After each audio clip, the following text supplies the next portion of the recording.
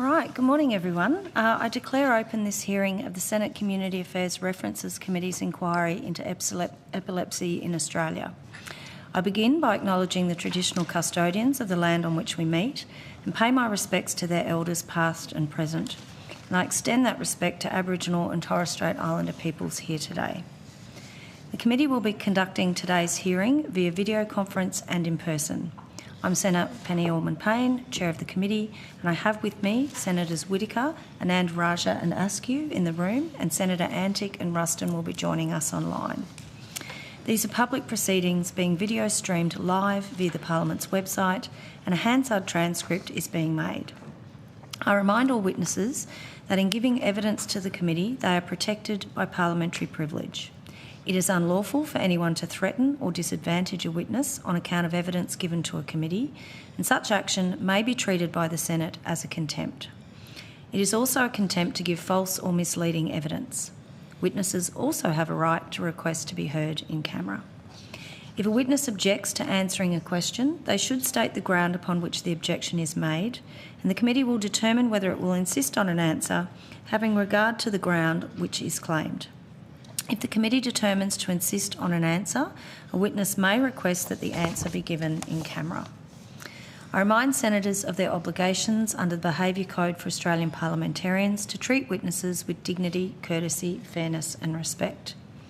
And I remind committee members and witnesses who are appearing via teleconference and who are not speaking, if you could please mute your microphones. I now welcome representatives from Epilepsy Australia. Thank you very much for appearing before the committee today. I understand that information on parliamentary privilege and the protection and obligations of witnesses giving evidence to Senate committees has been provided to you.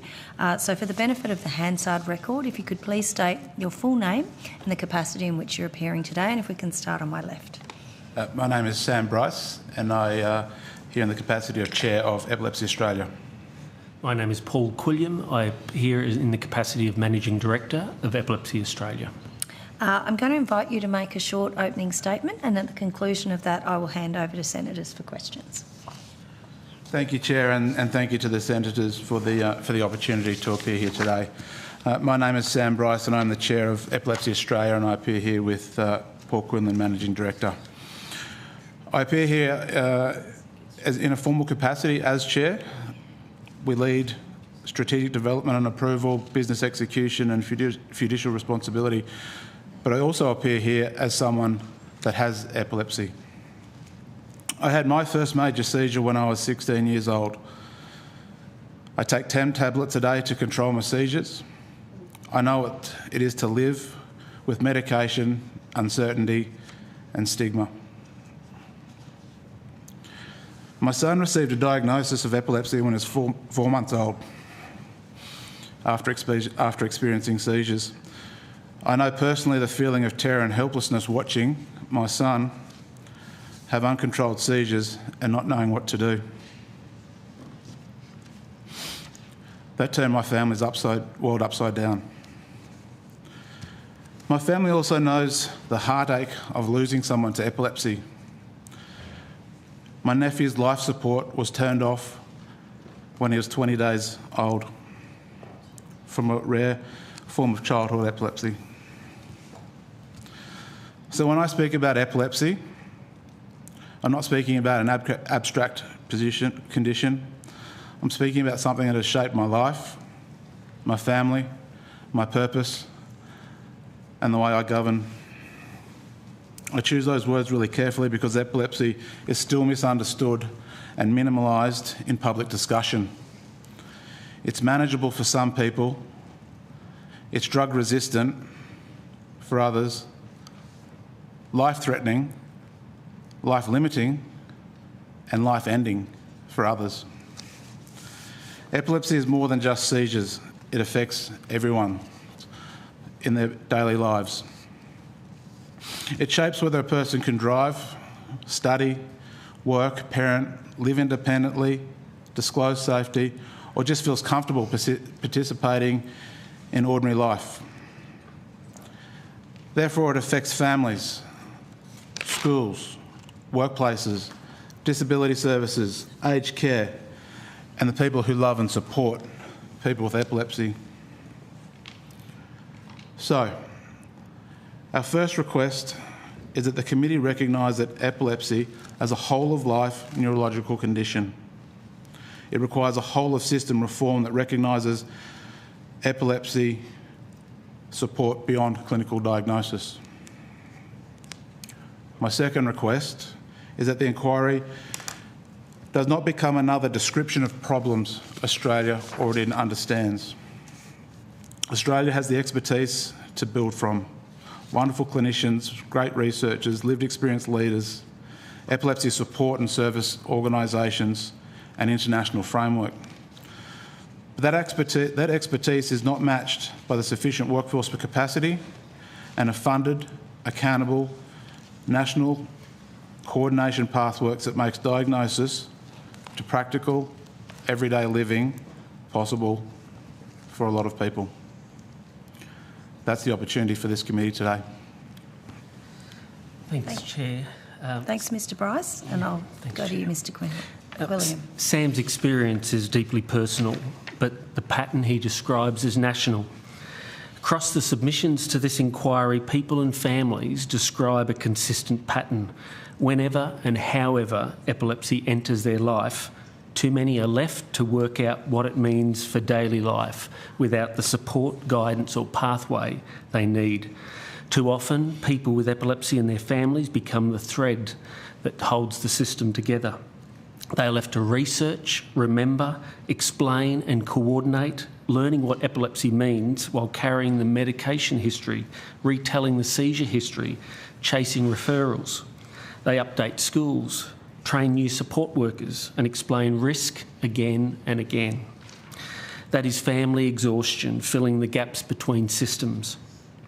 Australia has deep epilepsy expertise, but that expertise is not yet reaching people consistently in the places where epilepsy is lived.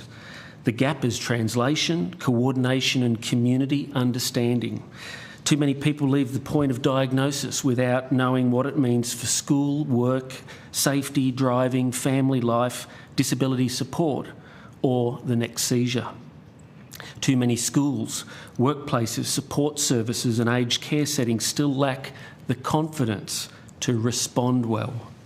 And too many are left trying to manage the emotional, financial and practical impact of epilepsy without adequate mental health support, transport options or employment pathways they need to stay connected, safe and independent. That is why the task before this committee is to turn knowledge into practical support, community capability and funded implementation.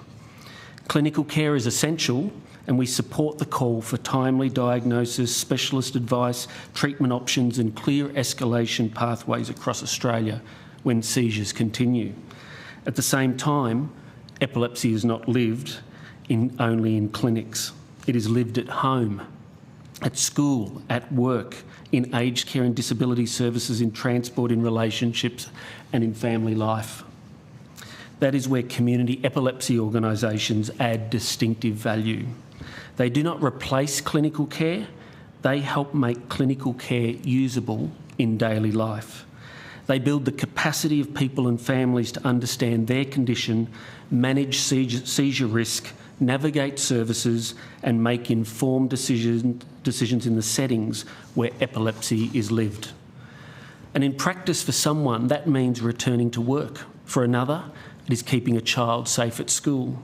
For another, it is navigating the NDIS, training support workers, preparing an epilepsy management plan, or simply knowing who to call after diagnosis. We do want to recognise the extraordinary work of Epilepsy Australia's member organisations. We also want to acknowledge other epilepsy support and service organisations, including Epilepsy Action Australia and Epilepsy Western Australia. People with epilepsy need every genuine contributor working in clearer alignment. No single organisation can or should own the lived experience of epilepsy, but someone must help turn lived experience, clinical evidence, service knowledge and community need into funded national implementation. Epilepsy Australia is well placed and prepared to support government in turning the committee's recommendations into coordinated national action. The International Bureau for Epilepsy has endorsed Epilepsy Australia's submission. It recognised our alignment with WHO's intersectoral global action plan and called for Epilepsy Australia and its member organisations to be recognised and resourced as key partners in the actions that follow. This inquiry has produced significant evidence, and Australia has extraordinary expertise and the WHO framework. What is missing is funded implementation. We ask the committee to recommend a funded National Epilepsy Action Plan aligned to WHO IGAP, not a plan that sits on the shelf, a practical plan that follows the person from diagnosis to daily life support, a plan that makes sure people can access the clinical support they need when they need it, no matter where they live in Australia. A plan that recognises that support cannot stop at the clinic door, because epilepsy is also lived at school, at work, in family life, in care arrangements and in the uncertainty of what happens next. A plan that recognises community epilepsy organisations who help people navigate when their lives are turned upside down. A plan that improves access to much-needed affordable mental health support, reduces isolation and supports independence through practical transport options, open, fairer employment opportunities and help schools, etc. That is the implementation gap that this inquiry can help close.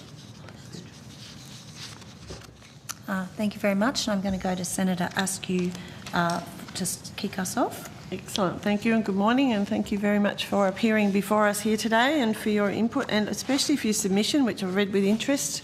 There's a lot of things in there, a lot of suggestions, which you've summarised very well in your opening statement, so thank you. I probably want to start with perhaps where you've sort of finished there, I think, Mr Quinn, in regard to the national coordination. I think from reading through all the different submissions, it seems to be a common theme across the board that national coordination amongst the support that is provided to people with epilepsy is fragmented, and I'm not quite sure how what your National Epilepsy Action Plan would look like. So I just wondered what are the key priorities that would be included in that?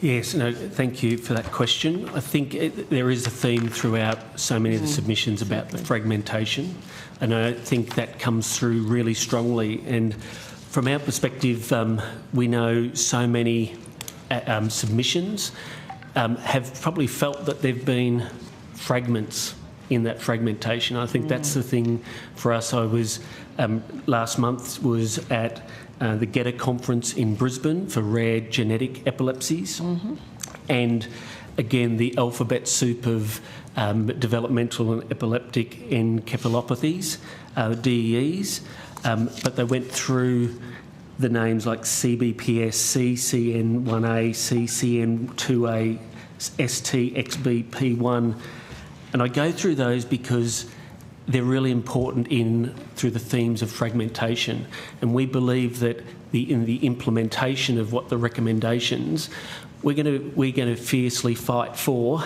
I guess, the fragments, or those that feel that they're fragments in this space. And Epilepsy Australia, as the peak body, works with our member organisations, epilepsy support organisations that work closely with all our clients and those that feel that they need greater coordination in this space. Okay.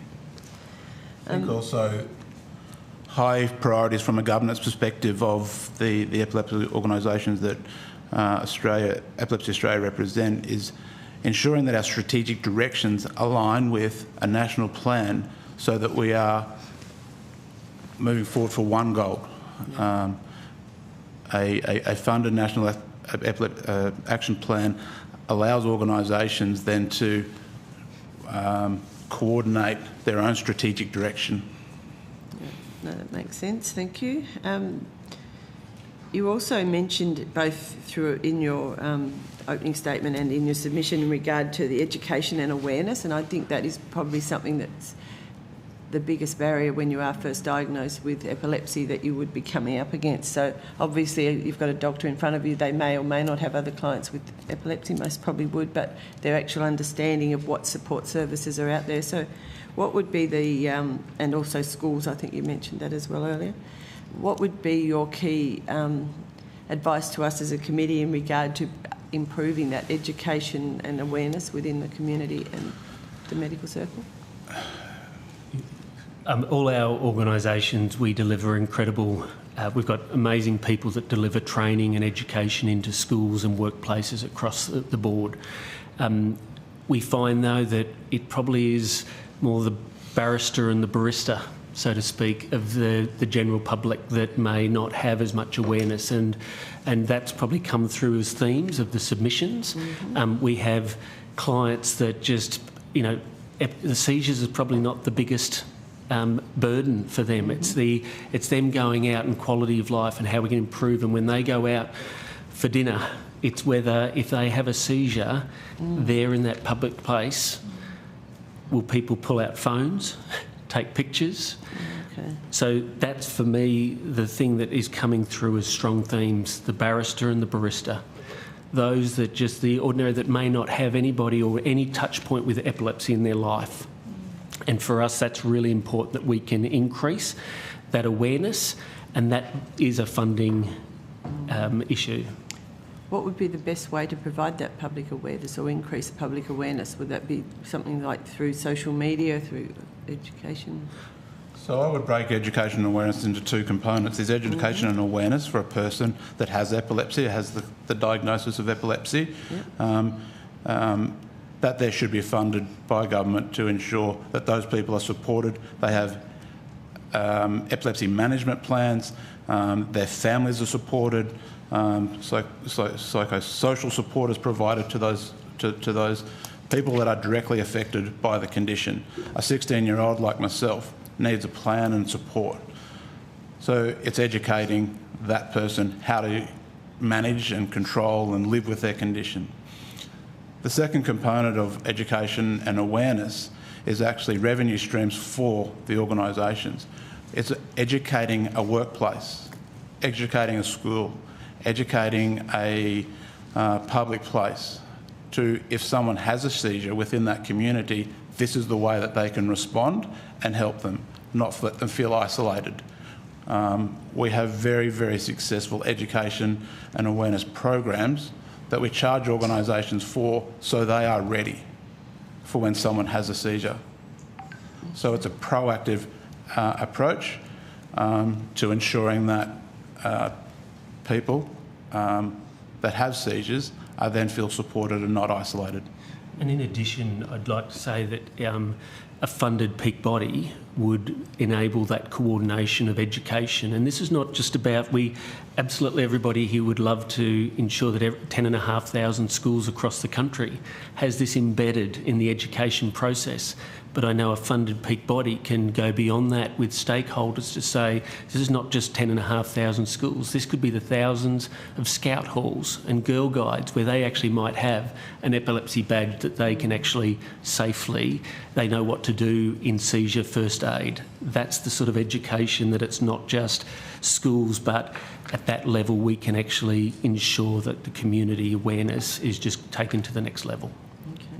So obviously it is included in first aid, but you don't always have a first aider there. So that's what you're saying. We need to have that community awareness of how to react as well. It's included in first. It's included in first aid. It's included as a paragraph.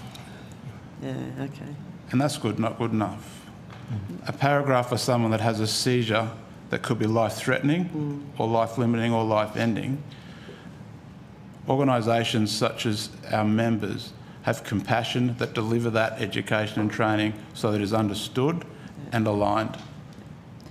Just on one, I've just got one other question, then I know my colleague Senator Ruston also has some questions, so I'll go to her shortly. But I just have one question regarding the obviously funding in the health space is federal and state, so I just want to understand where you see the responsibility between the Commonwealth and the state governments in providing these services. We think it's a partnership. I think Commonwealth and state have an obligation. Many of our member states do have a level of state funding, which is still insufficient, and I think a lot of more work needs to be done on the health economics around that. We think, though, that the federal responsibility, the Commonwealth responsibility in funding a peak body can then work with at a state level, the state members, and to ensure that there is that investment to prevent emergency department presentations, GP presentations, through the partnership of both state organisations and a funded federal peak body. Do you want to add anything? Okay, so I'm just going to go, if you're all right, to Senator Ruston. Senator Ruston. Thank you. Thank you very much. And my sincere apologies. I was a few minutes late, so I hope my questions haven't already been asked by Senator Askew. But I was just wondering, in your submission, you refer to delayed diagnosis and specialist access as being a real challenge for the people you represent. So I'm wondering, do you have access to the data that would give you or be able to provide us with some idea of, what were those delay times, for instance, for neurological appointments or EEG testing and epilepsy surgery assessments, and if that was necessary? Do you have the data that would give us an idea of what those delays might look like? I think Epilepsy Australia is probably not best placed to provide that data, and I think ensuing witnesses will be better placed, particularly ESA and ANZAN, from a clinical perspective. Okay. Well, to that end, what is your connection and your relationship with these other organisations, and do you think that it is working effectively, or is there more that could be done for better coordination? Great question. No, it's not working effectively. The gap between, or the bridge between, clinical diagnosis and support in everyday life is a bridge that needs to be filled, is void. And where do you think that should be filled from, and how? It is filled from the community organisations, or one of the options is to fill that from the community organisations who are our members, that basically receive the phone call post the clinical diagnosis. And too often they don't receive it, or the community organisations don't receive a phone call because there is not enough awareness around the support that they would provide. Yeah, okay. So when I walked out of 16 years old, when I walked out of the clinic, walking in having a seizure, walking out having epilepsy, there was no referral pathway. There was no optimal. There was absolutely no way that my parents or I could, or known resources we could be supported. What every person should be given is, here is your clinical diagnosis and here is your pathway to support. Yeah. So there are a myriad of different ways that organisations support the cohort of people that they represent. Do you have a view about how people with epilepsy would be best supported? Like obviously you have your role, but do you see? So all right, maybe a better question: who do you see should have the overall coordination role for making sure that the whole ecosystem that sits behind supporting somebody who's got a lifetime diagnosis, in terms of their support? Is there one organisation that you believe would be best placed to provide the overall coordination? My belief is that we have an amazing group of clinicians that are under ESA, Epilepsy Society of Australia, that from my perspective, it's the harmonic between the clinical and the community.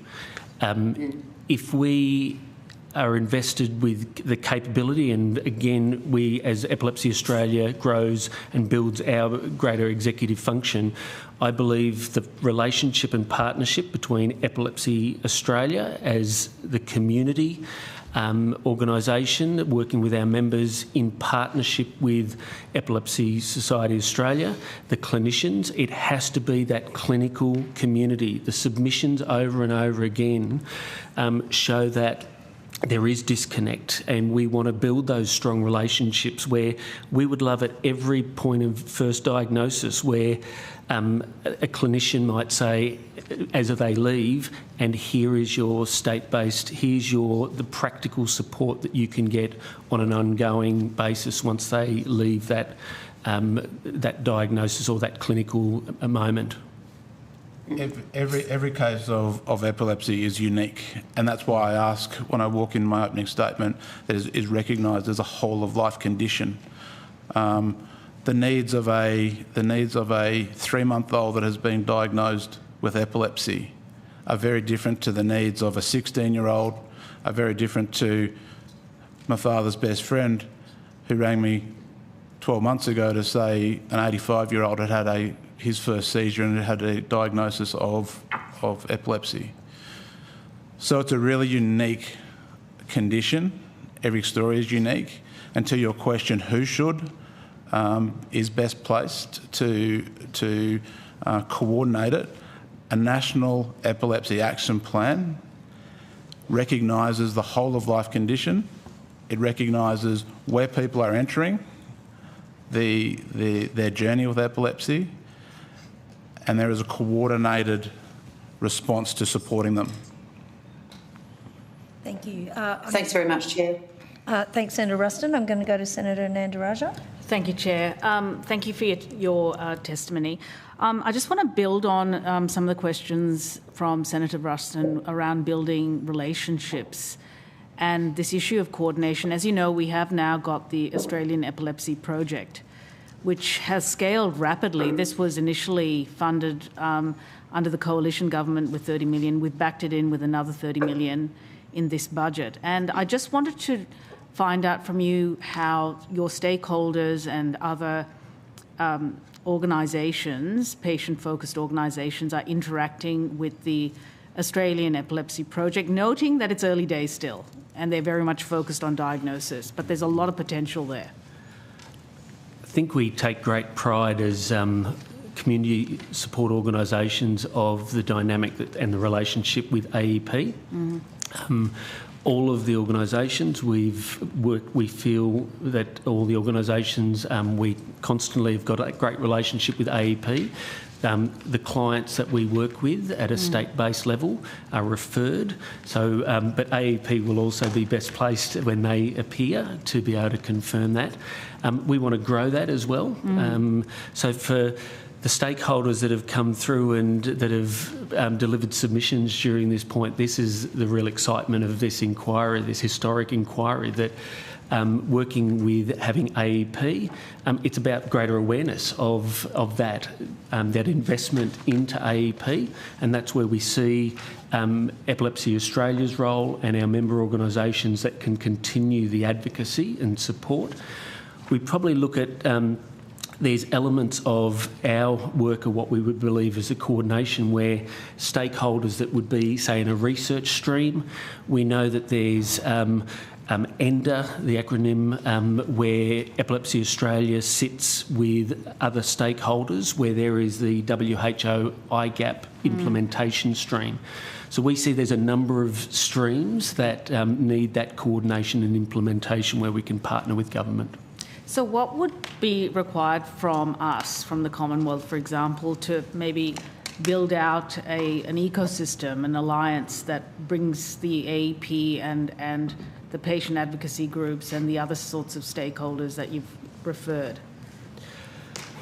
I think a great question from Epilepsy Australia's perspective. We do have an incredibly high vantage point working alongside member organisations, and again the relationships with the clinician peak bodies of ESA. We believe that there needs to be more work where we can come together as a task force. We know that September 10 is what everyone is really excited about, but we continue to build these relationships relentlessly from here until September 10 to give the committee the confidence and the government the confidence that we are ready and prepared. We have executive function and we're ready to demonstrate and fight for the people that we serve. So something like a I'm known for Commonwealth-endorsed task force of some sort with patient representation, AEP, in order to build out an alliance and ecosystem would be helpful, do you think? Because coordination is obviously a big issue. I'm known for being a little bit more direct. People living with epilepsy need a funded national action plan, which is aligned with the World Health Organisation's IGAP, which has clear responsibility, lived experience, and coordinating all of the tools that are available to helping a person with epilepsy live well, which includes AEP, which includes all the research that is being, and great research that's been conducted in Australia.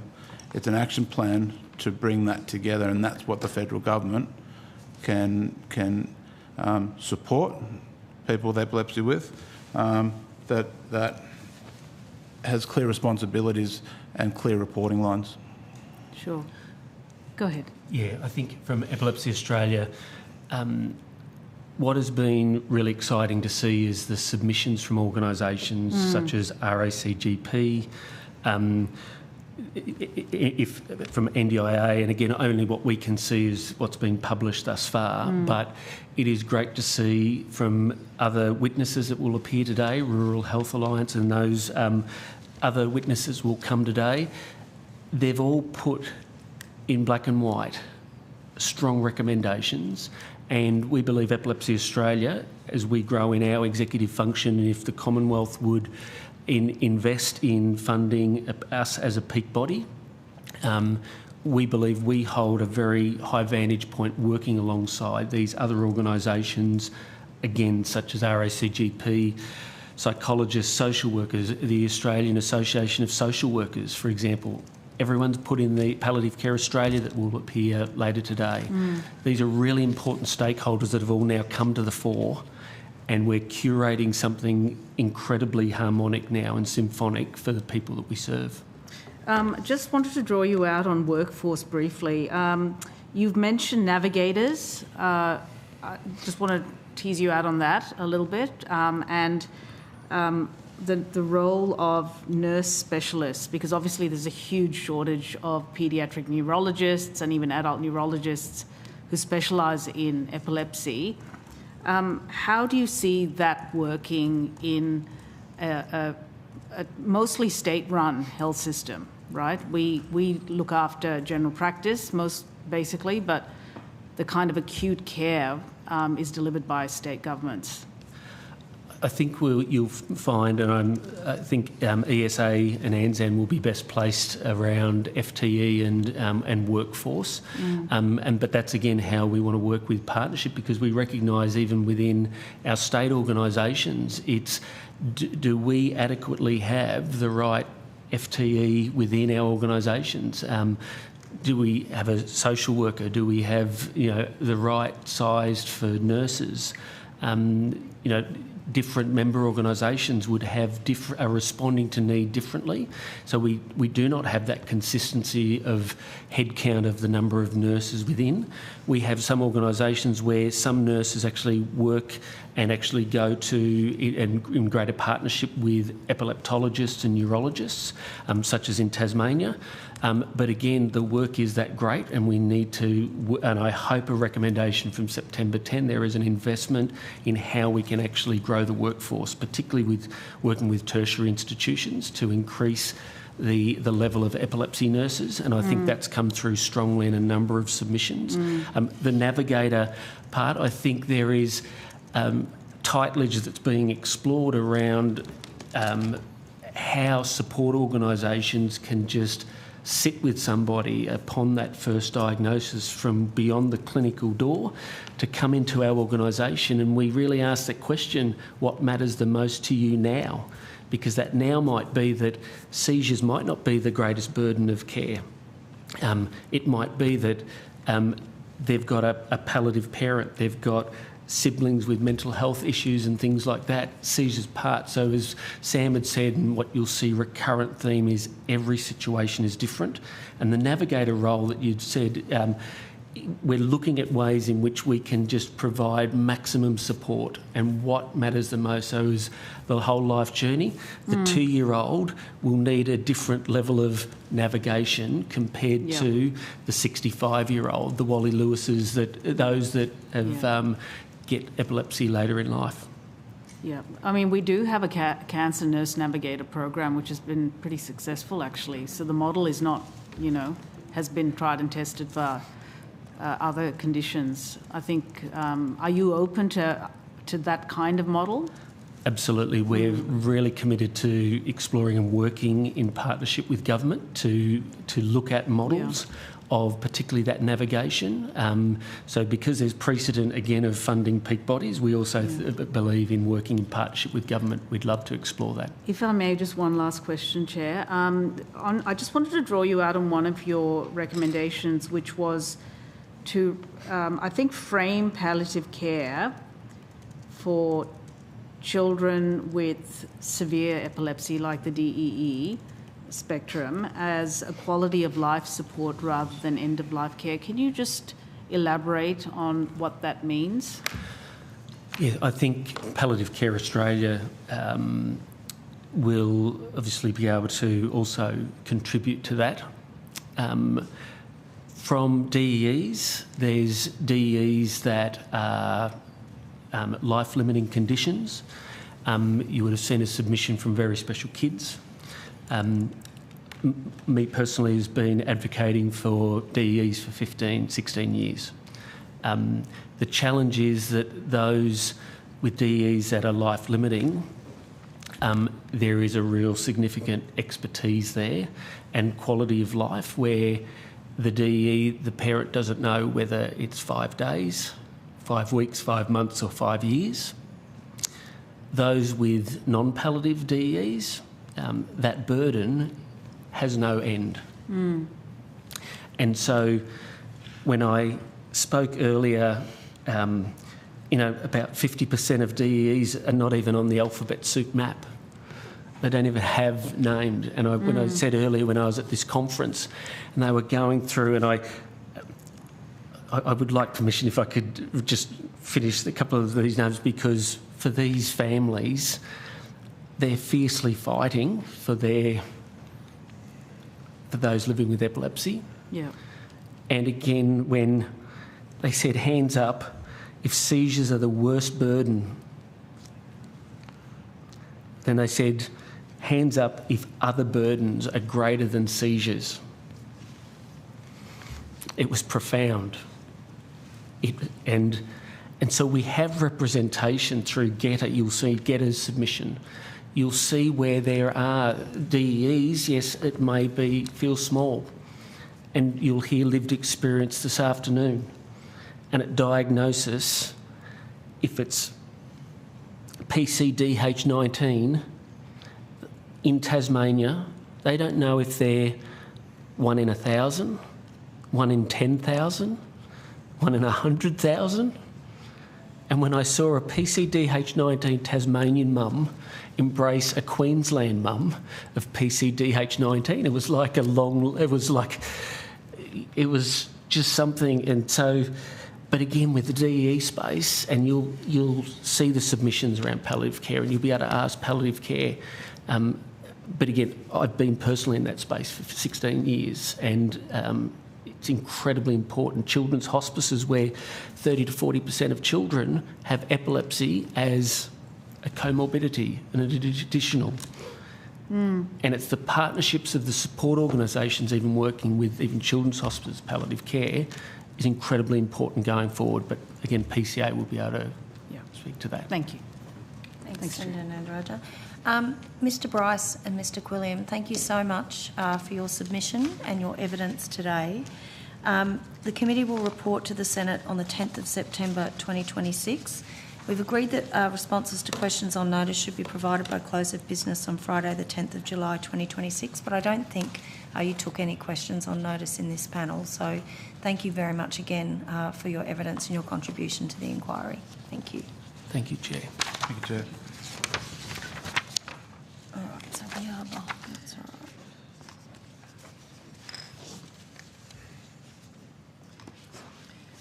Okay. Yeah. I now welcome representatives from Epilepsy Action Australia who are appearing by video conference. Thank you very much for appearing before the committee today.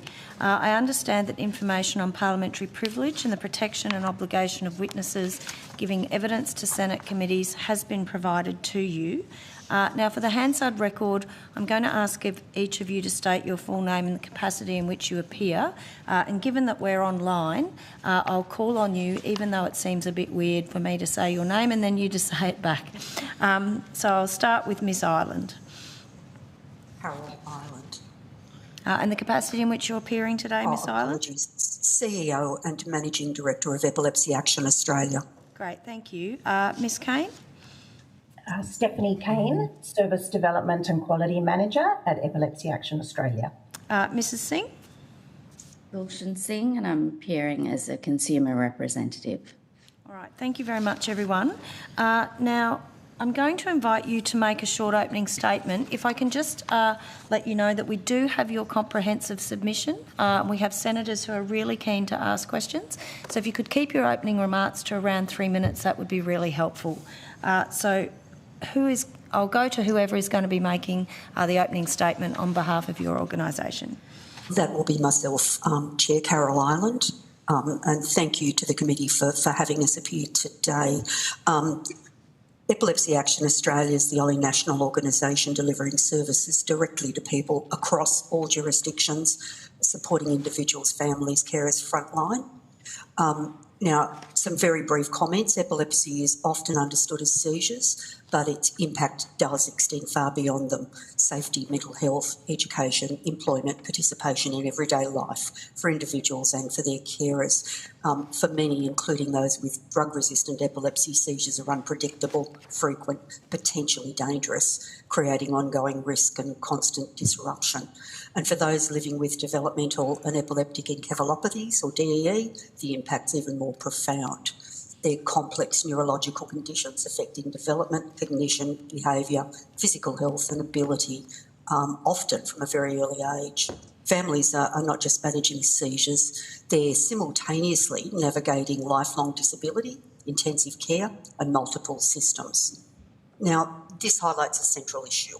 Australia does not have an epilepsy expertise problem. We have a system fragmentation and coordination problem. Across the country, you will have read and you will see there are delayed and inconsistent pathways to diagnosis and treatment. There's limited support and navigation after diagnosis. There's gaps in capability outside of specialist care. And there's persistent stigma, low community understanding and awareness. And these are systemic issues. So the outcome still depends too often on where someone lives, how strongly they can advocate for themselves, or how successfully they can navigate complex systems. Now, the consequences are real. Families become the coordinators of care and people fall through the gaps between health, disability, education and community systems. Result is avoidable risk, isolation and reduced participation. But the point we want to make is, importantly, Australia is not starting from scratch. We have very strong clinical leadership, including the Epilepsy Society of Australia and ANZAN, alongside practical established infrastructure. Now, that includes services such as the National Epilepsy Line, integration with primary care and workforce training platforms that build capability beyond specialist settings. So, again, the issue is not the absence of capability, but these are not consistently connected or sustainably funded to scale nationally. From our perspective, there are three critical priorities: a nationally coordinated framework aligned to best practice, a consistent pathway from diagnosis to ongoing support, including for people with complex needs, and sustained investment that strengthens and connects existing infrastructure rather than duplicating it. So my final point is that for many people, epilepsy isn't episodic, it's continuous. People live with risk every day, not only when they're in front of a clinician or while they're having a seizure. This inquiry is an opportunity to move from fragmentation to coordination and to ensure that outcomes don't depend on where someone lives or how well they can navigate the system. So Australia has the expertise, it has the infrastructure. What is needed now is alignment, coordination and scale. Thank you. Thank you very much, Ms Ireland. So I'm going to go to Senator Askew to kick us off for questions. Thank you. Thank you very much, Ms Ireland. I'm going to lose my voice. I just wanted to thank you, first of all, for your extensive submission, which, as we've said, we've all had a look through that and read that. And so appreciate the information that you've provided there. You touched, again, just during your opening statement, in regard to the funding side of things, and obviously it's a world where from what we've read in the submissions, there is a lot of support for people out there, but it's fragmented, as you say. It's not coordinated, and I just want to understand from your perspective, and in specifically regard to, Epilepsy Action Australia, you provide the National Epilepsy Line. Is that the only line that's available? I think every organisation has its own phone line. But yours, sorry, keep going.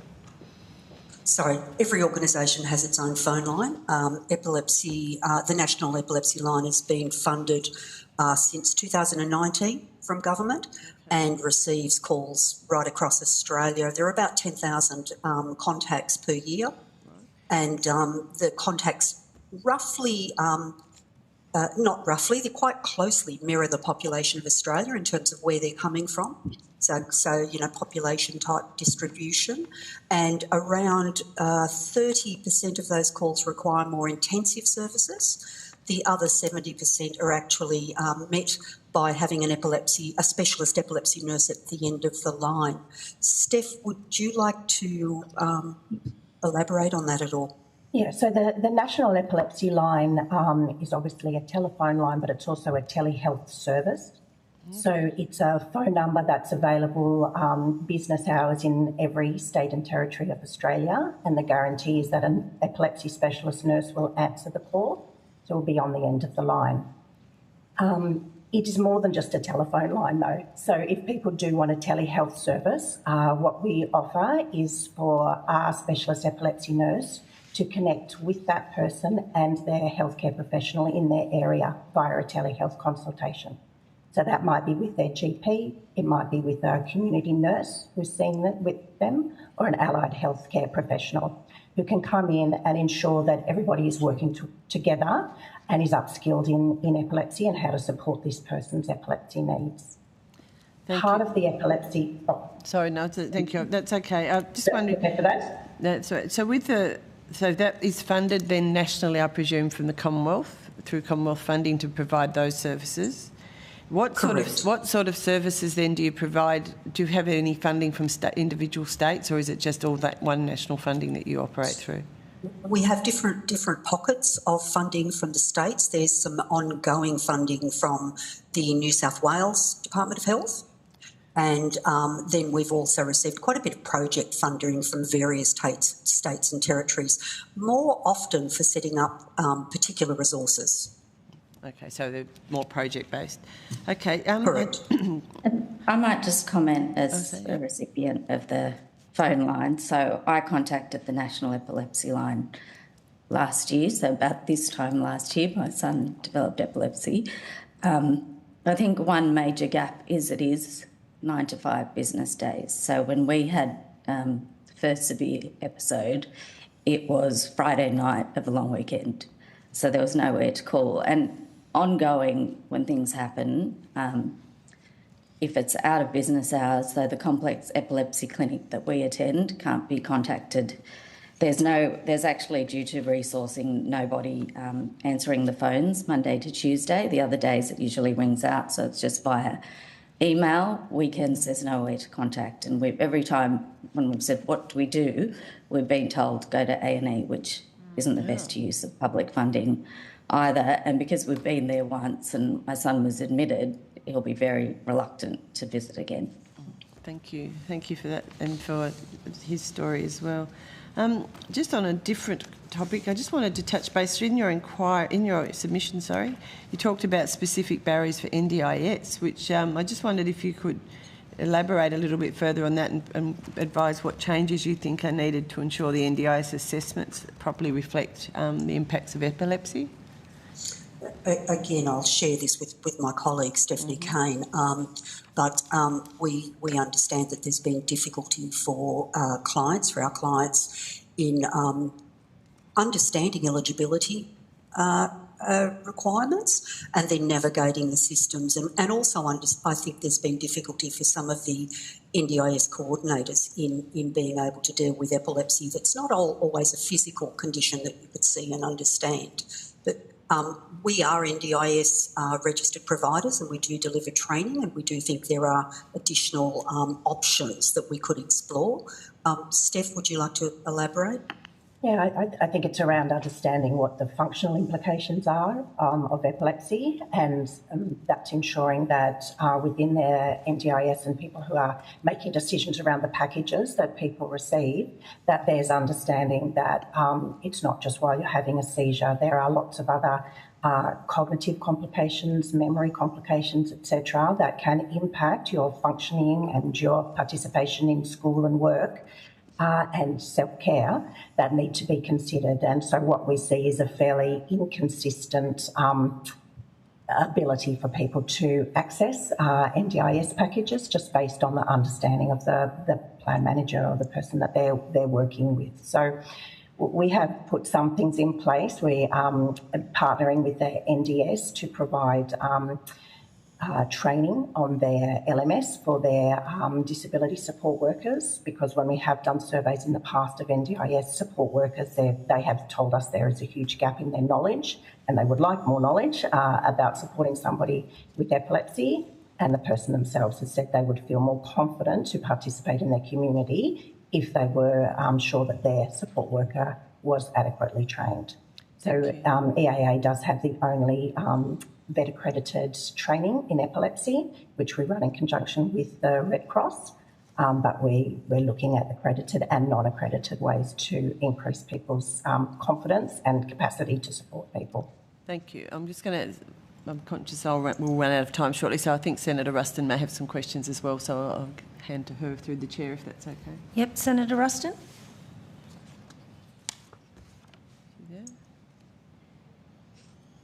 On the phone. Is she still there? I don't know. She's probably. I'll keep going otherwise. Yeah. So you talk in the meantime. I'll take up all of this time. Back to you, Senator. Thank you. So you've talked about the national coordination reforms that you're proposing. Well, how would you see that funded, and what would be the ideal scenario? I think the ideal scenario would be a fully inclusive organisation that has every epilepsy organisation represented, in medical and non-medical. Now, the only thing that we have, I think, as an example of that membership, the only thing that exists at the moment, Senator, is ENDA, the Epilepsy and Other Neurological Disorders Alliance. That particular organisation, which was co-founded by our medical colleagues, the Epilepsy Society of Australia, who then invited Epilepsy Action Australia and Epilepsy Australia to work together. So they're the three founding organisations. But we have representation from every state and territory. No other organisation at the moment has that, plus the Epilepsy Society of Australia. A coordination model like that is fully inclusive is what we require. I mean, some of the other alliances and organisations have some fairly significant omissions. Epilepsy Western Australia, for instance, is quite independent, and yet it's one of the most vibrant organisations and sort of connected communities that you would see in anywhere of Australia. I think that's the model, is with all organisations together and with a sound governance structure. Of course, that would be amazing if that was funded by the Commonwealth Government. Okay. Chair, I'll hand back to you for now, in case Anne has some at the end. Thank you. Senator Nandaraja. Thank you, Chair. What kind of percentages do you get out of from regional remote Australia in terms of the 10,000 phone calls you get a year? Do you know what the split is, just roughly? I'll let Steph answer that question. So we do track that against the population in those areas, and we partner quite heavily with HealthShare. So I'm not sure if you're aware, one of the programs that we run is integrating questions about epilepsy or a screening tool into Better Consult, which is a pre-GP consultation survey, which is completed by the patient before they see the GP. And HealthShare, on our behalf, maps where those consultations are taking place, and very, very remote is just tracking with the population, but we are overrepresented in the outer regional areas compared to regional for the uptake of that. Could you provide the committee on notice the breakdown, if you've got that at a later date? That would be amazing. Just with regards to the specialist epilepsy nurse, can you describe for us the kind of experience this nurse has? Because it speaks to, if we want to scale this model up, what kind of training is required to develop that kind of capability? Yes, certainly. Within our team, we have a range of epilepsy nurses, and obviously when somebody comes to us, they are not trained necessarily. They may not have a background. Having said that, our core staff have significant experience, 30 years worth of experience. They're clinical nurse consultants and clinical nurse specialists who've worked in neurology for all of their careers, neurological, sometimes settings like major hospitals and so on. We also offer very specific training ourselves, and the only vet accredited training in Australia. So again, I'll ask Stephanie to perhaps elaborate on that. Yes, so our nurses do have minimum of 5 years experience in neurology before they start with us. Then they go through our vet accredited training and a strong supervision program with our clinical nurse specialists and clinical nurse consultants in epilepsy. Okay, that's really interesting. The accredited program, is there a cost involved to the nurses, and how long is that program? And is there an exam or some sort of barrier test at the end of it? So there's no cost to anybody on staff for us, so it's part of their induction, and it is a program that will take them up to about 50 hours to complete under supervision. We do make that available to external professionals as well who are wanting that accreditation, and support them through that process through the supervision of one of our nurses. And we're actually at the moment going for reaccreditation for that course, just to, we've identified a couple of barriers with that, but we have got strategies to remove those barriers, so that we're looking to see how more widely we could have that certification in the nursing professions. And is there a role for retired nurses who have, or semi-retired nurses who have experience in neurology, to be recruited into this sort of position? Well, I think anybody with experience who was wanting to come in to provide that expertise, and we're able to provide that function, retired or not, would be very, very happy to be benefiting from that expertise. And they do, of course, require, current registration. Registration, yeah. Yes. Yeah, I think that could, I just want to explore some workforce options here, because we have so many gaps in workforce, right?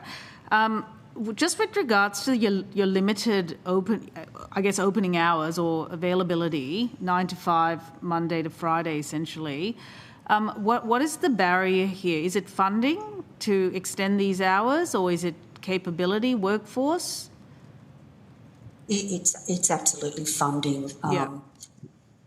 We did commence the service trying to offer it Monday to Friday, so we do receive Commonwealth funding, but we were actually putting some funding to it ourselves. That's philanthropic funding, and we were operating weekends. So it was a decision based on funding. The other thing that we considered was there wasn't a very high demand of that service. There is some. Yeah. So, just as Gulshan mentioned a little while ago, there are occasions when somebody wants wants connection on a Saturday or Sunday or public holiday even, but they're not high numbers, and so, we had that decision to make. Okay, because we've got the department coming a bit later on today, and I want to ask them about this sort of gap. We've launched 1-800 Medicare from the start of the year, which is a not dissimilar telehealth type program. And I want to understand whether there could be some sort of synergy here whereby nurses who operate that on that 1-800 Medicare platform could be trained to provide that capability after hours by you, for example. Yes, it's certainly possible. Let me say too, when we first established the line, we actually outsourced to Medibank. We had an arrangement with an existing call centre. We did bring that back in-house because of the expertise that we found was needed when somebody with epilepsy calls. So it was quite important to us to make sure that it was our own trained nurses that were at the end of the line. Yeah. Operating it is those. very specialised knowledge as well. So I'm in New South Wales and there's New South Wales Health Direct, and I asked a neurologist, could I call them? And he said, no, they won't know. They won't have the right information. No, I don't imagine they would at this stage, but we could certainly look towards talking to the department about whether that can be developed over time. The other question I had was, you mentioned that you would sometimes connect patients with, I think, medical experts as well, or doctors with specialist expertise. Did I get that right? How do you do that? Perhaps you're referring to when our nurse is involved with somebody on the National Epilepsy line. As Carol said before, about 70% of those calls can have their needs met in sort of one conversation and some follow-up information. But the 30% have more complex needs and may need a whole host of referrals out to specialists or allied health or community support. So our nurses certainly take that role and will stay involved for a longer period of time for somebody who has complex needs around providing education and support, epilepsy management planning, or training in the administration of emergency medication, for example. So we link in that way with specialist health services. The other way, because we're really trying to close this gap where people are diagnosed or are under support from their GP but are not aware of community support organisations, and we're integrating into the medical director and best practice, the clinical software of 90% of Australian GPs, such that at the time of consultation we can flag somebody who has epilepsy. And since we started this in 2023, we've screened over 30,000 people with epilepsy nationally for risk factors for SUDEP. And more recently, we introduced screening them for risk factors for anxiety and depression. And when they do meet these risk factors, there is flag in the clinical software of the GP at the time of consultation and resources available for that GP, either to provide to the person. And also embedded in that system is a one-click link for the GP to be able to connect back to our nurse. So either refer that person back or ask a question themselves or come into one of those telehealth consultations with our specialist nurse. Okay, that's interesting. So just to clarify, so you're seeing a patient during a consult and you're filling in a form, an e-form, and that's linked to the GP's database. Correct. Is that right? Yes. Okay. Yeah. It populates directly into their clinical software. Yeah. And provides guidances around referrals. So we've implemented really stage one of that, but there is a further stage that we would love to implement with funding, and that's integrating referrals to specialists within the GP clinical software. So where there are indicators, quite often the neurologists at the ESA tell us that if we'd seen this child earlier, we could have commenced treatment earlier and we could have avoided some complications or impacts on their development.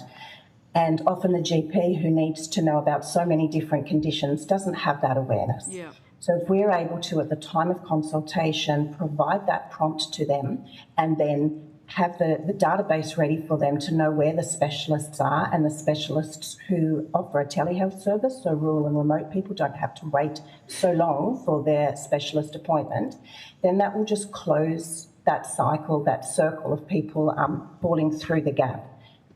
We one other tiny little step from that is that we have commenced that around SUDEP, and as I said, quality of life. There's also women and pregnancy and a whole lot of other areas that we can look at to be prompting the GP. But we also want to take some of that into the hands of the patient. Yeah. So the GP is obviously very busy and might not be there to talk about the particular things that we're screening for. So we want to be able to ask the patient, do you consent in this GP consultation for the Epilepsy Action Australia specialist nurse to directly contact you and provide you a service around SUDEP or quality of life or pregnancy and risk, bone health and women's health issues and all of those sorts of things that follow with epilepsy. So there's a lot of potential. Those systems already exist. We've got the infrastructure for the National Epilepsy Line, the infrastructure for the GP clinical software already exists. We're starting discussions with the infrastructure for the APNA, primary care nurses, to see if we can do a similar thing with them, such that we can be pulling these specialists from the regions where they are into telehealth service with our specialist nurse, because I don't think we can expect to raise the level of expertise for all of the primary health professionals to the level that's required for epilepsy, but we can bring them in a telehealth service if we can connect those existing infrastructures. All right, thank you. This is very powerful, actually. I mean, you're talking about an automated clinical alert system and then clinical decision support on top of that, which is very, very powerful. If you could, on notice, provide us with the name of this proprietary software and maybe a little bit about the technical specs around, this alert system, that would be most helpful. Thank you.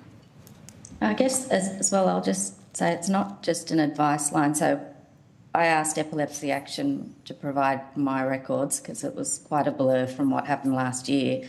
And from the time I contacted them in June, so over a month, we had 11 contacts where the nurse was ringing me. I'd have an appointment with a neurologist or a specialist. Then we'd talk it through with her, set us up with night monitoring, SUDEP checklist. So it's quite intensive in that period to kind of set us up and help us navigate the system. Thank you. Thanks, Chair. Can I say thank you very much to Ms Ireland, Ms Kane and Mrs Singh for your evidence today. The committee will be reporting to the Senate on the 10th of September 2026, and we've agreed that responses to questions on notice should be provided by close of business on Friday the 10th of July 2026. So thank you very much for your comprehensive submission and taking time today to give your evidence. Thank you. Thank you, Chair. Thank you. I'm now going to call to the table the Florey Institute of Neuroscience and Mental Health and the Australian Epilepsy Project.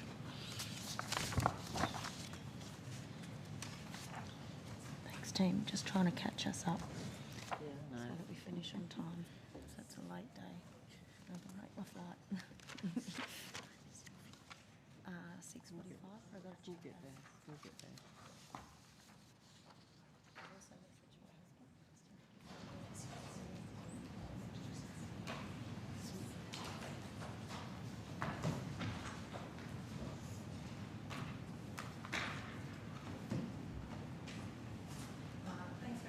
I now welcome representatives from the Florey Institute of Neuroscience and Mental Health and the Australian Epilepsy Project. Thank you very much to all of you for appearing before the committee today. I understand that information on parliamentary privilege and the protection and obligations of witnesses giving evidence to Senate committees has been provided to you. For the Hansard record, I'm going to ask you each to state your full name and the capacity in which you appear here today, and I'll start on my left. All right. I'm Chris Tailby and I'm Chief Scientist for the Australian Epilepsy Project. I'm Rebecca Forgas, the Strategy and Government Affairs Lead for the Australian Epilepsy Project. I'm Anton Dueger. I'm the Executive Lead for the Australian Epilepsy Project. I'm Snezhana Malevich. I'm Deputy Lead for Epilepsy and Neurodevelopment Research Area at the Florey Institute. Great, thank you very much. Now, I'm going to invite each organisation to make a short opening statement. Just a reminder that we do have your submissions. Folks have lots of questions, so if you could each organisation could keep it to around 3 minutes, that would be great. So I'll start with a representative from the Australian Epilepsy Project. Right. Thank you, Chair, and members of the Community Affairs Committee, for the opportunity to be here today. We are honoured to be able to contribute to this inquiry and to improve the lives of people living with epilepsy. The committee has received over 200 submissions. The picture they paint collectively is of a healthcare system that is failing people with epilepsy. Agonising delays accessing specialist and expert care were the single most universal theme across all submissions. Our colleagues in ANZAN and the ESA, the Professional Associations for Neurology and Epileptologists, provided data showing that wait times for new adult patients at epilepsy clinics exceeds 900 days in some states. These delays are the entry point to a cascade of harm, devastating impacts on physical and mental health, family life and careers told in many of the submissions by individuals and families. Depression and anxiety are cited in over 70% of submissions as almost universal comorbidities of epilepsy that are virtually unaddressed in standard epilepsy care. For those with drug-resistant epilepsy, multiple submissions describe trial and error medication odysseys over years and even decades, with waits of 10, 15 or even 20 plus years before being assessed for potentially curative brain surgery. Adding to all of this is the multiplier effect of geographic inequality, raised in dozens of submissions from individuals and families. The Australian Epilepsy Project has engineered a bold, world-first solution that specifically seeks to address these systematic problems. It's a national physical and digital infrastructure that provides advanced epilepsy testing to people regardless of where they live. The testing includes specialised MRI scans, screening for anxiety and depression, cognitive assessment and genetic testing. We provide an integrated report of findings back to the referring neurologist, which helps to identify the causes of optimal treatment pathways for patients' epilepsy. We already have proven results identifying the cause of epilepsy for up to 19% of our patients whose previous MRI scans were normal, and reducing the delay from diagnosis to seizure freedom to as little as 2 years. We can't solve all the problems in epilepsy care, but we know that we can be part of the solution. In 2021, the Australian Government backed our vision with a $30 million MRFF Frontiers grant. And we recently received and are extremely grateful for Minister Butler's announcement of a second tranche of funding of $30 million over 4 years. We have the potential to transform the standard of care for epilepsy at a national level, but we need policy-level support, included expedited regulatory pathways and reimbursement pathways through MSAC to ensure that potential is translated into action. Many submissions have recommended a national coordinated approach to clinical care pathways for epilepsy. We would add to those recommendations and specifically call for the AEP to be recognised as a key infrastructure and implementation partner in any such coordinated national plan. We recommend our submission to the committee, which provides further details about the points we have raised in this opening statement, and we welcome the questions about the AEP or any other aspects of epilepsy that we might be able to assist with. Thank you. Associate Professor Majevic. Thank you. Thank you for the opportunity to appear today.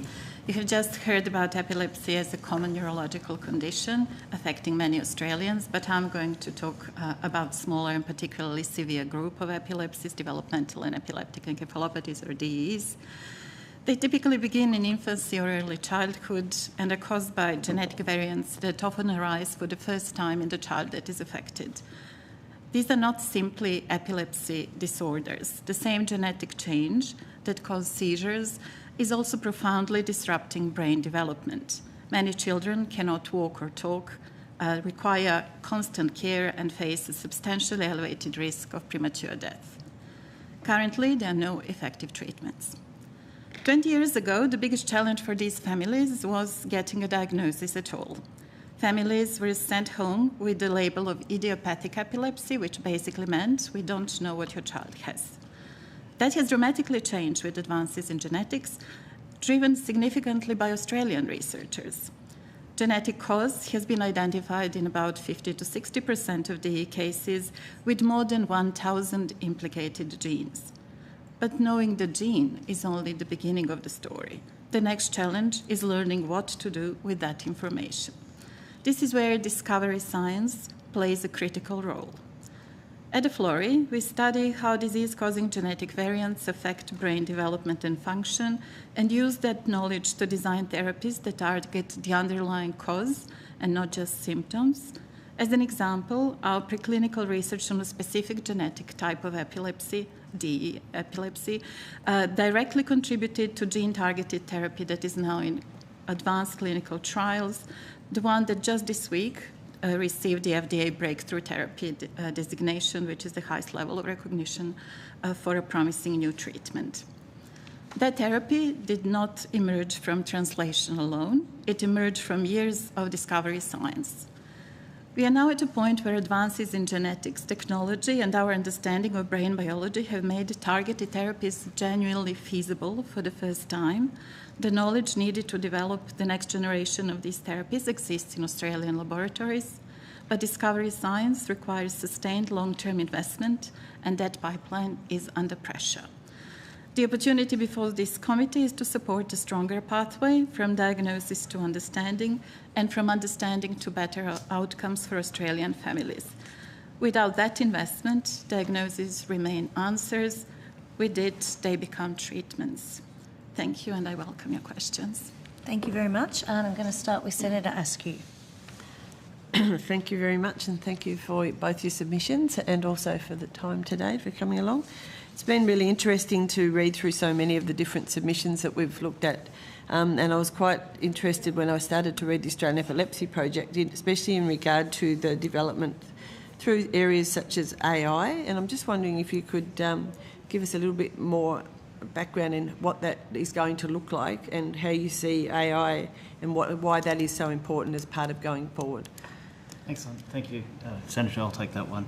So we start off with a fixed protocol of testing. What we do is we take all of the tests that you would do on the most severe and drug-resistant cases of epilepsy just before surgery, and we do them at the beginning of somebody's journey. That gives us a very fixed data set with the latest data at high resolution using the latest capabilities. We then process all of that data, we bring it into a centralised location, we process it to extract out biomarkers from that, both the imaging, from the cognitive testing, from the genetics, and that is quite a complicated process that does use some AI in some cases, more likely machine learning than the complex large language models that we're seeing at the moment. And then we combine all of those biomarkers together into a centralised location where we keep track of the provenance of that data, and then we use other correlations analysis to then pull out what are the relevant concerns for this individual based on how they relate to all of the other people that have gone through the process and our volunteers as well. So we do use complicated and the latest capabilities to be able to process this very large amount of data per participant, and it is also related to how they relate to everybody else that has been through, that gives the information that we need.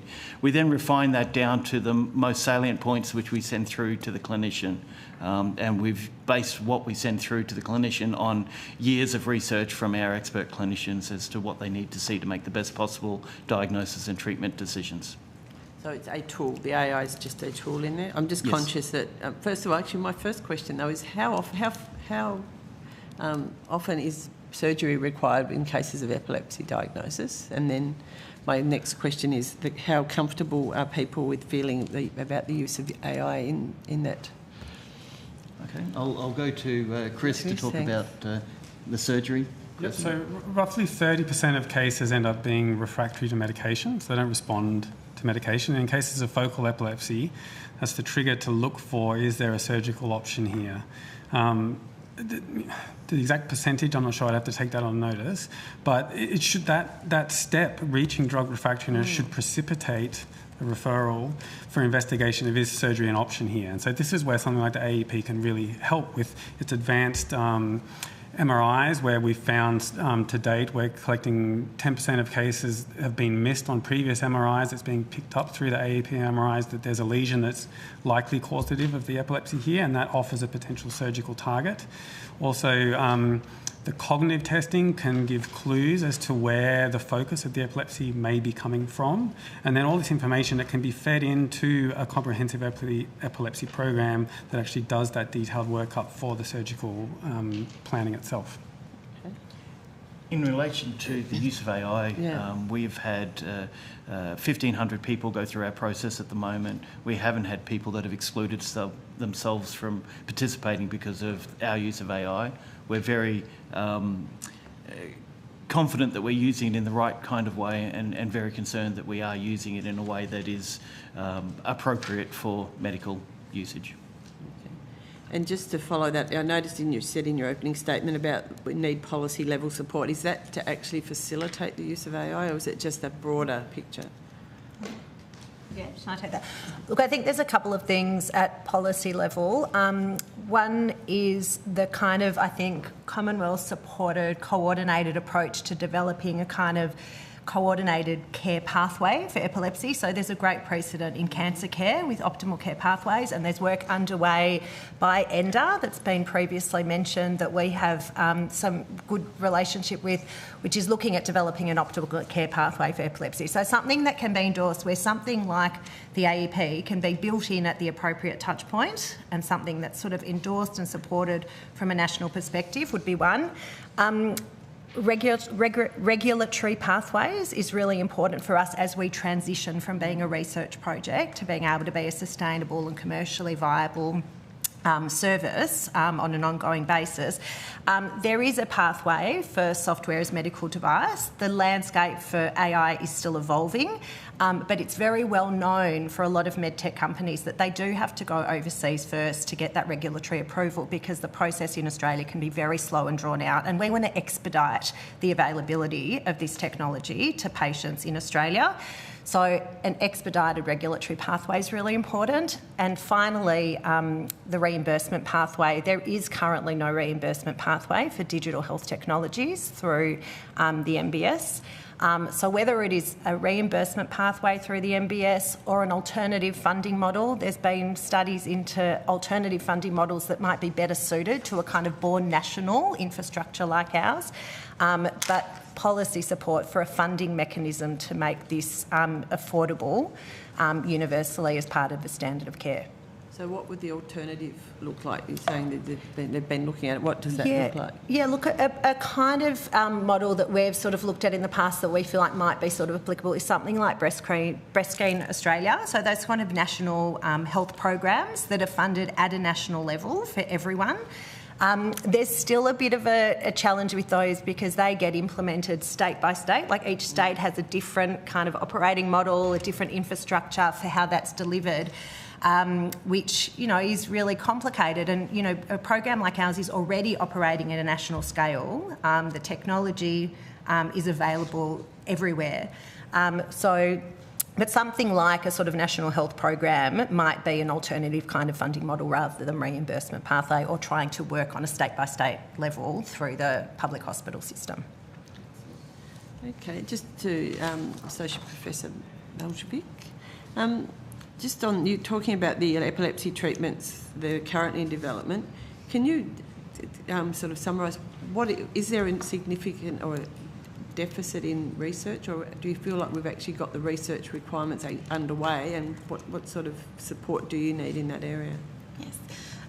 So obviously it wouldn't be a news that research is underfunded, and we are having a really good, I think, opportunity to jump on board with the novel therapies, and I think there is a great knowledge in Australia, and I want to maybe emphasise here that AEP was possible and our work is possible because there was a sustained funding that Melbourne epilepsy groups had over years. So for 20 years, over program grants, we were all working together and interacting and building that knowledge base and that experience. And that is now not really the case anymore. So obviously AP is a great success.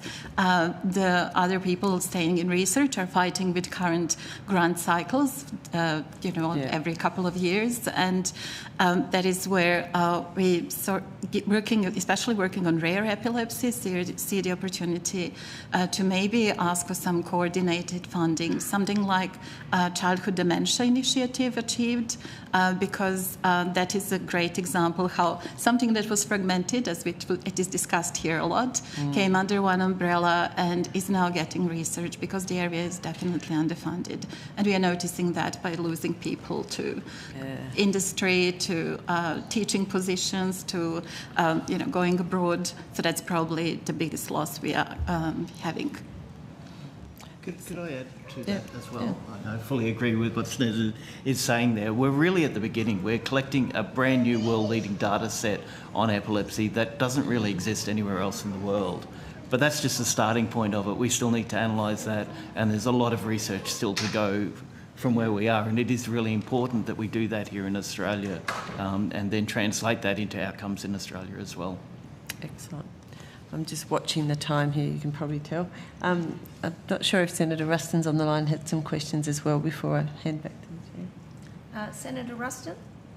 She may or may not be. No. I'll let you go to if you want. She's just come off. Hi there. Oh, sorry. I suppose I was just really interested, just specifically, you talk about, this is probably to Florey Institute, you talk about pharmaceutical development for ultra-rare conditions being commercially unattractive without specific policies, mechanisms to support that. I'd just be really keen to understand, have you thought through what those policy mechanisms you think are needed in order to be able to better support people who live with epilepsy? Thank you for that question. It's a really important one. So we know that that companies won't jump on board with ultra-rare diseases because that is simply not interesting. But when we have one or a few patients or even 10 patients with a specific change in a gene, there is a great potential nowadays with the advancement of technologies to develop something that is gene-targeted therapy, that is sort of a particular precision medicine treatment for that patient. However, at this stage, that kind of treatment and those kind of developments are happening around the world. And, in the US, there is compassionate use, there is N of one or N of few approval method that goes through FDA. So it is regulated. There is a bit more control of what happens. We know that families here are really interested because we as researchers get approached. But there are no guardrails around N of one studies here. We don't have any guidelines how that should work. So it is left on the multidisciplinary committees at clinics to maybe approve some compassionate use of something that is available. And also, we are working on development of those therapies, but we don't know how they will actually reach clinic or a patient because those rules are not there, and I think they are really needed. And that's a conversation probably between TGA and HMRC, health and so on, to kind of and consumers, obviously, to kind of decide how do we regulate those trials, because these are happening only in one or a few patients, but we do want to keep the knowledge and the outcomes and whatever we learn from those treatments in rare patients for the ones that are coming next. Yeah, so have you had much involvement with the health technology assessment review, and how do you think, or is there anything in that review, if you have got a reasonable understanding of it, that you think would play into a better pathway for new and innovative technologies and treatments for people living with epilepsy? Unfortunately not, but I can and can take notice if you if that's of interest. Yeah, I don't. I'd just be keen to understand if the challenges that you're talking about and you've discussed this morning in response not just to me, if the recommendations of the Health Technology Assessment Review would go to any way in order to, respond to those policy mechanisms that you say are not there or are not adequate in order for getting expedited access or any access for that matter to these treatments. Chair, wind me up when you need to. You know me, I'll talk for hours. I'll give you one more, Senator Ruston. Oh, okay. The other thing that you mentioned in your submission was the diagnostic to therapeutic gap. And so I was just keen to understand, and you mentioned earlier around genomics and disease modelling. Well, you mentioned genomics. And I'm just interested in what the biggest barriers are to you for translating those, genomic or genetic diagnosis into the clinical interventions in Australia at the moment. Yes. So obviously genomic diagnosis is kind of naming what is the cause. So we now know this is actually because there is a genetic variant in a gene, let's say SCN2A, because this is the one that we provide as example. And it's really interesting because once you have that diagnosis, you actually still don't know much more about what the treatment should be. And if you then talk to people who work on SCN2A, or if you do the functional analysis of a variant, you can actually see that there is increased function or decreased function. And dependent on what you discover for each of the variants, they will have completely different presentations in the clinic, but they will also have completely different response to drugs. And you would obviously need to have a laboratory model, or at least a computational model, to predict how this specific variant in a child is behaving. Is it going to be gain of function, in which case you can use specific anti-seizure medications that are blocking a sodium channel, or is it going to be a loss of function, in which case if you apply that drug, you can make things worse. So that is kind of the first step and distinction. The next one would be, you would obviously, if you are developing novel therapies, you would want to know the disease mechanisms. You would want to go, and we now have access to technologies like stem cell technology, so we can have patient-derived cells, and you can study the pathways that are affected. I also mentioned that it's not only seizures we are treating here. These variants are disrupting development, and we want to understand to which extent and what else do we need to repair apart from the very specific mutation that these patients carry.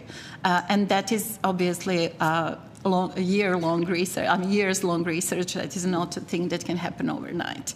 But the thing that is missing on the other end are our translational capabilities, because it would be really helpful to have things like platform for quicker screening, maybe bio repositories where we know that all of the patient lines or in animal models or other models are centralized, and everybody in Australia working on DE could access them. So those are things that would make the path to the clinic then faster. But yeah, the one barrier is making disease models and laboratory predictions, because those are important, because even if we go with ultra-rare diseases, we do not want to end with unsafe and, like something that is not working going into patient. Yeah, look, thank you very much, Chair. Senator Nandaraja. Thanks, Chair.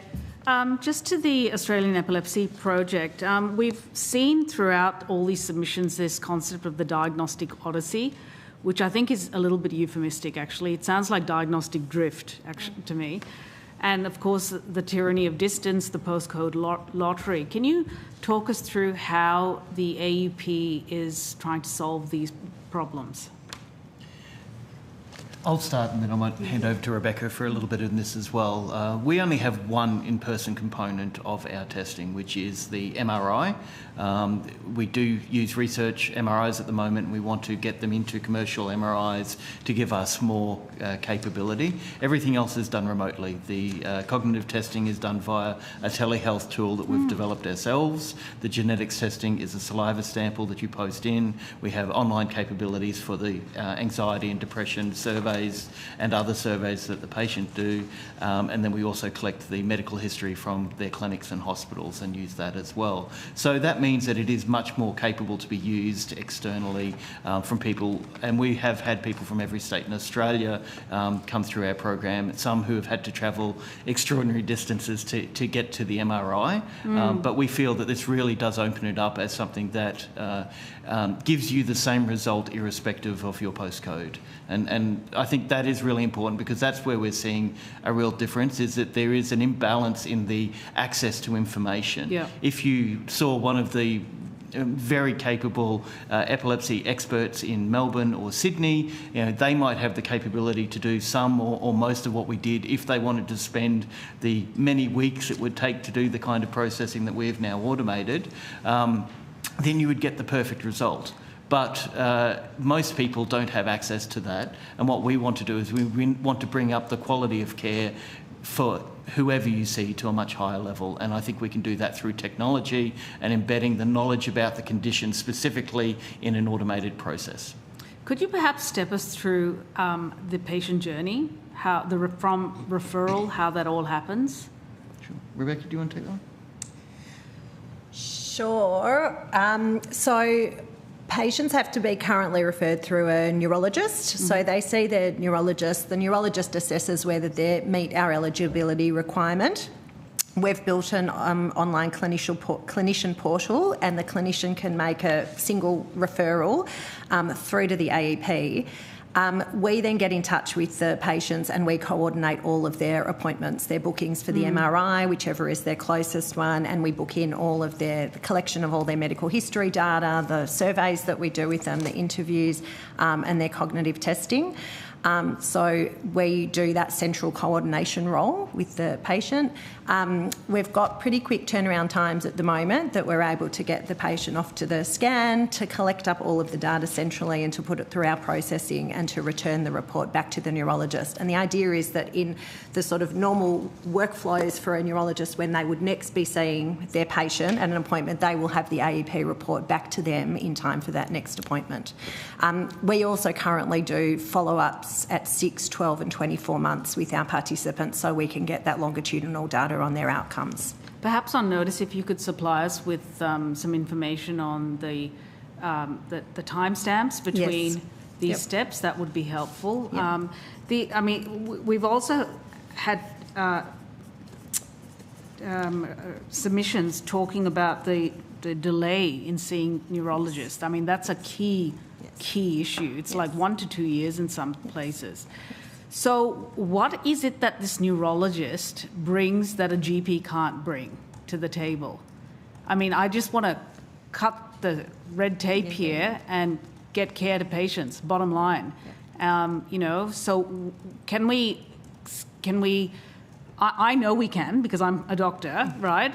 What do we need to do to upskill an army of GPs to cut the delay?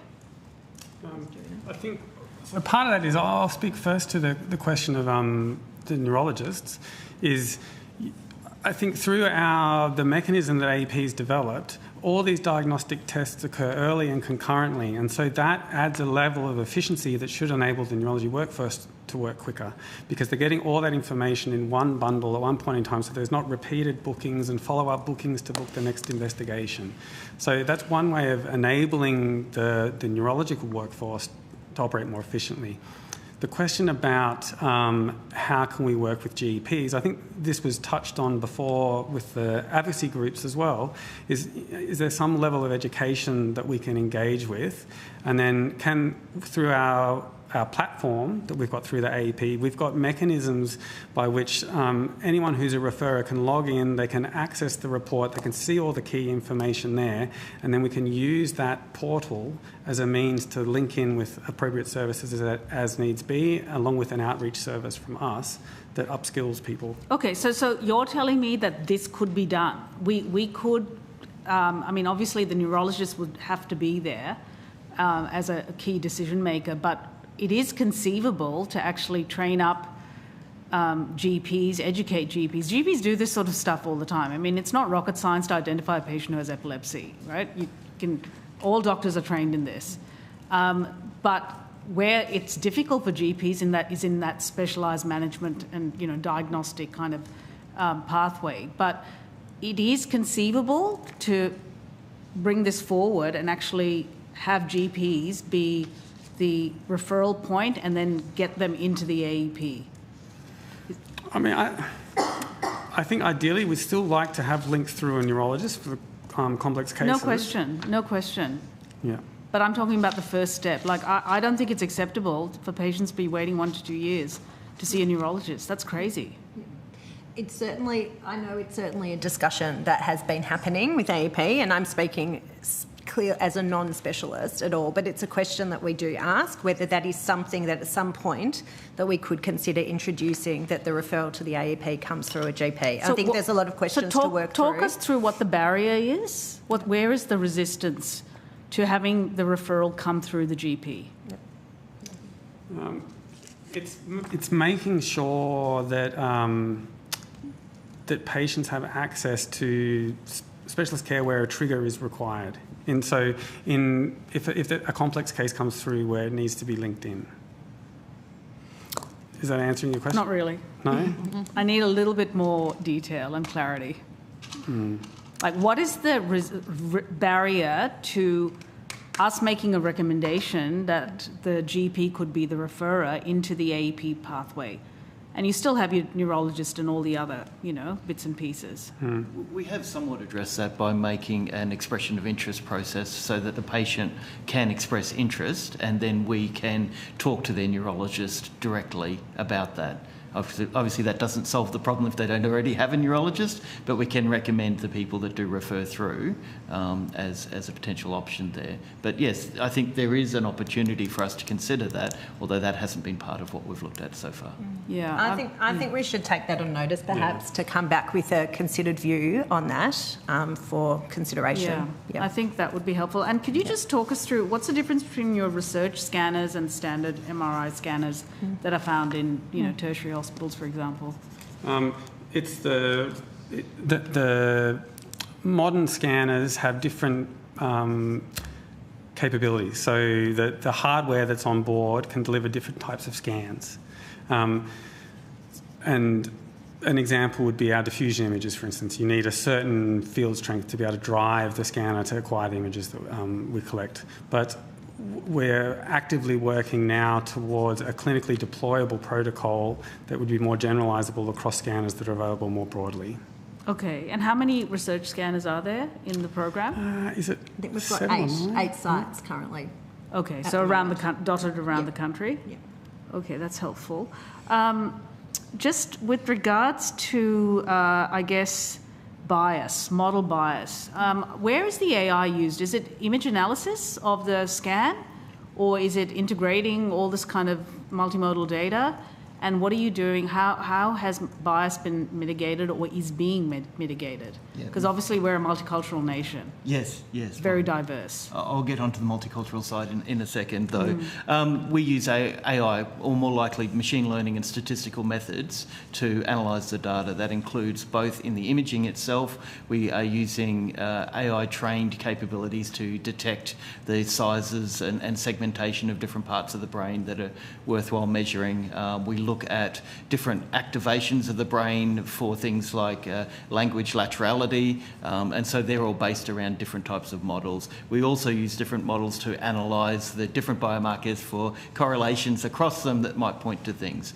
Our approach has always been to use much smaller and more statistical approaches that are much more resistant to bias rather than one large neural net that solves all of our problems.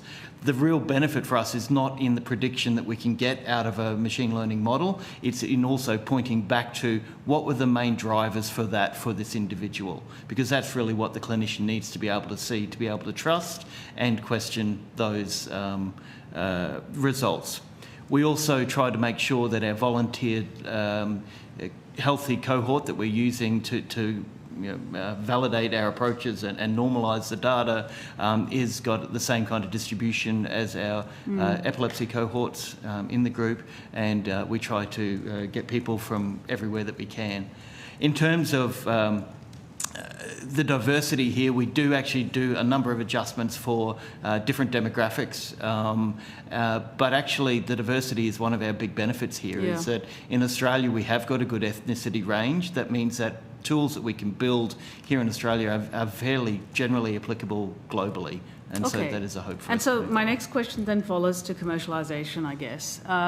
Given the strength of the diverse data set that you're building, this tool could then be applicable globally, presumably, in other markets, right, other settings. What are the steps needed to go from this research project to commercialisation? Like, where do you go to capital raise? What are the next steps that you're looking at? And what do we need to do to make that easier? Yes, there's a number of questions there. I think there is an opportunity for Australia to move into a world-leading position in medtech exporting. We've got all of the capabilities that we need here. We've got access to the right technology. We've got the right medical devices. We have a fantastic research segment section, and we have very good medical people here. What we need a way that supports the development of these technology-enabled tools so that they are appropriately regulated and appropriately controlled, but also there must be a way for us to be able to get cost recovery for that. At the moment, we pay for everybody that's been through our process from our grant so that we can collect that data to build these kind of systems. If we have more support in building these kind of capabilities in a trusted and appropriate way, then that is something that other countries will be very keen to use. And I think we're in a really good position for the future to move that direction. If I could just add to that, the new 10-year National Health and Medical Research Strategy points to challenges in, bringing Australian innovations to market and potentially making them exportable internationally. And those two challenges that we've talked about that are really important for us, the regulatory pathway and the reimbursement pathway, are specifically singled out in that strategy as key areas and priorities that, we need to work towards. So, and I know that the department is appearing later, and perhaps they're points that they could speak to later today. Just on the trustworthy AI component, I mean, it sounds like you're developing trustworthy AI. Could you just briefly talk us through the cyber protections around this data set? Yes. So it is obviously very important. We are providing a service as well as collecting data, so we do have personally identifiable information in our data set. So it is extremely important to us that we keep this data secure. We do that using the best practices for cloud computing. We use AWS as our host for our stuff. We encrypt all of our data at rest. And we hold the keys for doing that. We also build in a way that is very resistant to external access. We build via microservices that are serverless and leave less attack vectors for external access to that data. And we also de-identify all of our data before we provide that to any external parties for research or for other actions. Thank you, Chair. Thank you very much, Senator Nandaraja. I want to thank all of you for appearing before the committee today and providing your evidence as well as your submissions. The committee will report to the Senate on the 10th of September 2026 and has agreed that responses to questions on notice, and there were a couple, should be provided by close of business on Friday the 10th of July 2026. So thank you very much to you all again. And we will now briefly suspend until 11:05.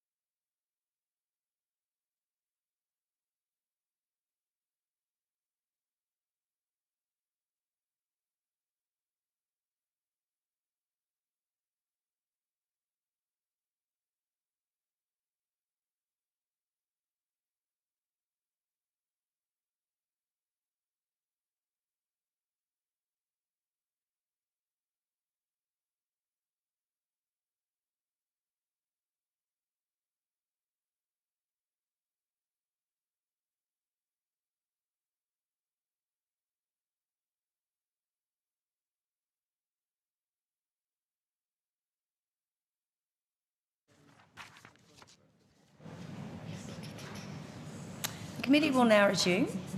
I now welcome representatives from the National Rural Health Alliance via video conference and in person. I think I've got that wrong. I have too. I've jumped a page. I now welcome representatives from the Hemispherectomy, I hope I've said that correctly, Foundation Australia. It says via video conference, but you're here in front of me, which is fantastic, so thank you so much. I understand that information on parliamentary privilege and the protection and obligations of witnesses giving evidence to Senate committees has been provided to you. For the Hansard record, if you could state your full name and the capacity in which you're appearing today, and I'll start on my left. Thank you. Thank you, Chair and committee members. Sorry, I just need you to state your full name and the capacity in which you're appearing. I'm Carolyn Pinto and I'm the Secretary of the Hemispherectomy Foundation Australia. Thank you. Cathy Payne, past President of HFA and a committee member. Great, thank you. Ms Pinto, I now invite you to make a short opening statement and then we'll go to Senators' questions.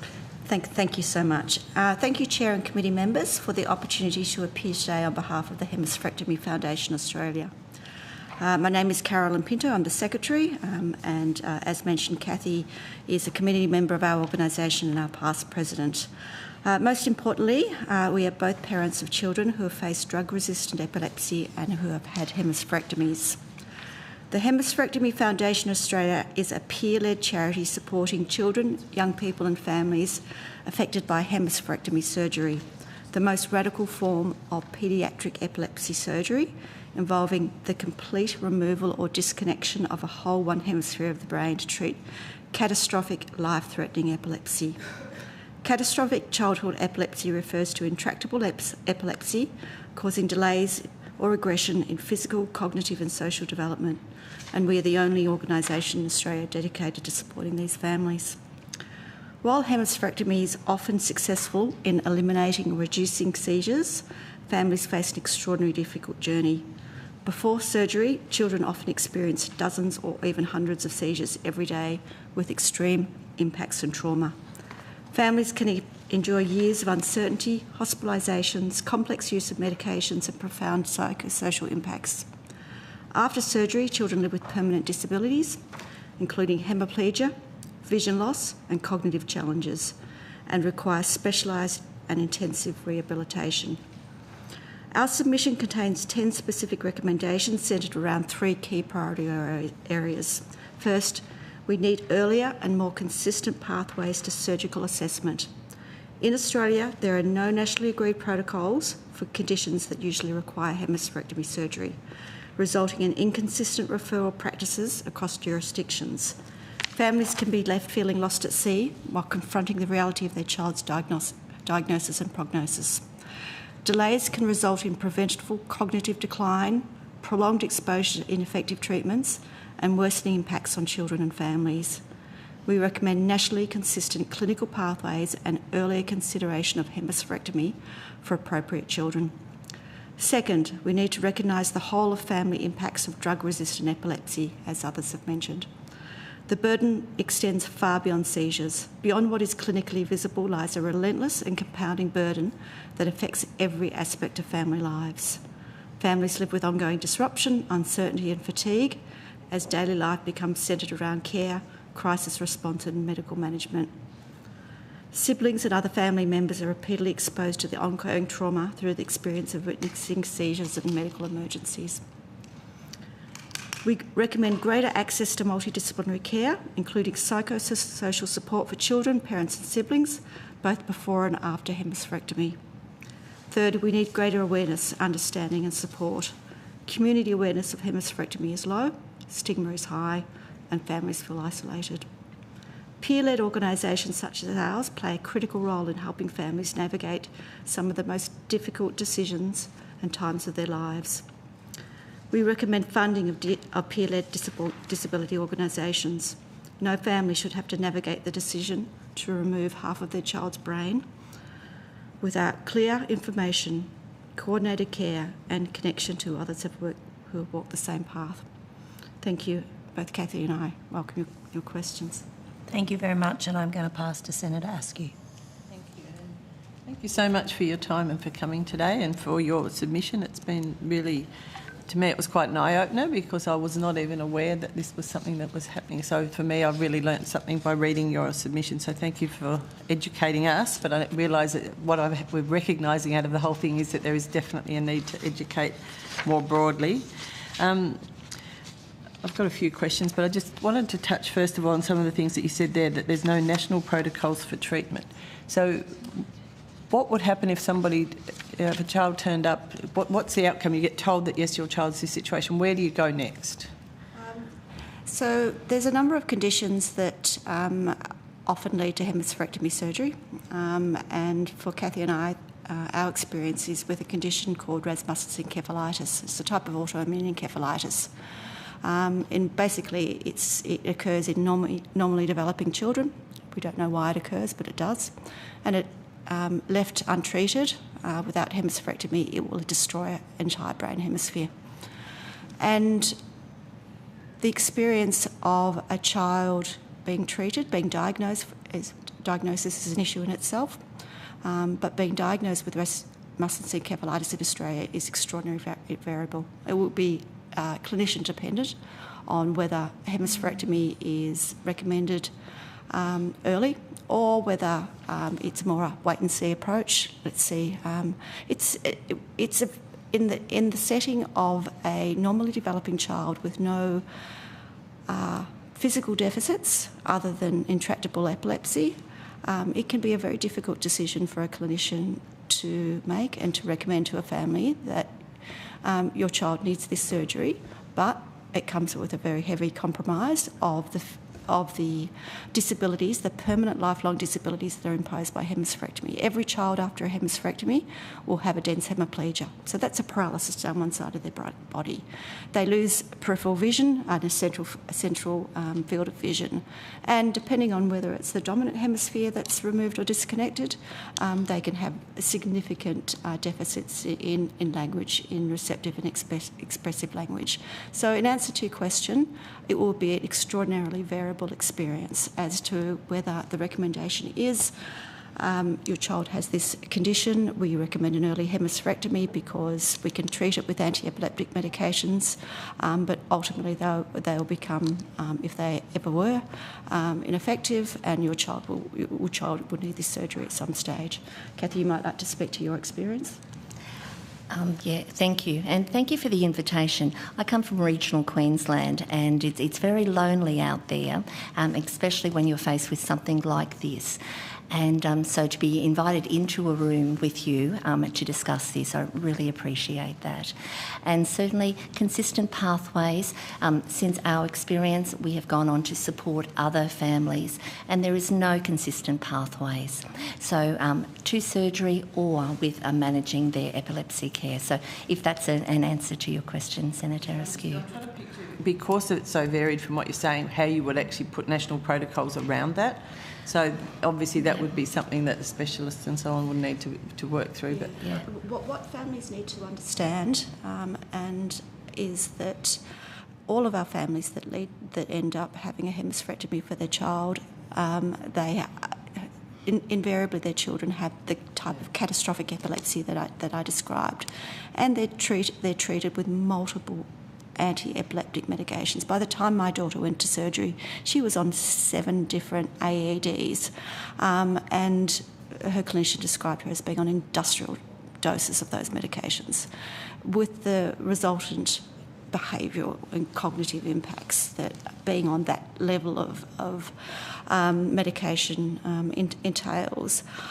Families need clearer information to say that, well, if your child has one of the conditions that often or invariably leads to hemispherectomy, that the results from medication are likely to be poor, and that adding 2, 3, 4, 5, 6 medications, the impact and effectiveness is likely to be minuscule. And I don't think that's something that families are told or is well understood. It certainly wasn't our experience, and I think had I had that information earlier to know that the likelihood of continually adding an anti-epileptic medication was was not going to be effective, because then you get all the medication impacts on a child.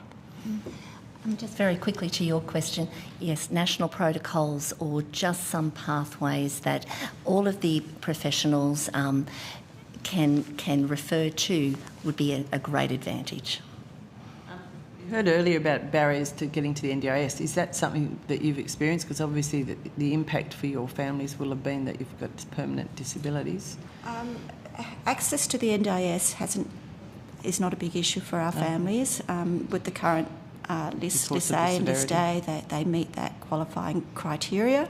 But the type of supports, obviously, like many, do vary considerably. And the functional outcomes, the type of outcomes that children and young people have after hemispherectomy also vary. It really does depend on the underlying etiology that required that surgery. That's very strongly correlated with the type of cognitive and functional outcome that the child would have after surgery, and because of that, the support needs of children after surgery do vary. But what we do know is that they all need intensive rehabilitation over a long time. After the surgery is done, they have those hemiplegias, which cause lifelong issues in terms of spasticities, subluxations, contractures with hands and arms. All of those need to be managed over the life course. And we don't have any national consistent post-hemispherectomy rehabilitation guidelines. So you have families, particularly like rural families like Kathy's, the children might get a period of intensive inpatient rehabilitation at a tertiary centre, but then they're discharged back to their own healthcare provider. They have never seen a hemispherectomy child before. And the type of rehabilitation that's required for a hemispherectomy child is quite different than one that other children with other ABIs, because they've only got the one brain hemisphere. So trying to build neural pathways, across two hemispheres is not going to work. So there's a lot of very specific rehabilitation therapy that needs to be done for those children, and that's what, as a foundation, we hear from our families, this extraordinary variability in the rehabilitation experience that the children get. We've heard about the support that's provided nationally generally in epilepsy, so obviously in your specific cases it's probably even more severe.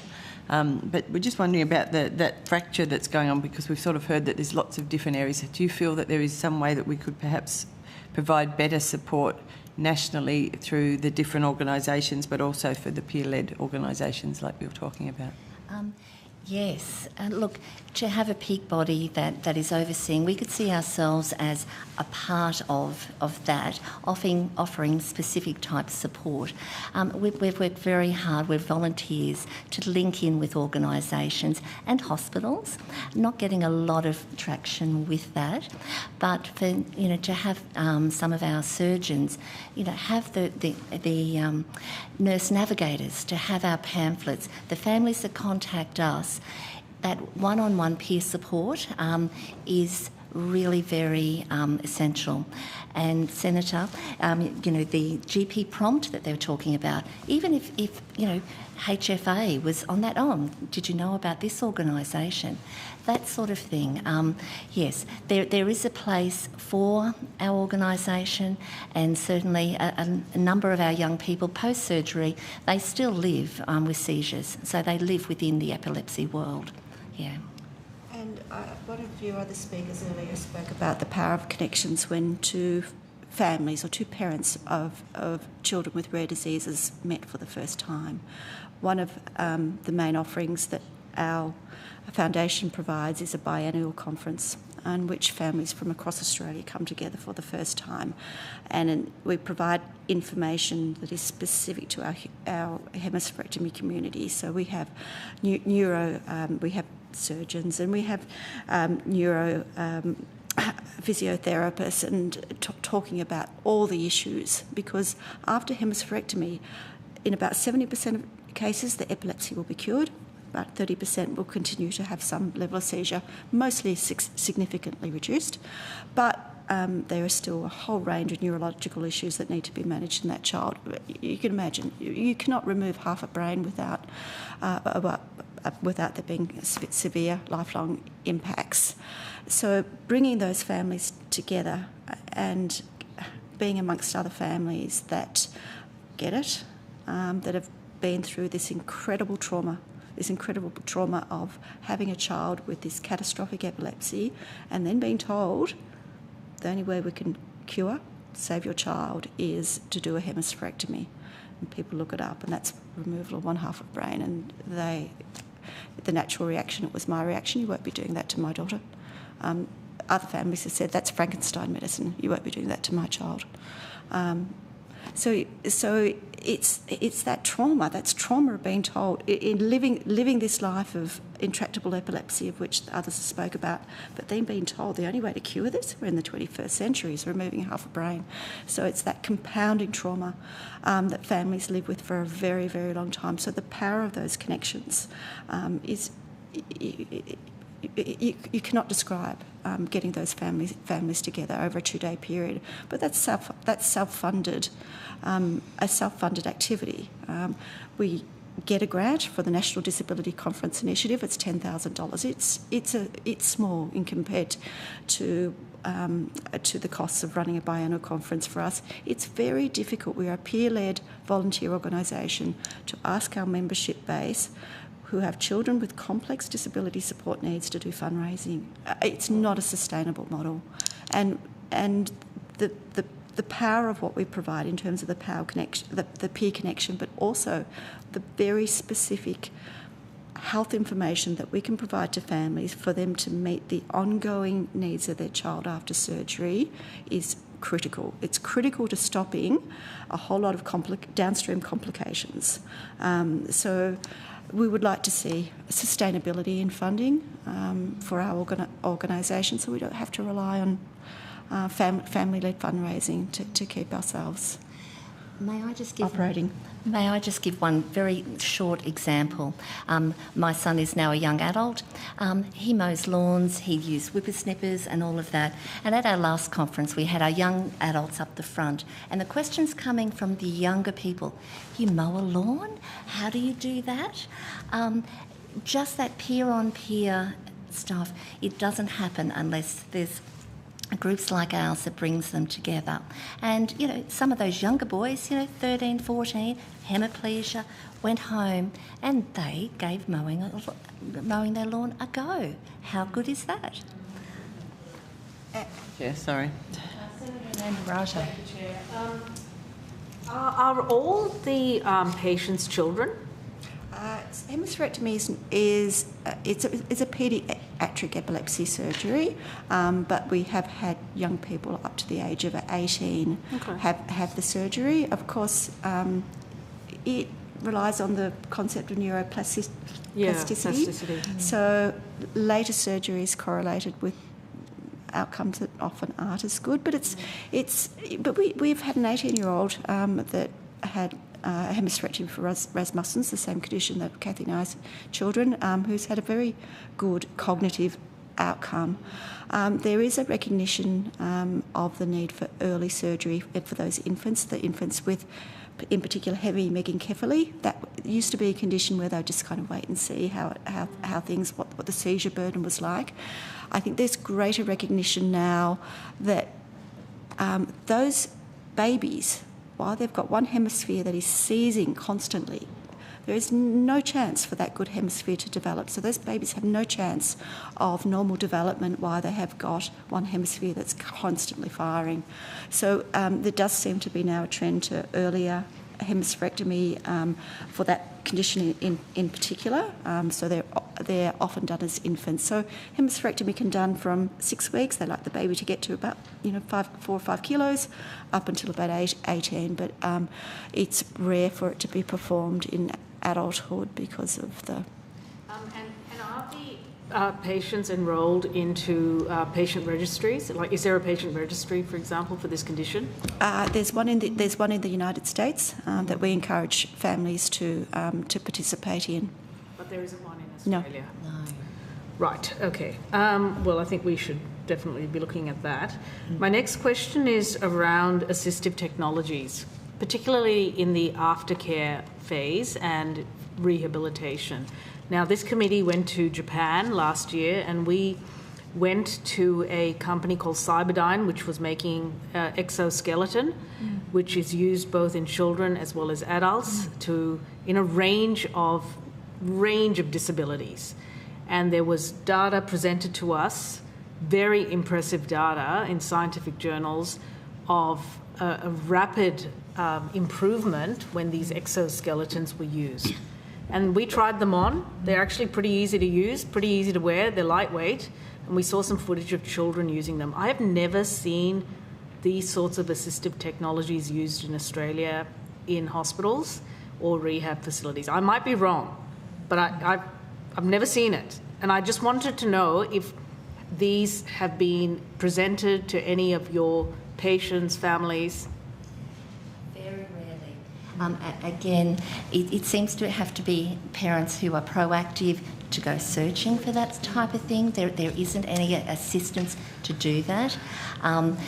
Being a fairly proactive parent, my son has a walk aid, has made an amazing difference with foot drop. So, not having to wear an orthotic, those sort of things. But it's really sad that there are so many families that don't have the ability to seek it out, and it takes an awful lot of effort. And what you're talking about, it's there, but no, we don't have access to it. Well, I think that's something we should definitely be looking at, how we can... Because we also learned in Japan with this exoskeleton that it's actually not that expensive, and there are subscription models around. So we will definitely need to look into that, I think.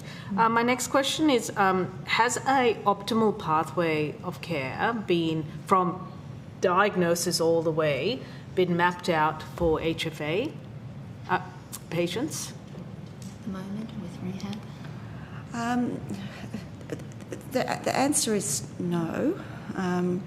We are trying, again, as a peer-led volunteer organisation. We do what we can, and all of us on our committee have children with complex disability support needs.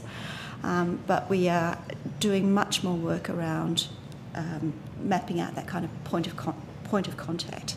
But of course, it relies on good relationships with the hospitals, which we do. But I think when a clinician, when a neurologist or a neurosurgeon is with their patient, that the clinical care of that child is what front of mind to them, and the importance of a peer connection.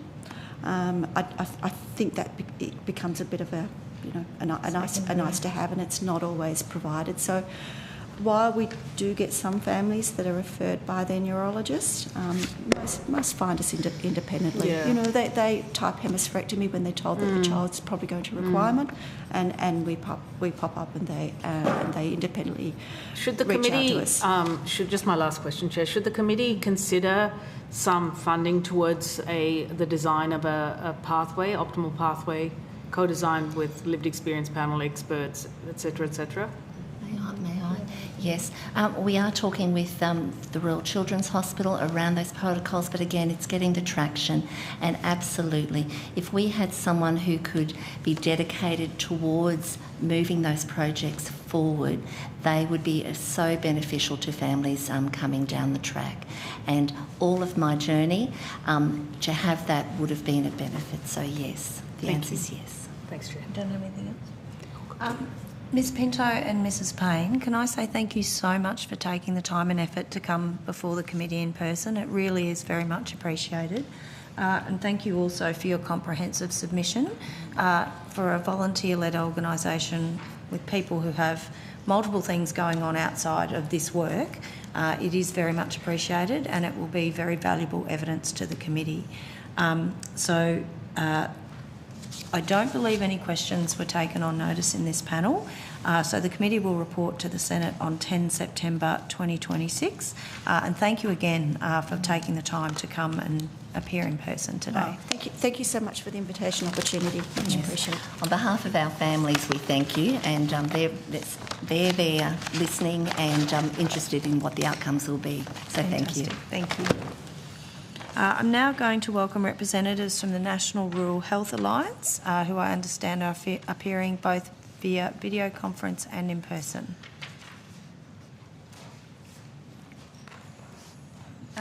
Thank you very much for having us, Chair and members of the committee. Just one moment. We're just going to get everyone up to the table.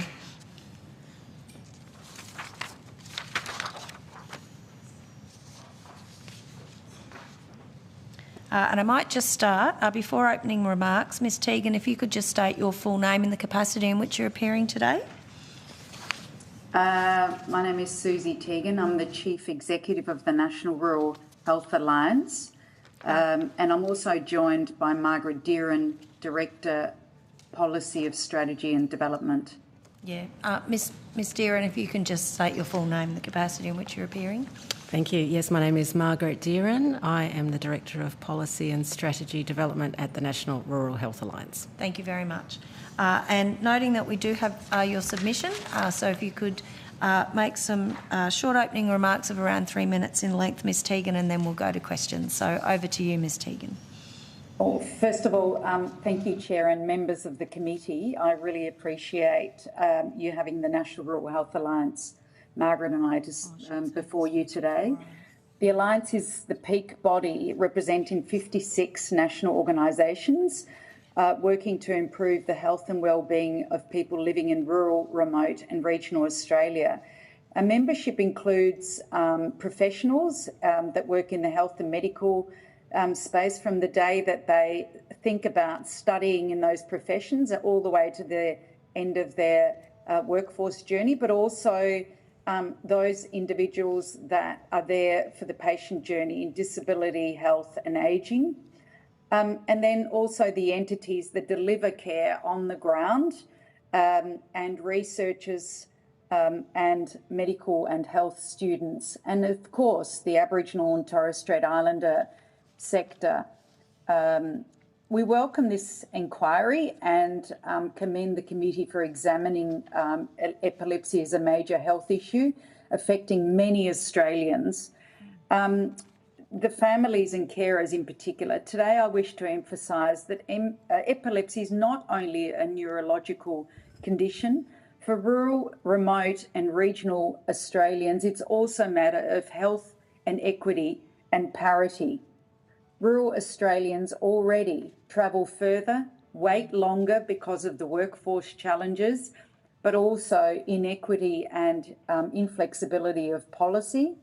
In addition to that, people living with epilepsy have multitude of barriers. Often there are other disabilities, including inflexibility and less health funding than urban Australians. It can affect diagnosis, treatment, but also safety, independence, employment and education, and being able to live a fulfilling life. In addition to that, it impacts family life, economic and social contribution with little ongoing support. And in addition to that, they often have very little digital connectivity, or it's inconsistent due to the lack of infrastructure, but also unreliability. Epilepsy care relies on timely diagnosis, specialist review, access to investigations, regular medication reviews, psychological and social support, continuity of care, fragmented or simply unavailable local care, and people can deteriorate and end up in emergency departments, hospitals, or earlier death when earlier care closer to home could have made a difference. And I'd like to disclose that my daughter was one of those children that lived in rural, remote and regional Australia that was grossly affected by this inability to access care. The national data shows this clarity, and in 2023-24, the age standardised rate of emergency presentations due to epilepsy was approximately 1.6 times higher, in particular in remote and very remote areas than in major cities. Hospitalisation rates show an even sharper difference, with remote and very remote areas recording more than double the rate in major cities. These figures point to the system where rural and people are more likely to rely on acute care, not necessarily because their needs are different, but because timely diagnosis and specialist reviews, coordinated care and local support are harder to access, if at all. For many rural Australians, seeing a neurologist, accessing an EEG or an MRI, receiving medication reviews or getting help after seizure can mean long distance travel, higher personal costs, costs to the women that care for those children and adults, and also time away from work and family, impacting them not only financially but also socially. For people who cannot drive because of seizure-related restrictions, the barriers are even greater. In many rural communities, there is simply no alternative. No buses or public transport, no publicly available services that urban populations expect. Losing the ability to drive can mean losing independence or never receiving it. Isolation, work, social connections. The workforce picture is also stark. Research cited in our submission shows that rural Australia has around 31% of the population, or more than 7.4 million people, but only 4.1% of neurologists. Rural primary care and allied health services are also stretched, and I can show you the graphs after, which would be a shock to most people, and they often don't even know about it. For rural Australians, need equitable first seizure pathways. A person who has experienced a first seizure should not have to wait longer or travel further. Second, rural people require stronger rural neurology and shared care models, support for those carers, and equity for rural Australians require models that connect local general practice, emergency departments, Aboriginal community-controlled health organisations, paediatric services, epilepsy nurses, allied health and mental health support. Telehealth is an important role, particularly where distance is a barrier. But telehealth must be in addition to, rather than instead of, face-to-face care. In addition to that, we need to ensure that telecommunications and digital connectivity is actually a number one process of ensuring that everyone has equitable access to 000, but also the connectivity that people in the city take for granted. Third, affordability must be addressed directly. Patient travel and accommodation schemes that are run by the states, federal government must put pressure on those states and territories to ensure that rural people actually have equitable reimbursement. Why should, if the services are not available, rural people not only pay their Medicare, but also all the other things that people in the city pay, and then they're subsidising federal and state systems with their own out-of-pocket expenditure. Fourth, care must be culturally intelligent and response to diverse needs, whether they're Aboriginal and Torres Strait Islander communities, whether they're rural communities, whether they are multicultural and linguistically diverse communities. Finally, after diagnosis, there must be a strengthening of the local support.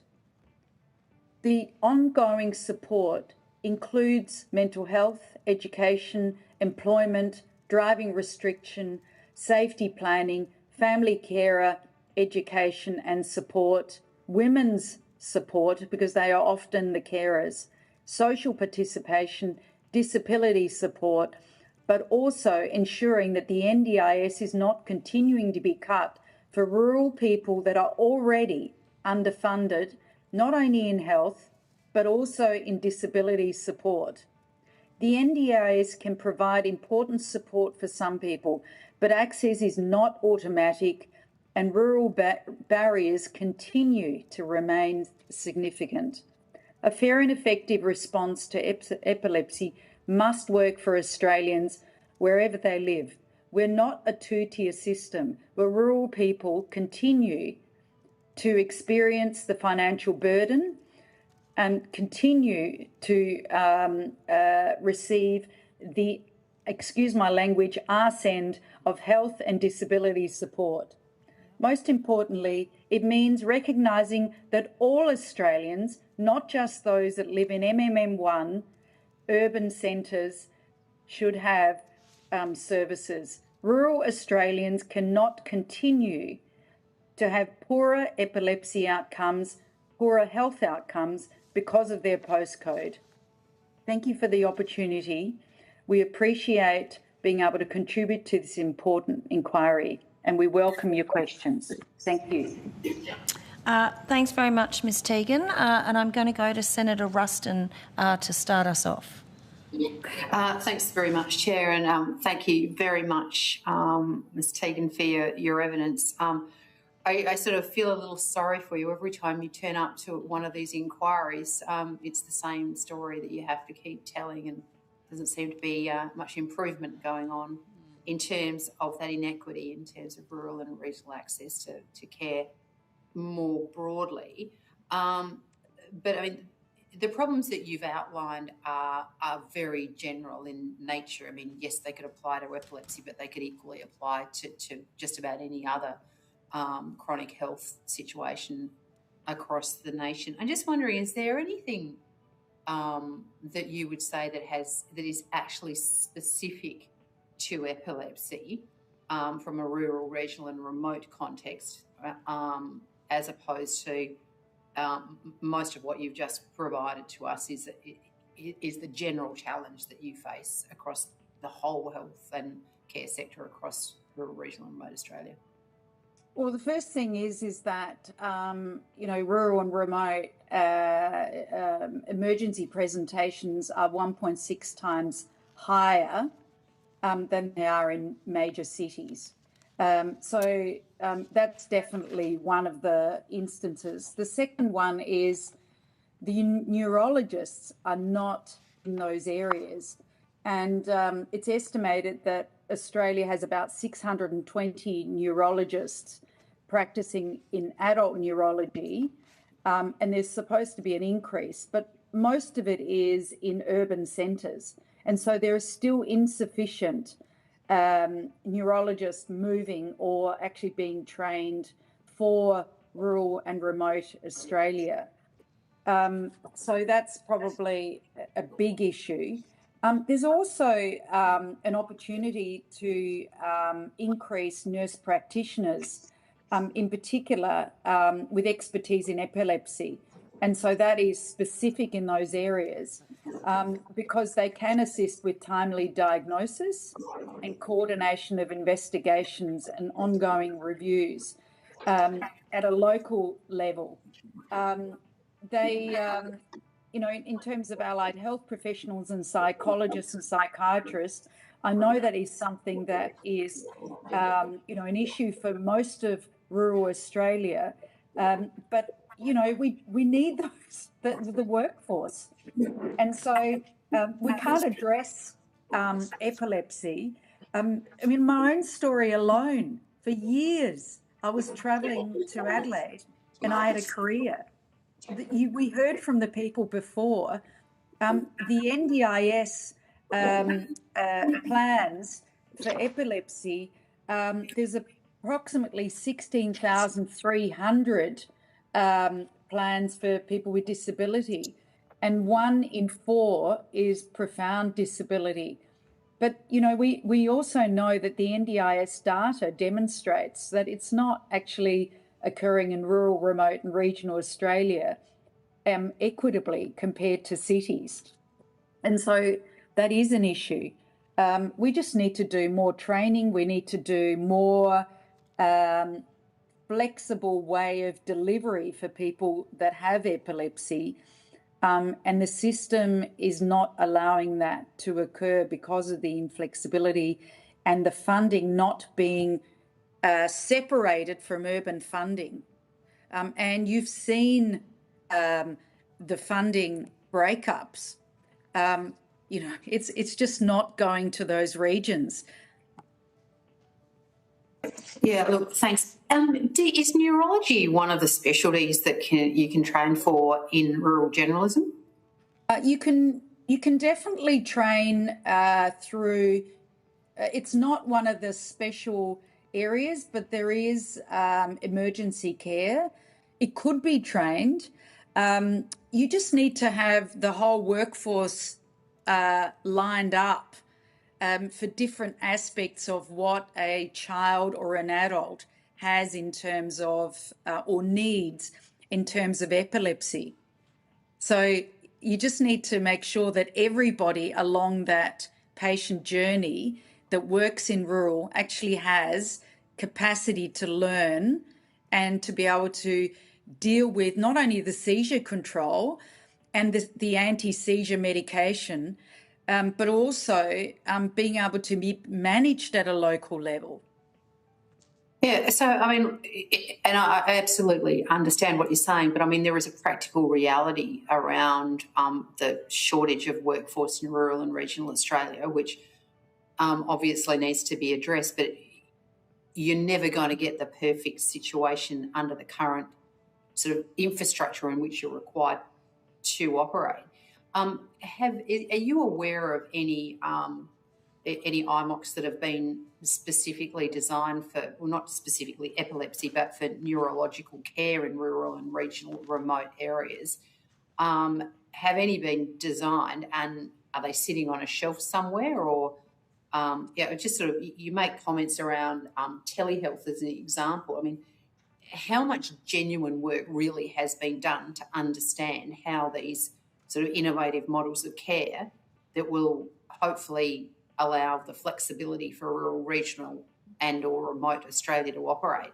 Is there anything being done? That's a really great thing. I mean, the National Rural Health Alliance, with its members, but also community input, put together a proposal for a rural innovation hub, which basically is real-time translating research, but also those IMOC grants, the findings from much of the local research, to put it into one hub, because communities are not learning from each other. Unless they happen to find it on doing a web search or doing doing some research, they don't actually know what is working really well and what can be translated to another community. And so we've put that proposal forward to the Minister, also in several of the budget submissions, and to the NHMRC and MRFF, because we believe that there is some great research occurring, including in areas of epilepsy and also medications. But it's very hard to find and translate. The second thing is I don't know of an IMOC grant that currently looks at epilepsy. My colleague Margaret might know. I think the other thing too is that there is an opportunity for the federal government to really push the states on the National Reform Agreement, Schedule F, which is for rural, remote and regional Australia, to say, we've given you money, states and territories, you must ensure that equitable funding goes to those communities. And in addition to that, in terms of transport, which is one of the challenges for epilepsy, but it is also for other health, that the PATS, or the Patient Assisted Transport Scheme, actually reimburses equitably. 70 cents for reimbursement through a really difficult process of going through reimbursement. And sometimes people don't get reimbursed for 6 months. Now, in a cost of living crisis, why are we taking 7 months, 6-7 months, to reimburse patients or carers that are taking care of their epileptic patients or children, when it could be done much quicker? The National Reform Agreement, Schedule F, should be about ensuring that the local hospitals receive the funding that they deserve. It needs to be equitable. It shouldn't be, funneled through to the urban centres when actually the population outside of cities need infrastructure funding for their local hospital. They need service delivery. They need insurance that we can train the future workforce in those rural hospitals, and their primary care is supported, because many times our rural generalists work in rural hospitals but also in the communities. Margaret might have some further information about some other epilepsy research, but also trials. Oh, just adding to that, in terms of specific trials, to Susie's point, we often don't know exactly all the research and trials that are going on, even though we do know that there are really good models out there. And stroke, for example, is another area where there has been good models that apply in terms of access to fast treatment, fast advice to a city practitioner who can advise someone, a rural generalist, for example. So there are certain models that could kind of transfer across. But to Susie's point, that's exactly why the National Rural Health Alliance has been wanting to have a health and innovation research hub in existence, so that clinicians could have a place where they could go and learn about models that are working in other states and territories that could apply to them, that they could be put in contact with communities of practice that are doing similar things that they want to do. And to the Schedule F of the National Health Reform Agreement, we would really like to draw this attention of the Schedule F to the committee, because it is new in a National Health Reform Agreement to have a schedule that is dedicated to better health equity for rural and remote communities. We're so pleased to see it, but it's got to be more than words on a page. But the words are there to say this schedule needs to address the need for an equitable response to address the more complex needs in rural and remote communities. And epilepsy, I would say, is in that category of complex needs. Thanks, Chair. Nanda Raja. Thanks, Chair. Just with regards to this issue of access to specialist care, including allied health care and so on, has there been some consideration given towards telehealth-enabled case conferencing? And is that something we should be quizzing the department about? Well, thank you for the question. First of all, I've been involved in developing some of those Medicare item numbers for telehealth for the last 18 years. And it was interesting that it took COVID to open it up, and it's been fantastic for people.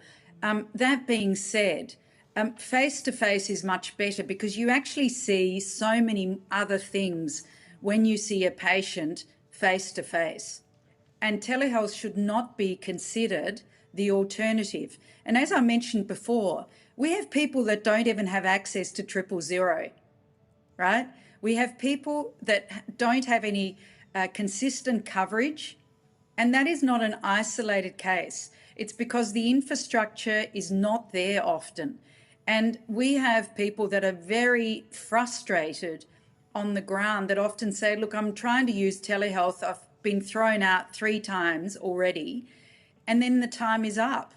And so, you know, it is an addition to, but it needs to be nuanced, and it needs to be underpinned by a strategy by the government to ensure that telecommunication and coverage is for all Australians, not just those that live in cities or large regional towns. So there is a place, but it needs to also ensure that from a multicultural perspective, it has the translation available, and that's of course on a face-to-face. And in addition to that, for Torres Strait Islander communities, some of them don't have coverage either. They might have free NBN in a small area, but if they go out of that area, there is no coverage.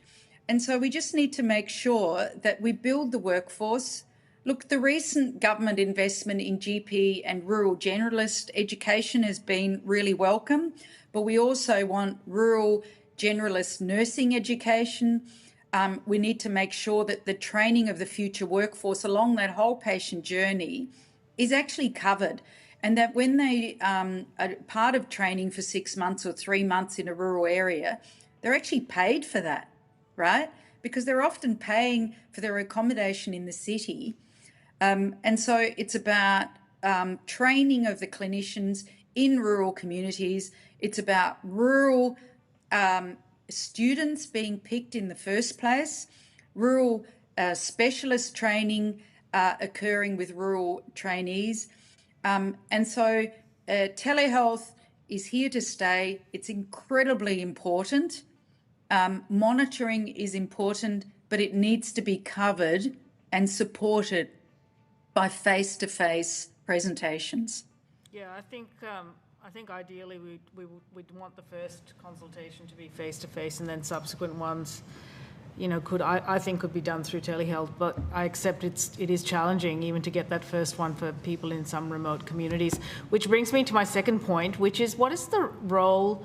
And I concede that the Commonwealth has limited powers here. This is very much in the court of the states. The role for the states to develop outreach type models of care, whereby specialists who are a scarce, commodity, are sent out into some of these regional centres at a time. And this is not uncommon. A lot of hospitals already do that. It's a little bit ad hoc, though. Yeah. Okay. So first of all, thank you for the question. The first thing is I'd like you to think of yourself. Would you like only one visit for your child per year, and would you be happy just for telehealth? Because I don't think rural people. No, outreach meaning they send teams out to regional centres. That's what I'm trying to understand here. Have you done some thinking about developing out that kind of model of care with the states? Yes, yes. Some of the states are already doing it. I think the bigger opportunity for the Australian government is actually to mandate in its contract with the states to ensure that equitable funding goes to rural communities in the first place, and that there is a relationship between public city hospitals and the rural hospital where they actually work together on not only training and mentoring, and that includes the SIMGs, but also to ensure that there is outreach that everyone knows about when it is occurring to those communities, because at the moment it is often ad hoc or it is without everyone in that community understanding when that is actually occurring. So it does occur in some places and it occurs well, but often those services are not coordinated and people are not aware of them. Just my last question is around access to clinical trials. How do patients, families, even rural practitioners find out what clinical trials are available at the moment? Well, that's a good question. Thank you again for that question, because that is exactly what we were looking at doing as a national rural innovation hub, where those clinical trials are very much included, but they also show what current research and past research and innovation has occurred across rural Australia, and where they're able to be part of research. And I'm very happy to say that the NHMRC has just released a health and medical research strategy where there is a very large component for Indigenous and also rural, remote and regional research. I think the big thing is also that the PAT scheme doesn't always fund people in rural communities to be part of that research, to go to the cities to be part of the research. And so I think, I mentioned before, the PAT scheme needs to be reformed. So and it needs to be what is the aimed PAT at scheme? Patient assisted travel. Patient assisted travel. Right, thank you. Yeah. Yeah, there is this national one-stop shop which is designed to coordinate clinical trials and medical research around the country that we funded. We might need to find out from the department a little bit about where that's at, but that is designed to make it easier for people around this country to look up clinical trials and access them. Yeah. Can I just mention something about that? Most people don't know about it. It's not And open secondly, yet. Ms. Teagan, it's not open yet. It's being designed right now. Yeah. And I will add that, for example, we have our conference and a research and scientific symposium, and we do. It's been really good to see that there are some clinical, the telehealth clinical trials, rural and remote, are being considered, and we're continuing to advocate that clinical trials don't just have to happen in the city. There can be a telehealth component to them that enable people to stay where they live and participate in a trial, or as Susie said, with the times they do have to travel to the city, which does have to happen, that those patient-assisted transport schemes need to be much more generous to enable that to happen. Thank you. Thanks, Chair. Thank you very much for your evidence today, Ms Teagan and Ms Doraine. I think I've probably said this before, but I do want to thank you for your strident advocacy for people who live rural, regional and remote. As someone who has lived remotely, who still lives regionally, everything that you speak about every time you come before an inquiry are the things that I see people experiencing and experience ourselves every day. So thank you. Senator Ruston is right. You've been advocating for such a long time and there is still such a long way to go. But thank you again for taking time, both for your submission and to come before the committee today. It's very much appreciated. Thank you. Thank you very much. I'm now going to welcome representatives from the Australian New Zealand Association of Neurologists and Epilepsy Society of Australia and Australian New Zealand Child Neurologists Society.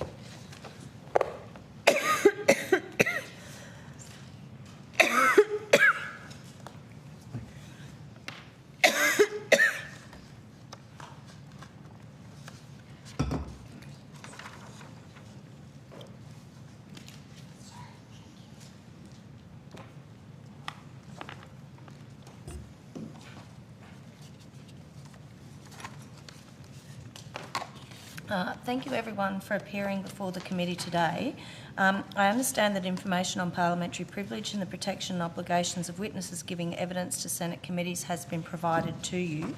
For the Hansard record, I'm going to ask you each to state your full name and the capacity in which you appear today. I will prompt those of you that are online just to make it a bit easier so we know who's going when. So I'll start with Dr. Kiley.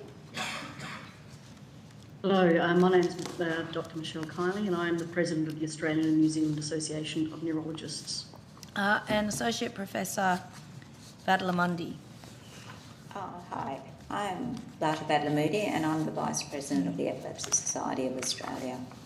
Thank you. And just before I come to the table, just for those of you that are online, if I could just ask you, as senators are asking questions, if you wouldn't mind just stating your name before you give your response. It just helps broadcasting who can't necessarily see your names clearly from where they are.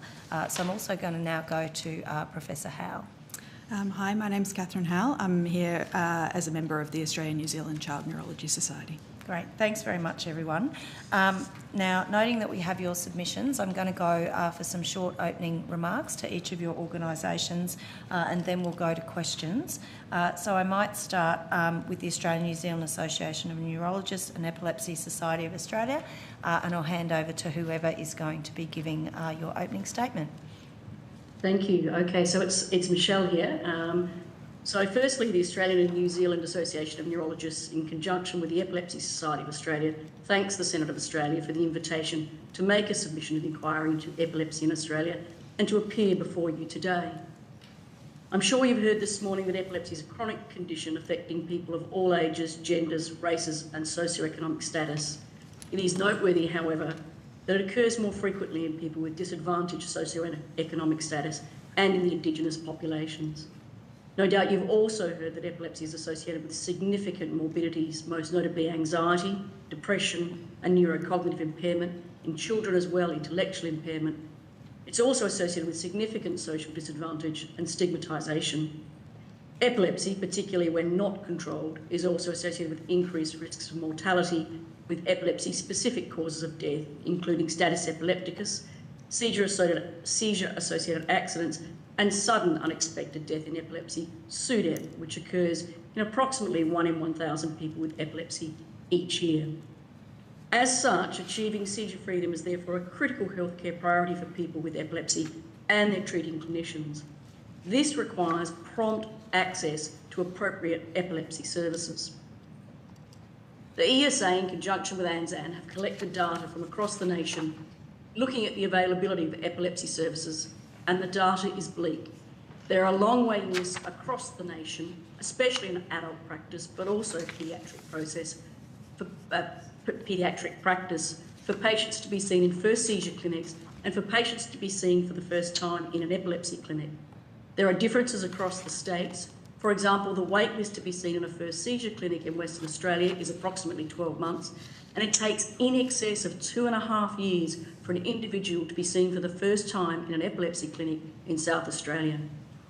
These figures, and the figures for all states, far exceed those stipulated by accepted national guidelines.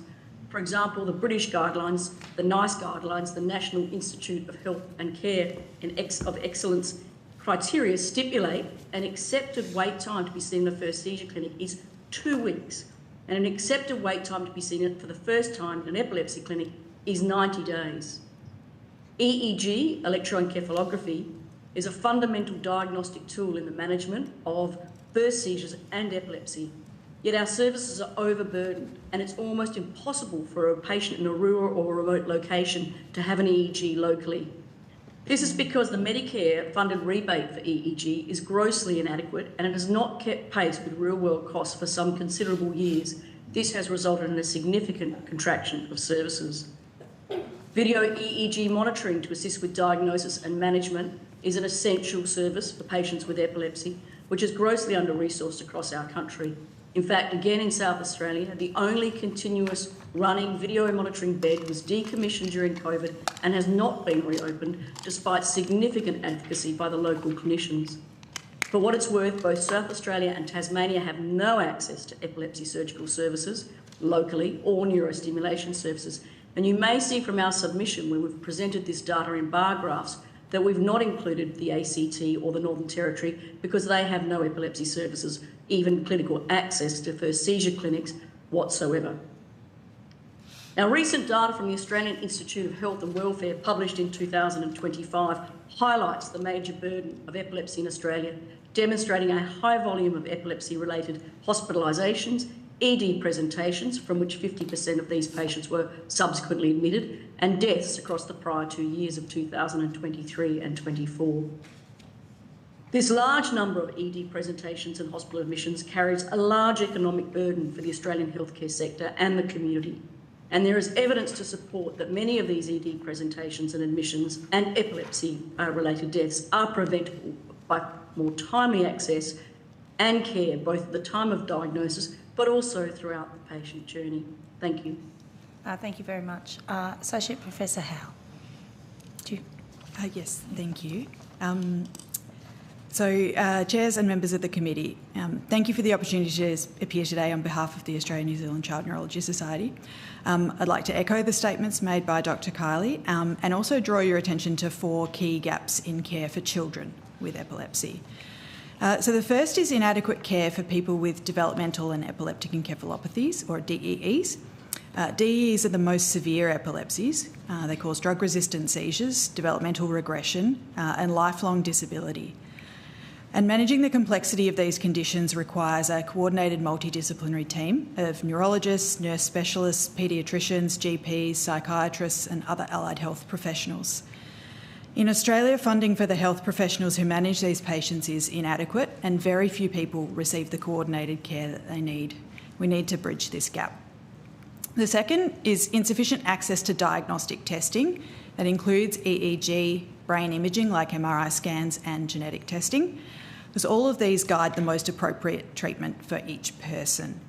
And without this, the risk of drug-resistant epilepsy increases. And critically in children whose brains are at a critical period of development, uncontrolled seizures damage the brain and they result in learning and intellectual disabilities. We need to improve access to diagnostic testing because early accurate diagnosis enables timely intervention and can really change lives. And the clearest example of a life-changing intervention, particularly for people with drug-resistant epilepsy, is epilepsy surgery. For some children, surgery can cure seizures and completely change their developmental trajectory and their whole lives. And that brings me to the third issue, which Dr. Kiley alluded to, the lack of access to epilepsy surgery, as most Australian children who would benefit from it are not able to access it. The fourth gap is in transition of care from paediatric to adult services. Right now in most states there is no dedicated funding or a protected clinician time for transition of care. And when this process isn't supported, young people are lost to follow-up and left without critical supports. And for people with drug-resistant epilepsy, including DEE, this can have really disastrous consequences. So the ANZCNS asked the committee to recommend a coordinated national paediatric epilepsy strategy. This includes multidisciplinary, adequately resourced, comprehensive epilepsy programs in every state, increased neurologist workforce, funded epilepsy nurses including DEE-specific roles, better access to diagnostic testing, fully resourced epilepsy surgery programs, dedicated transition services and upskilling of general paediatricians. And this strategy must ensure equitable investment in services for people with high barriers to care, including regional, rural and remote Australians, those from culturally and linguistically diverse backgrounds, and Aboriginal and Torres Strait Islander people. And a coordinated approach will ensure Australian children with epilepsy receive the care they need when they need it. And this will have substantial economic benefits from the community through more efficient use of resources and better outcomes. Thank you. Thank you very much. I'm going to go to Senator Askew. Thank you, and thank you very much to both organisations and three organisations very much for putting together such extensive and really informative submissions. It's been really good to read through them and understand them more. Some of my questions have been answered in your opening statements. I was ticking them off as I was going, which was handy. But I'd probably start, I think, in regard to workforce shortages. Sorry, it's Michelle here. The ESA and ANZAM were under the impression we both had an opportunity to speak, and I think Lata was hoping to say a few words before we open for questions. Would that be at all possible? Given that we have your submissions and we're very short on time, I'm going to go to questions. Okay. Okay. So I'm just looking at. I might go straight to the Epilepsy Society then. I'll ask them the questions and we'll give her the chance first then. Okay, so just looking at that, I wanted to touch a bit further on workforce shortages, and obviously we've heard evidence previously in our previous witness in relation to the rural and regional areas, how significantly that is impacted. But I just wanted to touch base to see what your thoughts are in regard to, even in metropolitan areas, is there a sufficient workforce? I know we probably need to touch on the nurse practitioners, but just overall, just your thoughts from the Epilepsy Society to start off. I think Dr. Kiley has alluded, and in our report demonstrated that even in some of the tertiary states, we still have a significant workforce shortage. And even in the major cities, for example, Adelaide, there is such a limitation in services that are provided. I think we really need to invest in, the specialist workforce from all modes, from, not only the neurologists, the scientists, psychiatry, all the auxiliary multidisciplinary team, and the necessary infrastructure so we can sort of try and, deliver our epilepsy care throughout all of Australia. Thank you. Professor Powell, did you have any thoughts on that from your perspective? Obviously, we've touched on it from regional areas for you as well, and the need for national paediatric surgery, but generally? Yeah, I think I would 100% echo that as well. Even in the most resourced settings, I think like our own in Melbourne, there are huge gaps, both for early and initial care, and also for the really sort of higher level specialist things like epilepsy surgery, and certainly for the holistic and more coordinated care. But the basic level, neurologist waiting times are up to 2 years around the country if you can get access to them, and if you can't, and a lot of people are relying on other health professionals, paediatricians, etc., and the waiting times there are over a year in most settings too. I find it extraordinary when we heard that number before, that it can be up to 2 years to actually get into a clinical referral, because that is, especially if it is in the case of a child, would have major impacts, and we've heard that evidence earlier today. I've got two other areas I'd like to touch on. One is clinical trials and access to it, and I know we've sort of briefly touched on it this morning. It's something that's come out in earlier inquiries that we've done on other topics, but it seems to be something that is a huge advantage if we can get patients onto clinical trials. And I'm just wondering how we go about that, and perhaps Professor Howell, you may be able to kick us off on that, and just what we need to do to support that, and what the benefits are for patients to be able to get onto them. Yeah, I think the benefits are really huge, because, as you've heard, about 30% of people with epilepsy have drug-resistant epilepsy, and many more actually, have gaps in their care, or could do with better care because they have side effects and other problems. So clinical trials are a really key way in which we can advance that. We have some really great advantages in Australia in that the level of clinicians and level of research in epilepsy is extremely high around the world, and that can attract clinical trials, as well as a lot of investigator-initiated trials here. We do have a disadvantage in our population and in terms of low numbers relative to other places in the world, and the dispersion of, and the resources like neurologists. So I think fixing the workforce is really key to being able to access clinical trials, and that will be a really important way to leverage that. Yeah, I suspect my colleagues probably have important things to add. Would either of you other witnesses like to add anything? I would like to say that it's so important to integrate research into the clinical care, and particularly Australia, with our exceptional record in epilepsy research. I think integrating research, as Professor Howell has mentioned, 1 in 3 people with epilepsy continue to experience uncontrolled seizures. We have to improve in our treatments, and one way is through the research and through clinical trials. So I think this is an integral part of our whole model here of how to create a national strategy for epilepsy care. Okay. So, Dr. Kiley, did you have any thoughts in regard to clinical trial access and benefits? I would simply echo the sentiments of my colleagues. Thank you. And another point that was highlighted in your inquiry, in your submission, I think it was Professor Howell's submission, about genetic testing and what the benefits would be in regard to genetic testing and outcomes for patients that would be given that opportunity. Would you like to elaborate a little bit on that? Yes, I think the benefits are huge. I will be speaking to that to some degree in my submission later in the day, but I'm happy to address that now if you would like. Yep. So many epilepsies have a genetic basis. There's lots of different causes, and genomic testing, where we can test all our genes at once, is really key to try and find an answer. And for some subgroups of people with epilepsy, particularly young children, genomic testing can find a cause in half of people.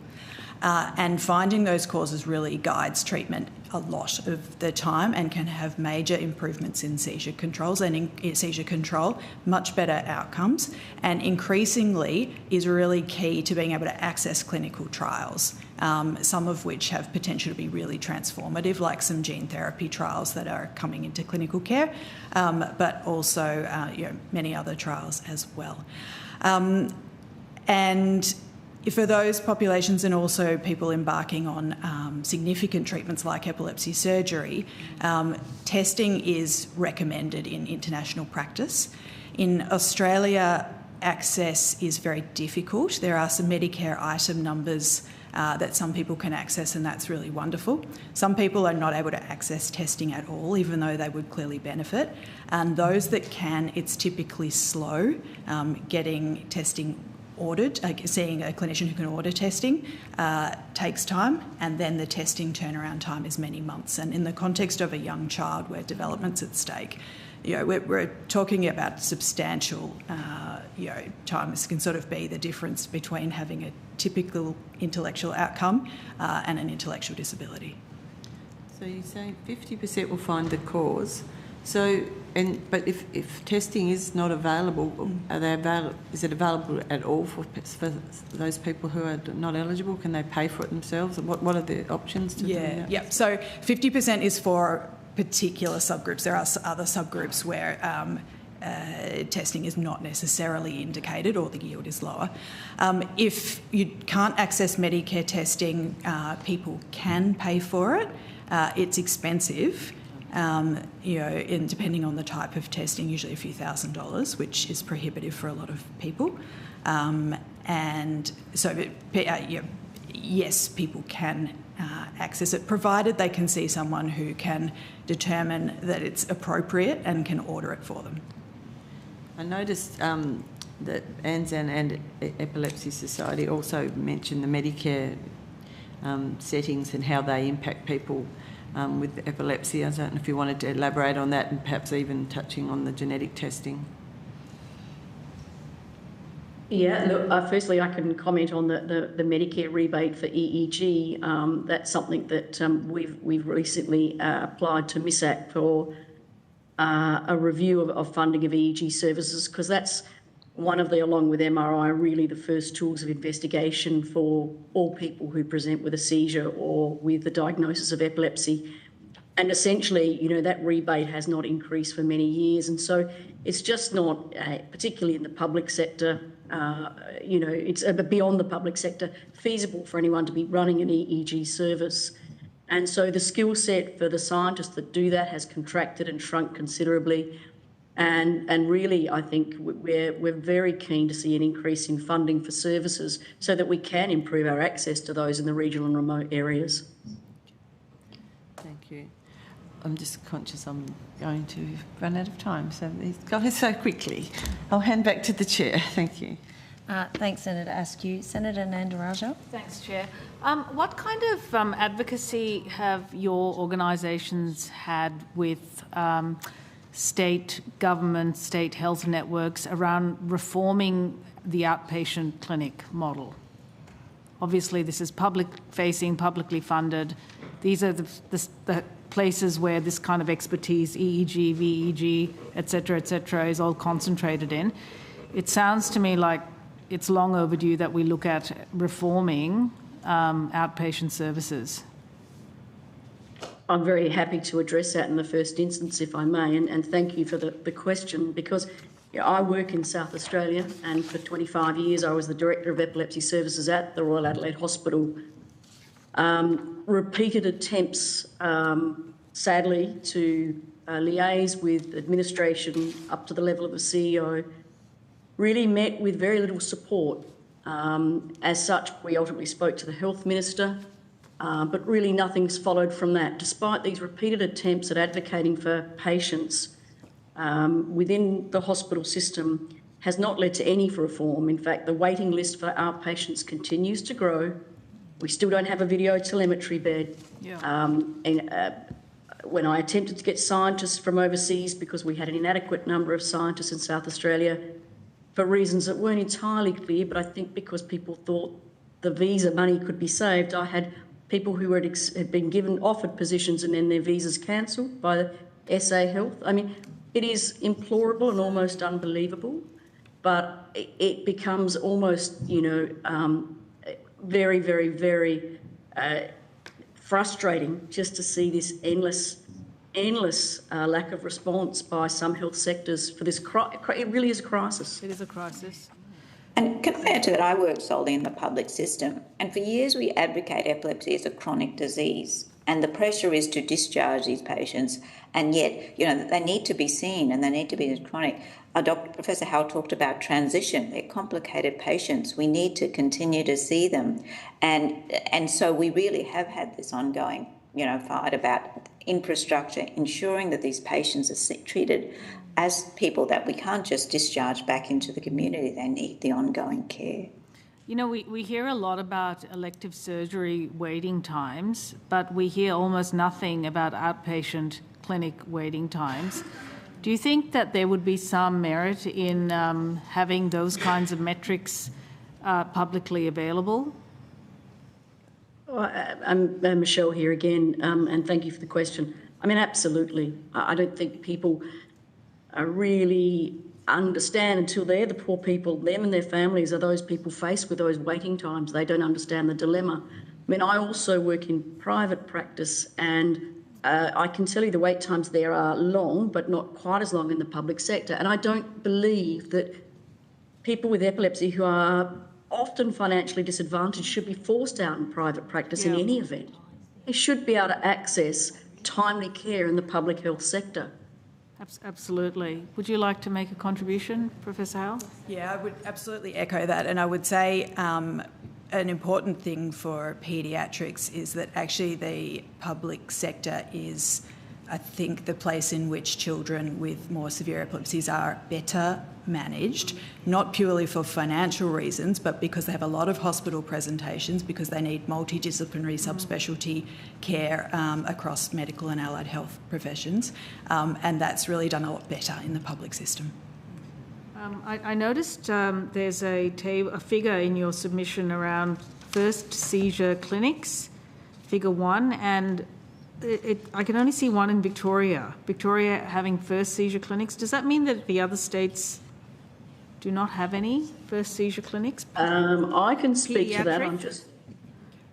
The data would suggest that there's no paediatric first seizure clinics in South Australia, Tasmania, Queensland, WA, nor New South Wales. I can speak to that in the first instance. It's my understanding that in the paediatric sector it's more common for a general paediatrician to see a first seizure, and Catherine may be able to clarify that for me, whereas there aren't as many general physicians in adult practice, and generally, therefore, first seizure clinics are run by the epileptologists. Yes, I think, yep, that's correct. Okay, thank you for clearing that. And just my last question. In terms of workforce, the workforce deficit, have you done any modelling, or have you looked at how many neurologists we need to have and how many we currently have and what the gap is? Again, I can speak to that. That data has very recently been done by ANZAN. And when you work out the ratio, and I can't quote it to you off the top of my head, but when you work out the ratio of the ideal number of neurologists required per head of population, Australia is batting at about 44% compared to countries like the UK and many other European countries. So we are grossly deficient of consultant neurologists. And for New Zealand, that's even worse. That's something like they're about 26%. So, well, we are a very undermanned workforce, broadly speaking, not just epilepsy specialists, but neurologists. And if I quickly mention, we know, and clearly from literature, that if our epilepsy patients are seen in a specialist unit by a neurologist, that the survival and there's improvement in premature hazard or mortality as well. So there's clear evidence being seen by a specialist trained in neurology gives better outcomes for our patients. My last question is just around, what do we do as a temporising or interim measure until we train more neurologists, which is going to take a very long time, very, very long time. I think we need to be a little pragmatic here. We're hearing waiting times of 1 to 2 years to see a specialist neurologist. And what is the role then of an alternative model of care, which involves some case conferencing with GPs and better connections between GPs and specialists who are, mostly metro big hospital based. Have you done any thinking around that kind of model of care and how we can, handhold these GPs so that they can, for example, refer patients to the Australian Epilepsy Project and then off they go without waiting 1 to 2 years to see a neurologist? Again, I can speak to that in the first instance. I mean, the issue with GPs, and I'm sure it's just not isolated to South Australia, is many of my epilepsy patients will email or ring me and get far greater, quicker access to me if they have a seizure or a complication from their medication because they can't get in to see their GPs for several weeks, sometimes months. So GP education is ideal and I would love to be more involved in that, but I don't know that it's going to solve the problem because there's an access to GP problem. And then the other thing, of course, is epilepsy nurses, clinical nurses. I think they can be an invaluable resource. But again, we've trained someone up, and after 14 months they asked for a permanent contract and weren't given it by SA Health and they've left. So again, we need to just really just implore the health services to provide us with greater support to enable us to think more creatively and broaden our services. I think although there's a shortage of neurologists, it probably affects the rural and remote region more, which is not ideal. But I think there are enough neurologists to provide greater epilepsy services if the funding were allowed. Okay, thank you, Chair. Can I say thank you very much to this panel for your evidence today. The committee has, were there any questions on notice in this section? I don't think there were. So the committee will report to the Senate on the 10th of September 2026. And thank you again. And I'm sorry time is short, but we have a lot of witnesses today that we need to get through. So thank you again. The committee is now going to suspend. We will be resuming at 1:20, but for the people that are in the room, our first 10 minutes or so after we come back after lunch will in fact be in camera. So the room will be open again to observers at about 1:30. Thank you. Thank you. All right. Go the Socceroos.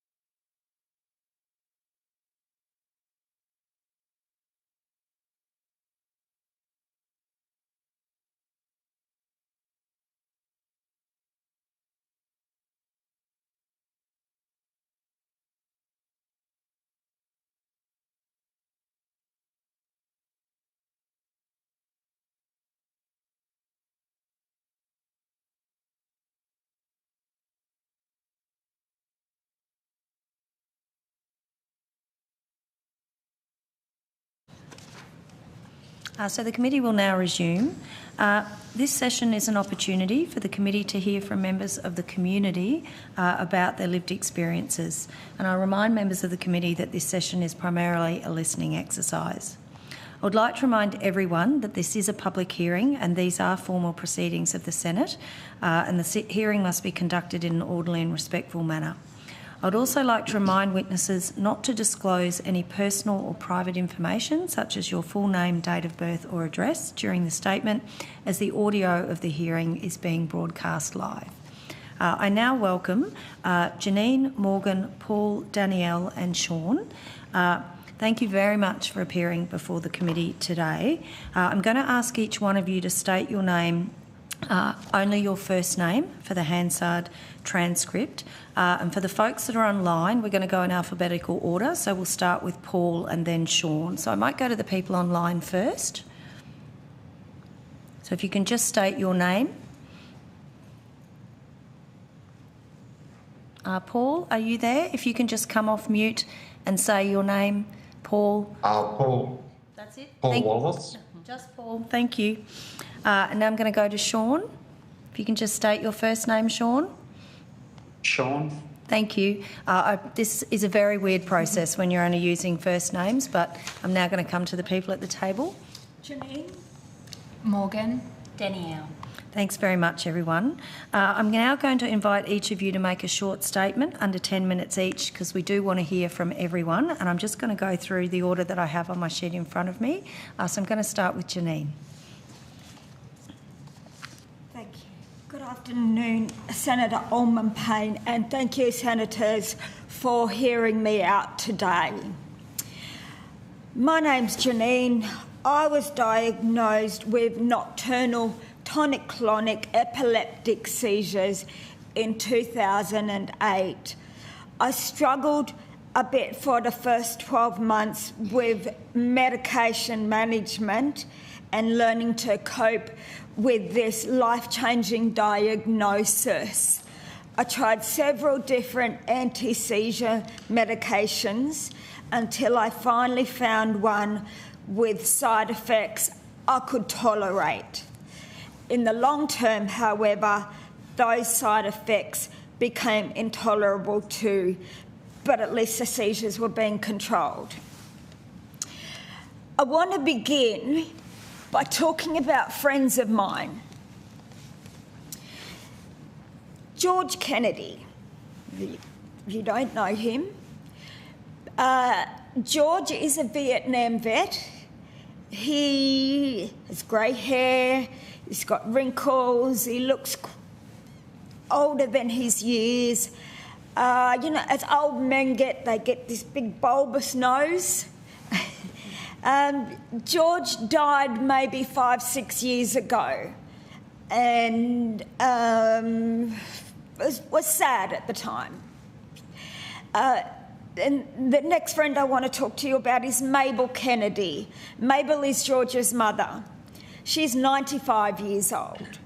I would describe Mabel as being a slip of the thing. She's tiny, she's hunched over, she looks younger than her 95 years, and she was widowed decades ago.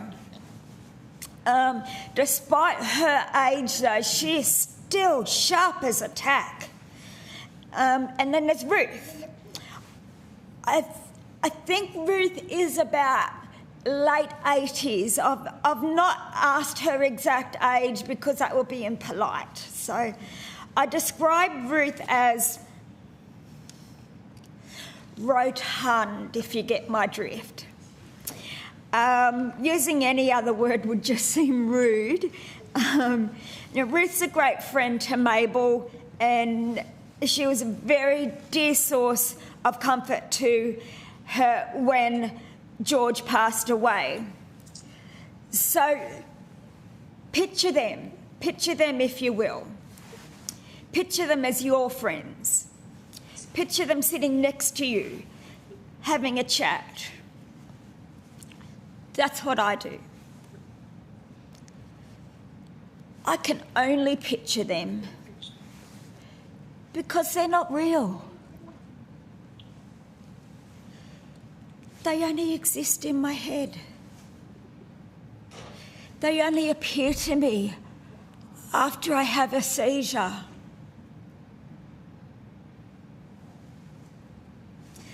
It's taken many years of seeing multiple epilepsy specialist neurologists to believe me that I was having these post-ictal hallucinations. Around 5 years ago, I was telling a public epilepsy neurologist about my tonic-clonic seizures, which were already confirmed by EEG, and my prolonged post-ictal symptoms of brain fog, confusion, a wobbly gait, post-ictal amnesia, to the point of not recognising my own pets that were lasting for days. And that neurologist said, "You're not having a seizure because you didn't urinate or defecate during the episode." I was essentially being told I was doing epilepsy wrong. One time I had an out-of-the-ordinary seizure cluster at work on a Friday. I tried to return to work on the Monday, but I couldn't even figure out how to operate a mouse. There was so much trauma to my brain. I had to take the rest of the week off work. I didn't know how to use a mouse. I didn't know you double click, or I was just essentially there going, I don't know what to do.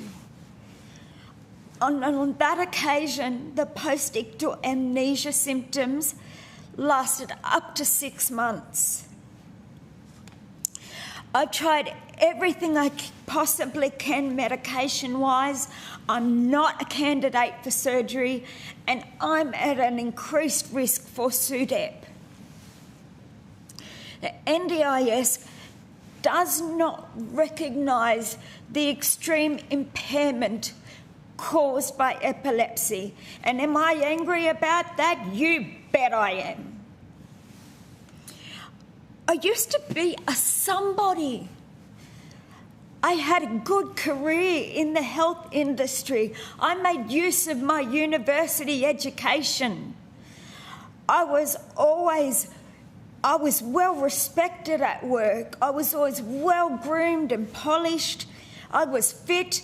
I was running, swimming, cycling and training at the gym daily. I treated like a 5-kilometre run like it was just a warm-up. But due to epilepsy and the associated comorbidities that come with it, I can't do any of those things now. I can't work. I can't drive. I can't own a car. I can't even wear high heels anymore. I can't run. I can't swim. I can't ride a bike. And anxiety around having epilepsy has seen me basically become a hermit. 18 months ago, I even sold my own house because after a number of injuries, that house presented too much of a safety risk, and I now live somewhere that risk has been reduced. And that spectacular fall from grace, as I call it, has seen me end up on a disability support pension, struggling to be heard by doctors in a broken public health system that I once worked for and believed in. And I fought my way to be here today to make a change for me and for all others with their epilepsy journey. And I'm still begging for the NDIS to accept my epilepsy and its impact and its impairment to be recognised as a disability and a diagnosis. That spectacular fall from grace, as I describe it, could happen to anybody. Now, I'm conscious of the time, but can I talk to you about the side effects of medication? Yes, we've got about 3 minutes. Okay, Janine. thank you. Some of the more severe side effects of different medications have included hair loss. I lost so much hair, almost like a chemo patient, that I shaved the back of my hair, shaved my back of my head. I've had extreme weight gain, over 20 kilos, and extreme weight loss to the point of, like, that I have had anorexia, and people thought I had anorexia again. Unsteady gait leading to falls and loss of mobility. It's contributed to my osteoporosis. My GP has now warned me my next fall could be my last. I've had multiple bouts of the most painful condition ever, and to anyone who's had this, I'm sure you will agree with me, kidney stones, and passing the stones, and the surgeries when a stone can't or won't pass. And there's been the anxiety, this is just the medications, not the epilepsy itself. So it's not just a matter of, here, take a tablet. And currently I'm on 3 different anti-seizure medications, and I'm still drug resistant. So is there any questions you have for me? I'm going to move us through all the witnesses first, Janine, because I just want to make sure that everybody gets their time. But thank you very much, and I appreciate the effort you've taken to be before us today. It's really important that we hear your evidence. Thank you. Morgan. My name is Morgan, and I'm a 31-year-old, and I have been living with drug-resistant epilepsy for 17 years. I've lived in Sydney, Melbourne, and now live in Canberra, and through this I have seen significant differences in access to epilepsy care, specialist treatment, and ongoing support. I believe my experiences highlight some of the barriers many Australians face in accessing timely diagnosis, specialist care, advanced treatment options, mental health support, and continuity of care between states and territories. On the day of my first seizure as a teenager, I did what most teenagers were doing. I was having fun with my friends. That fun soon turned to horror, not just for my family and I, but for my friends and their family too. We had all collectively experienced a tonic-clonic seizure for the first time. I was taken by ambulance to the Royal Children's Hospital, where my family were advised to sit in the emergency department waiting room overnight, and we were eventually advised that this seizure would just be a one-off. Following this, I began experiencing seizures every 1 to 2 weeks, including seizures that occurred while showering and during sleep. Due to long wait times within the public health system, my father arranged for me to see a private neurologist. These appointments cost approximately $400 to $500 and only lasted about 15 minutes. This was a significant cost in a single-parent household. I was initially prescribed Epilepsy and have trialled multiple anti-seizure medications over the years.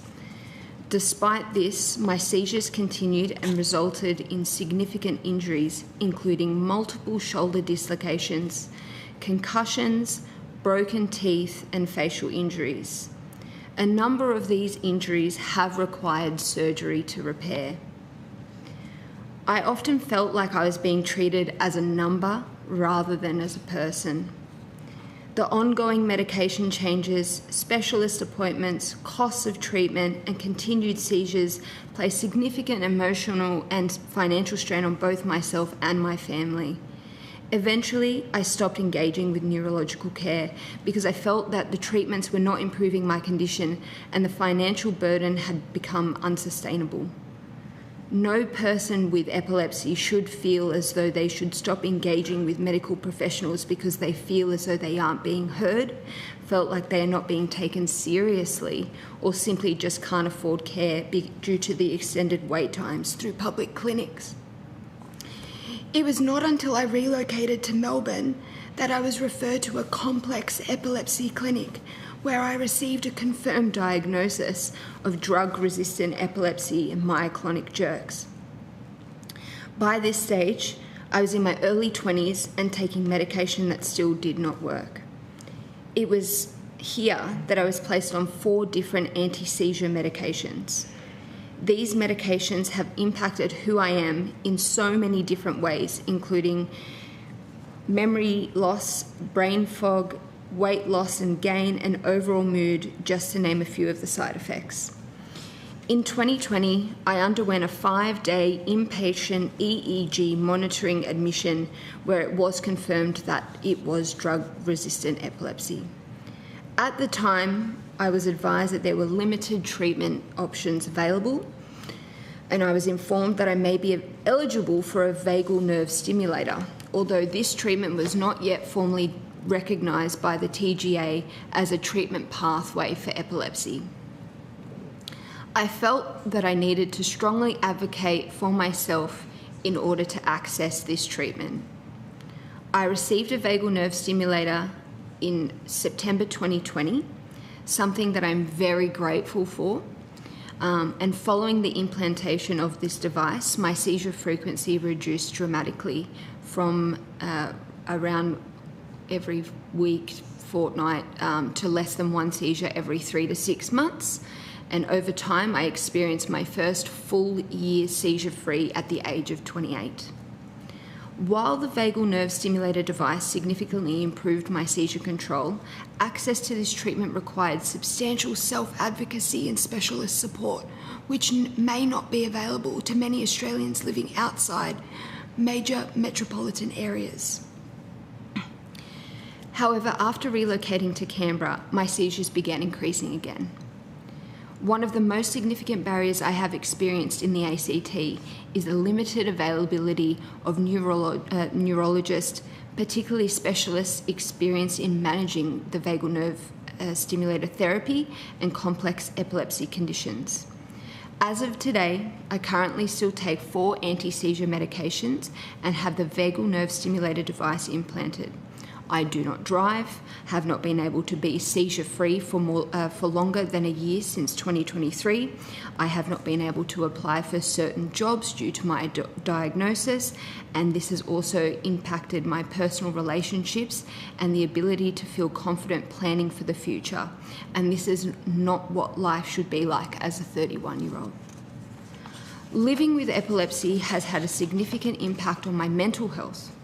During the early 20s, I was diagnosed with depression, which is something that I've been advised is common amongst individuals living with a chronic illness.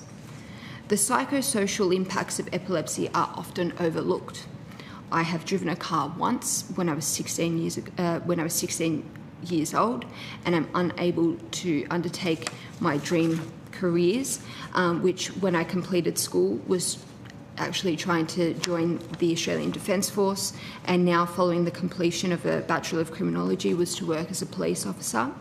But further to this, it also places substantial pressure on families and carers, both emotionally and financially, and I can see how much this diagnosis has impacted my immediate family, being my father and sister.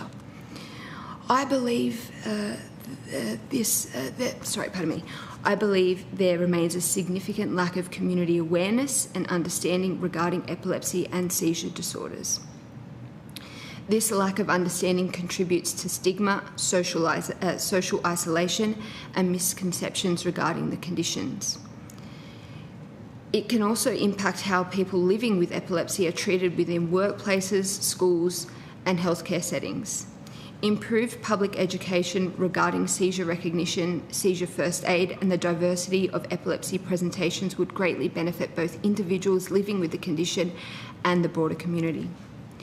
In my experience, people diagnosed with epilepsy receive very limited long-term support or guidance following diagnosis. Accessing mental health support, disability services, or information regarding eligibility for assistance programs such as the NDIS can be difficult and confusing to navigate, particularly while managing an unpredictable chronic condition. I have not attempted to access the NDIS, partly due to the perception that obtaining support for epilepsy can be extremely difficult. Greater clarity and accessibility around eligibility and support pathways would assist many people living with the condition. I respectfully recommend that the committee consider increasing funding for public neurology and epilepsy specialist services to reduce wait times and improve continuity of care, expand access to epilepsy specialists in smaller jurisdictions and regional areas, including specialists experienced in advanced therapies such as VNS treatment, reduce out-of-pocket costs associated with neurological treatment, medications and diagnostic testing, improve access to mental health support for people living with epilepsy, particularly those diagnosed with drug-resistant epilepsy, increase public education and awareness regarding the different forms of epilepsy and seizure presentations, improving pathways to support services, including clearer access to disability and psychosocial support following diagnosis, increasing investment into research and emerging treatment options for drug-resistant epilepsy. Living with epilepsy is not simply about experiencing seizures. Every aspect of my life has been affected in some way, and so has my family's lives. I hope my experiences help demonstrate the real-world impact of the barriers currently faced by Australians living with epilepsy and assist the committee in improving access to care, treatment and support services for others living with this condition. Thank you. Thanks very much, Morgan. Thanks. I'm going to go to Paul, who's on video conference. Hello. Thank you, Chairman and Senators, for letting me have the opportunity to speak. My journey with epilepsy began over 40 years ago at the age of 12. I had a seizure at school and the journey began. I was originally told by the age of 16 I would outgrow it, which I didn't, and it continued on. It provided hurdles at school, in particular learning, because I was constantly had medications changed. Anyway, I was eventually diagnosed with status epilepticus, and my diagnosis now is drug-resistant epilepsy. Family and friends play a role that cannot be described. Parents watching their children have seizures would have to be one of the most difficult things I could imagine. Friends also. A few other things that I really need to talk about is living in a regional area. I have always gone to private neurologists in Brisbane. There is nothing available in Rockhampton or closer. Now, to get there, my parents always drove me until I was old enough to catch the train and go down by myself and see him. I had a seizure on a train one time and they banned me for life. Can't use the trains. So then I had to fly down, which is a great expense. The airfares and then the cost of going and seeing the neurologist and staying a night. But that still hasn't changed. I cannot get a referral to go see my neurologist. It's been over 12 months and I need to go. But getting away from that, I don't have a regular doctor. This is where the problem stems from. We have fly-in, fly-out doctors coming in. They don't know me. They haven't got time to read my notes to realise, this person needs a referral, this person needs this done. I'm just going blind. My neurologist screams at me, get yourself a decent doctor. I said, well, I can't. There's none available in regional Queensland or regional anywhere. Now, I want to go and see a neurologist, but I can't. There's a hurdle there we need to get over, whether epilepsy nurses and practices can do the referrals. So I haven't got to do 3 or 4 visits to a doctor asking for a referral. I can't go.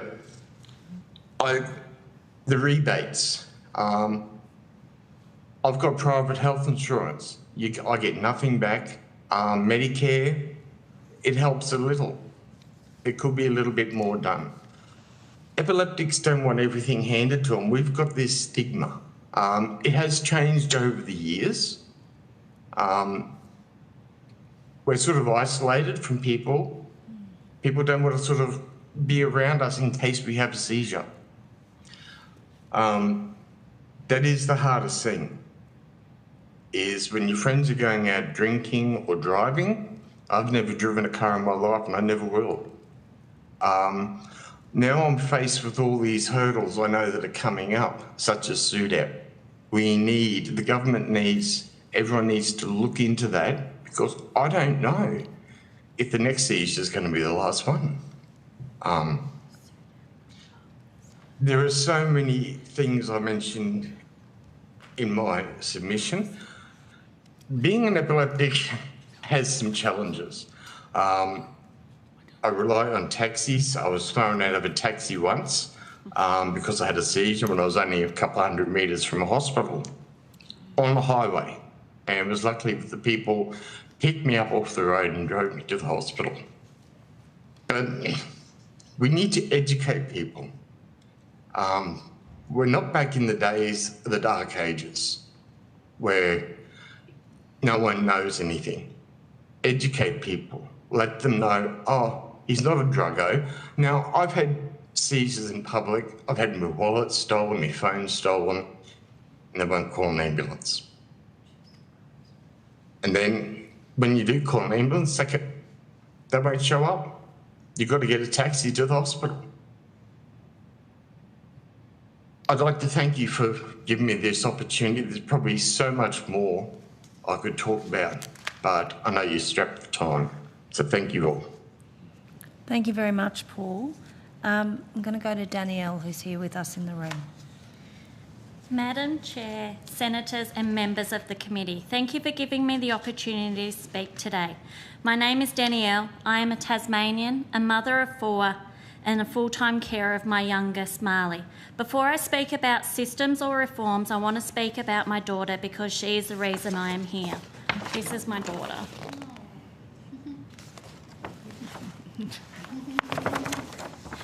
Marley is 2 years old. She has the brightest blonde hair, the biggest blue eyes, and a smile that lights up our whole house.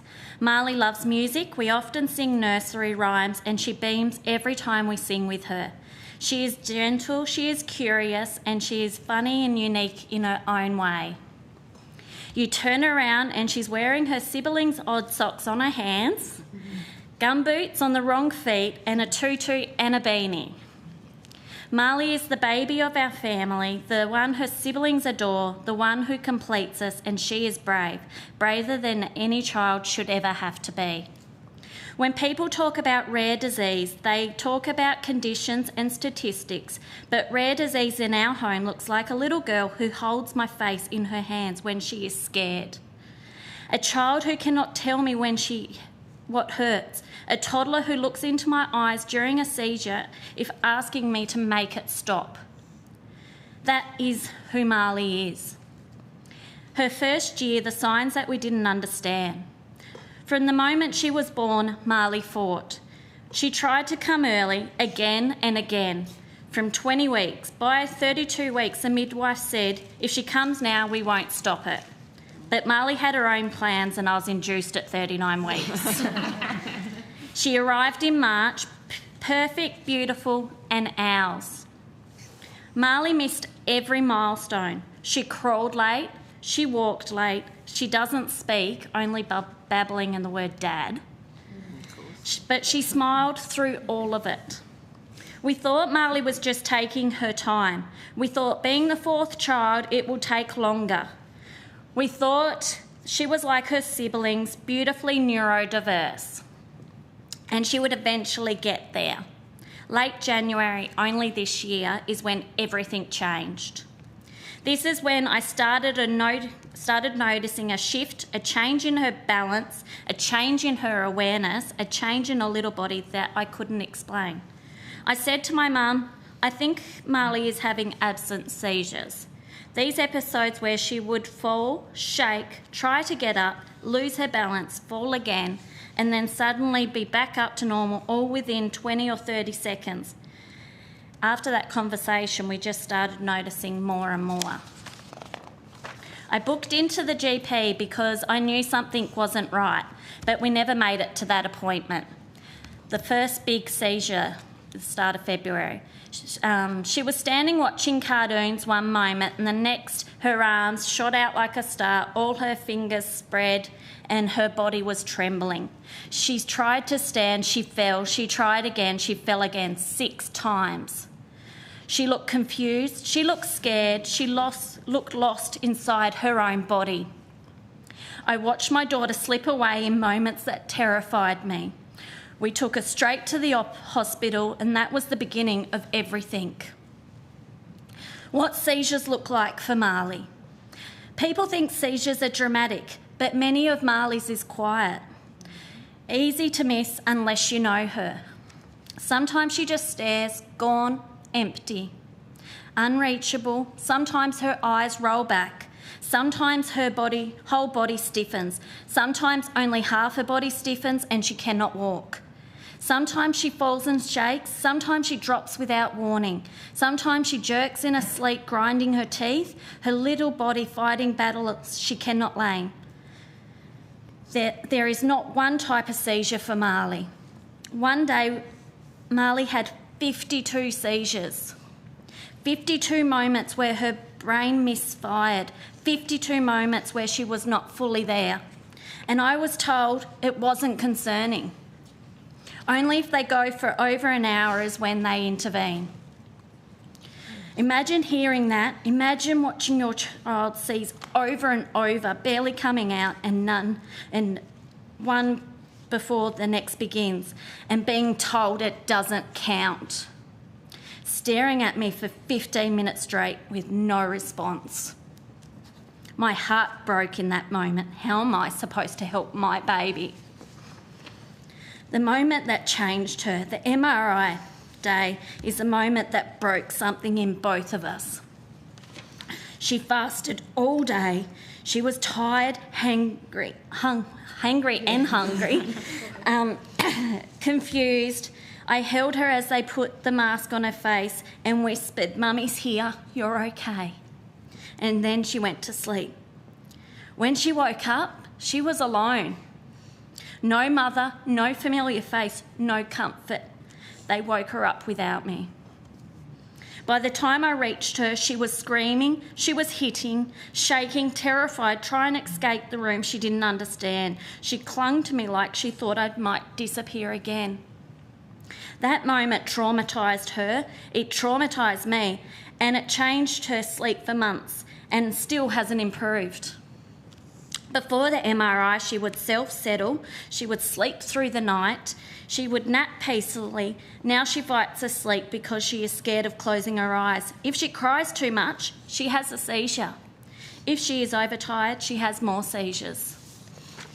No child should ever wake from sedation alone. No parent should ever have to watch their child experience that level of fear.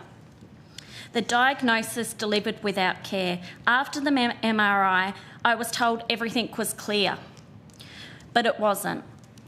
Weeks later, at what I thought was a routine medication review for the epilepsy, the day before her second birthday, I walked in alone. I sat down, and before I could even breathe, I was told the MRI was not clear. A paediatric neurologist had reviewed the imaging. My daughter had a rare brain malformation called congenital bilateral perisylvian syndrome, along with a standalone diagnosis of epilepsy and global developmental delay. They printed an information sheet, handed it to me and said, "Don't Google it, you'll go down a rabbit hole." I walked out of that room with a diagnosis I couldn't pronounce, couldn't understand and couldn't process, and no one to explain it. The Tasmanian health system. As I stand here today, I still don't have the answers a mother should have. I don't know any more than I did the day Marley was diagnosed, and that is an incredibly frightening place to live. After Easter, when we spent a week in hospital, I begged for a referral to the Melbourne Royal Children's Hospital. I'd done my research and there was a doctor there with real experience in CBPS. But I was told I had to wait for our paediatric neurologist appointment in Hobart. There was amazing genetic testing and to see a Tasmanian specialist first before anyone would consider us interstate. We went to Hobart, retold our entire story again, and I was told we would be referred for genetic testing and that a referral to Melbourne would be done. I was handed a patient transport assistance scheme form for reimbursement, and no one told me we were eligible for the Ronald McDonald House. I organised and paid for accommodation myself because I didn't know there was another option. A month later, after hearing nothing about Marley's ongoing care, I checked my Gov Health record. There was notes saying that Launceston was meant to organise her genetic testing, but I had no appointment, no follow-up, no communication. I was told we'd get an appointment in June, but it never came. When I contacted Melbourne myself, they told me they had never received a referral. We have now lost months where she could have been on a wait list, months where she could have been closer to answers, and I can't simply get on a plane and take her myself. There is a process I am forced to follow, even when time matters. Even submitting the PTAS form became another exhausting battle. The form wasn't completed properly. I had to chase signatures in both in Hobart and Launceston, and I was told I only qualify for a partial reimbursement because I don't have a concession card, even though Marley does. I still haven't been able to submit the form. The only organisation that has truly supported us is Epilepsy Tasmania. I found them myself. No one referred me, no one told me they existed. They have held my hand through all of this. They explained epilepsy in a way I could understand. They created an emergency management plan for Marley. They have been the only constant support in this entire journey. What this has done to her and to us. CBPS affects everything, her movement, her speech, development, seizures, sleep, safety and future. She cannot tell me when she is scared, when she is in pain or even when a seizure is coming. It's not only changed her life, it has changed her siblings' lives too. My older children have become carers. They have seen things children should never have to see. They have watched their baby sister seize. They have watched me cry. They have stepped in to help when I needed to shower, cook or simply breathe. They are children, but they have been forced into roles far beyond their years. Our home revolves around seizures, sleep deprivation and fear. I often stay awake until 2 a.m. with her, then get up for school routines. I am exhausted, physically, emotionally, mentally. But I cannot stop advocating because she is my daughter. The gap and why Marley's mission exists. What happened to us is not just a sad story, it is a system design problem. There is no rare disease pathway, no coordinated care, no clear access to interstate expertise, no trauma-informed STEM and no structured information given at diagnosis. We are so isolated here in Tasmania. Families like mine are not falling through the cracks. There is no bridge at all to stand on. That is why I created Marley's mission. because no family should ever walk out of a diagnosis appointment empty-handed. No parent should be left to Google their child's future. No child should be traumatised by avoidable system failures, because no family should have to become their own care coordinator, researcher and advocator just to survive. At the heart of Marley's mission is the diagnosis folder. I've created one for everybody. At the heart of Marley's missions is the diagnosis folder, a simple, practical, trauma-aware tool that gives family, on one side, clear, plain language medical information, and on the other side, organisation and community supports and next steps. It fills a gap the system has left wide. What I'm asking of you, I'm not asking for miracles, I am asking for compassion, coordination and common sense. A national rare disease diagnostic pathway so families are not left to figure out life-changing diagnosis alone. Funded access to interstate specialists. Tasmanian children deserve the same as every other child, and not to jump through so many hoops to be able to access interstate specialists. Trauma-informed paediatric care. No child should wait from sedation alone, and no parent raising concerns should be dismissed. For adoption or trial of the diagnosis folder system, so no family walks out of a diagnosis appointment empty-handed. My final words, I cannot change what has already happened to my daughter, but you all can change what happens to the next family. My daughter cannot speak for herself. I don't even know if she'll ever speak. So I am speaking for her. I speak for every child whose seizures go unseen, for every family who walks out of a hospital with fear instead of guidance, for every mother who has felt dismissed, unheard or alone. Marley's mission was born from trauma but is driven by hope. Hope that diagnosis can be met with clarity, not confusion. Hope that lived experience can shape a better system for the next family. Senators, I'm asking you as a mother to help make that hope real. Please don't let rare mean forgotten. Not for my daughter, not for any child who comes after her. Thank you. Thank you very much, Danielle. And now I'm going to go to Sean on video conference.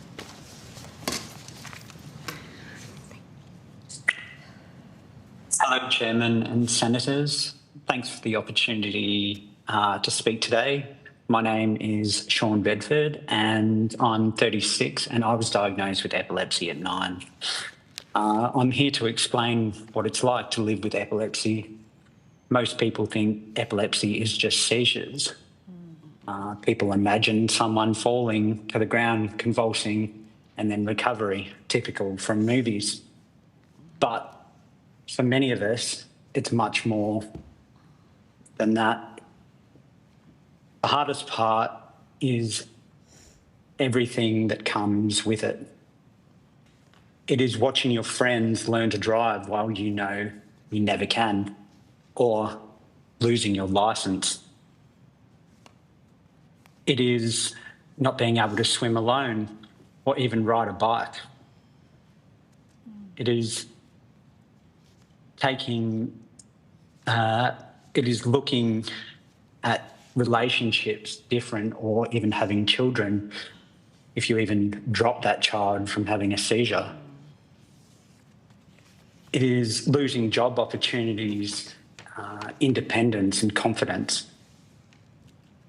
It is taking heavy medications that control seizures and can also affect memory, concentration, mood and learning, and then being judged on it. It is waking up every day knowing that something could happen without warning. That is what epilepsy is like. I currently experience 10 seizures a fortnight, approximately. I've had multiple brain surgeries, and I've tried nearly every medication available. I have participated in 4 medical trials, one being an implant, and am currently in my 5th trial. One of the most difficult parts of people understanding is that epilepsy takes time from your life.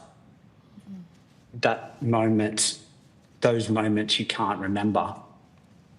Those are periods of your life taken. Conversations, experiences, decisions and moments all gone.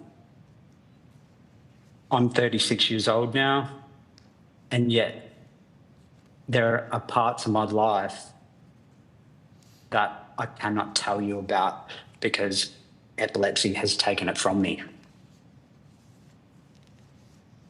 But what I want the committee to understand is often the seizure is not what causes the greatest harm. The greatest harm comes from what happens before and after. Throughout my life, I have unnecessarily been hospitalised because people did not recognise my type of seizure.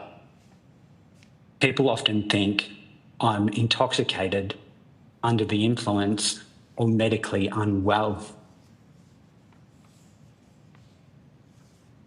I've been excluded from every sports club I've tried, being told I cannot play. People misunderstanding.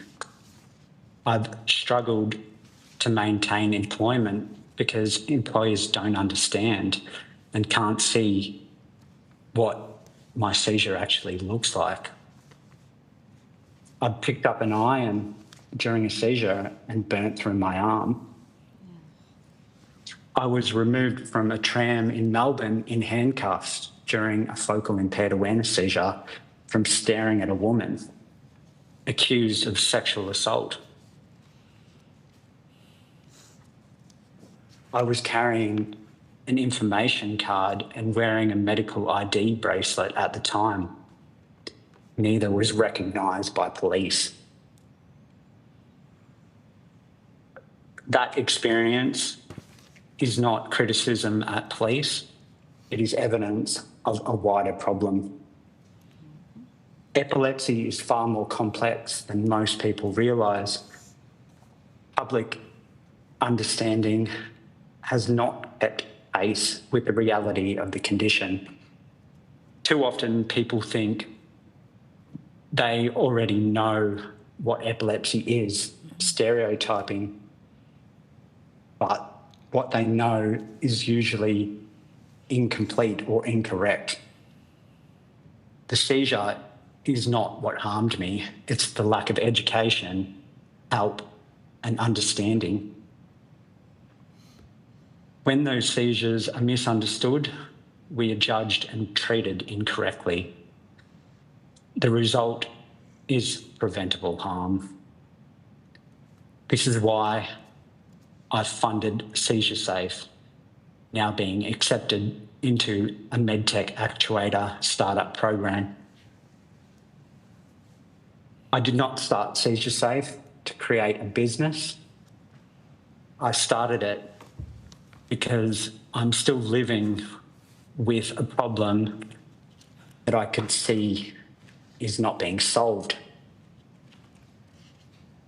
While there are many current seizure detection technologies focused and populated largely on convulsive seizures, yet many Australians are still living with focal and non-convulsive seizures that can go unnoticed by people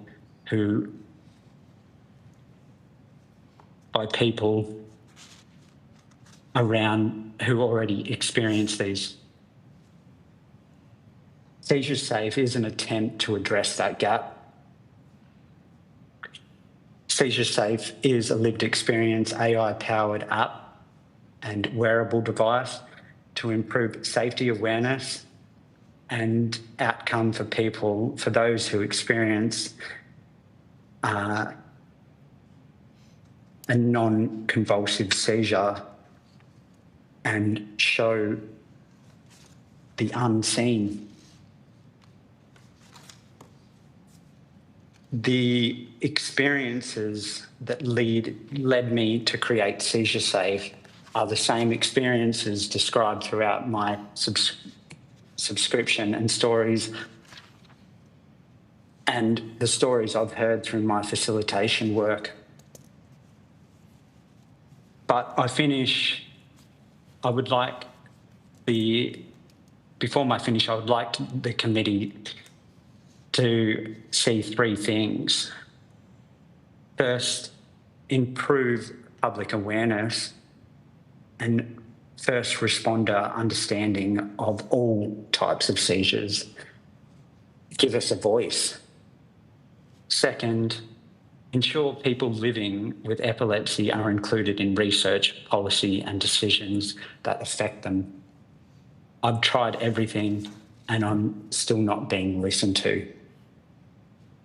And thirdly, invest in epilepsy research, innovation programs and support services in a way that reflect the true burden of the condition, like how the Commonwealth supported cancer, strokes and other serious conditions. Epilepsy affects approximately 250,000 Australians. We are not rare, we are not invisible, but too often we are misunderstood. I hope this inquiry helps change that. Thank you. Thanks very much, Paul. And can I say thank you to Janine, to Morgan, to Danielle, to Paul and to Sean. Your evidence is critical to this inquiry. It is the evidence that will guide all of the remaining work that we do. It was powerful today. It was your truth. It was the truth of so many other people who have submitted to this inquiry and to others who cannot. So thank you so much for speaking on behalf of yourselves, for your family and for others. And I really want to thank you for your time. Thank you. We're not going to go to questions for this panel, Janine, partly because we're also a little bit over time and we have a number of witnesses to hear from for the rest of the afternoon. But again, your submissions and your evidence today is incredibly powerful, so thank you very much. Thank you for hearing us. Thank you. What am I supposed to say now? I need to tell you that the committee will be reporting to the Senate on the 10th of September 2026, so you'll be able to read our report and findings and recommendations then. Thank you again for your evidence. Thank you. I'm now going to ask representatives from Australian Women with Epilepsy who are appearing via video conference.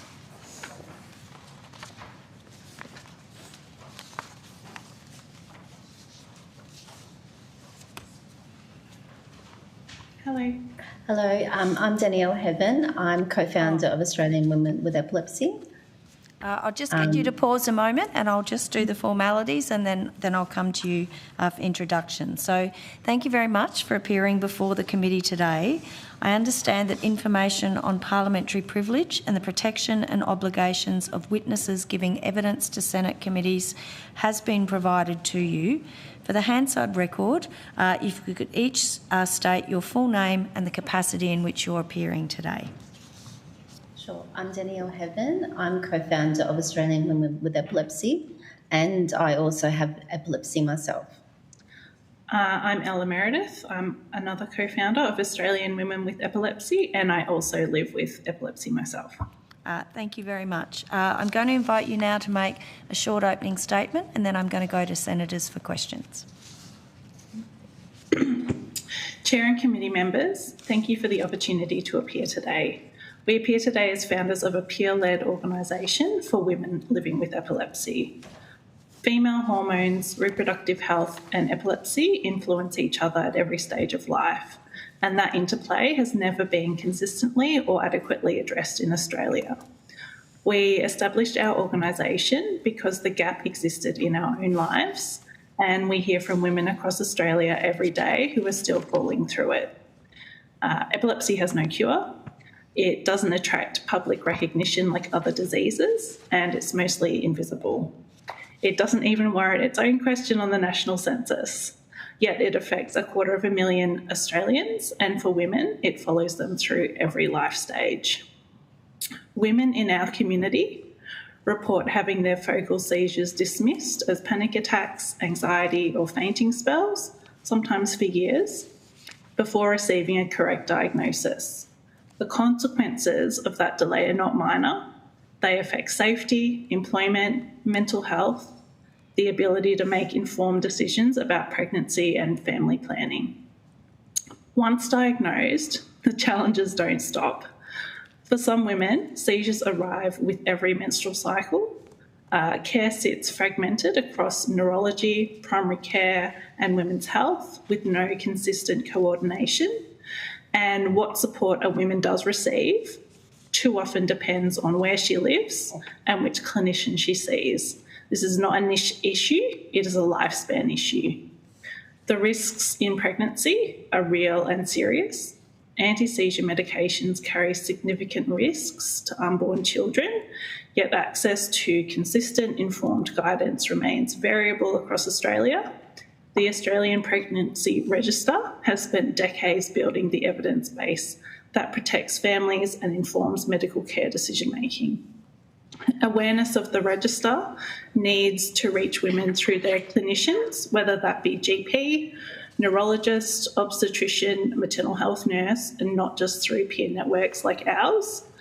Long-term medication use also affects bone health in ways most women and many GPs or neurologists are never told about. And when women reach menopause, which every woman does, there is almost no clinical research or guidance to support them. They are managed through trial and error, and that's not acceptable. We're calling for secure ongoing funding for the Australian Pregnancy Register, meaningful investment in research into the hormonal and long-term impacts of epilepsy across the female lifespan, and a national epilepsy and seizure type awareness campaign. Women in epilepsy have been navigating this largely alone for too long, and we're here today because that needs to change. Thank you, and we welcome questions. Thank you. I'm going to go to Senator Askew to kick us off. Thank you very much, and thank you so much for your submission and your time. This is an issue that I've had friends with experiencing exactly the same things that you've just been describing, so I'm very aware of what you have raised. Where do you think, as a committee, we could make the most difference in this space? What is the recommendation you think that will make the most impact? I think what we're aware of is that there isn't enough research, there's not enough data. There's actually a gap of what we don't know and what we do know. And we see that when we're visiting our neurologist or a GP, there's a bit of a gap. We have to advocate for ourselves, and if you're not as equipped to do that, if you don't have the money, the time, the resources to do so, it's very difficult for a woman to know what she should know. And likewise, we believe that if you live in a really urban area where you have access to great healthcare, like in urban areas, then you're probably more likely to have better outcomes for yourself. So there's a bit of a gap in terms of what clinicians are able to know. So we need better data, we need long-term data. And I think from there, better choices can be made, better advice can be given as well. So that's the research in regard to data collection. Is there much research being undertaken in the specific area of the impact on hormonal aspects of life with epilepsy? Not across the whole female lifespan. So there is some understanding that some women have seizures directly related to their menstrual cycle. And there's also been an enormous amount of effort that's gone into understanding what happens when women go through pregnancy and pregnancy planning. There's been some research and commitment into actually studying the long-term effects of taking anti-seizure medication while you're pregnant, and I think it's not really well understood that if you do have epilepsy, you absolutely have to take medication that we know may actually harm our unborn babies. And it's also quite a dangerous time of life for women too. They're more likely to experience more severe seizures. And then once they give birth to their child, they're more likely to have experiences of seizures as well. So Ella, sitting next to me, is someone that had well-managed epilepsy for 6 years, and as soon as she got pregnant, found herself in the emergency department time and time again. So there is a lot that's being done there. The Australian Pregnancy Register has collected data for over 20 years, so at least we can have some informed choices about the best medication. But that's also not very widely known, and it's not publicly funded. So that's one area where there's been a lot of progress, but an area where there's just a complete lack currently is the long-term effect of anti-seizure medications and the effect it can have on women's bone health, for example. So if you take medication for 20 plus years and you weren't aware of this issue perhaps when you were 16 years old, you could get into perimenopause, menopause, and realise actually you've developed osteoporosis. And I can put my hand up and count myself in amongst there. I was not forewarned about that, and there's not a lot I can do. I only found that out due to speaking to other women who were taking the same medications as myself, and then had to advocate to have a bone density scan ahead of when it would be recommended to me as by my GP. So we really need that whole lifespan research. We need to understand those things much better, and it needs it's not a gender equality issue as such. It's really recognising the female hormones actually do impact epilepsy both ways. That's fair enough. Just with the Australian Pregnancy Register, who runs that? It's led out of, I believe, the Melbourne. Is it Melbourne? Royal Melbourne Hospital Neuroscience. It has had funding in the past. I believe it's primarily funded through Epilepsy Action Australia. Two women really run that, and it's longitudinal studies. And there's been some economic assessments of actually the cost benefits of that over the past 20 years. So it's been shown to have an enormous cost-saving benefit to society by preventing children that could possibly have developed cognitive issues as well as birth defects. So having that data tells us what are the safer medications to be on, what good choices can we make in amongst making really hard choices. You just about covered all my questions I had listed, so I might pass it to the Chair. So thank you very much. It was very informative. Thank you. I'm going to see, is Senator Ruston still online? Senator Ruston, do you have some questions? Yeah, hi there. Thank you very much for your evidence today. I was just wondering, we've spoken to a lot of organisations today, and hopefully we'll get the opportunity to speak to many more.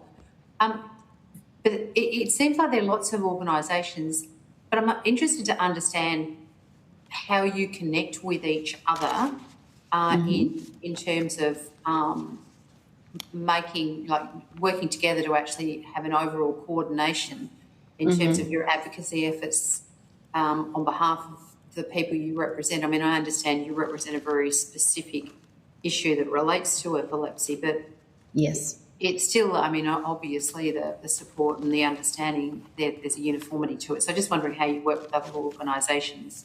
Sure. So, yes, we did develop out of our own want to speak to other women. So our organisation is mostly about peer support, so talking to other peers.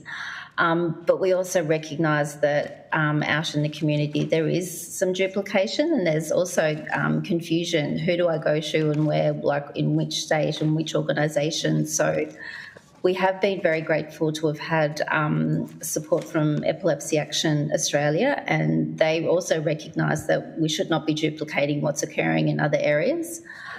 So they've supported us to actually host 3 conferences for women with epilepsy, because we feel passionate about information we know isn't always out there. So we've sort of had events for women where we have clinicians come and present about issues that relate to them and matters that they should be aware of.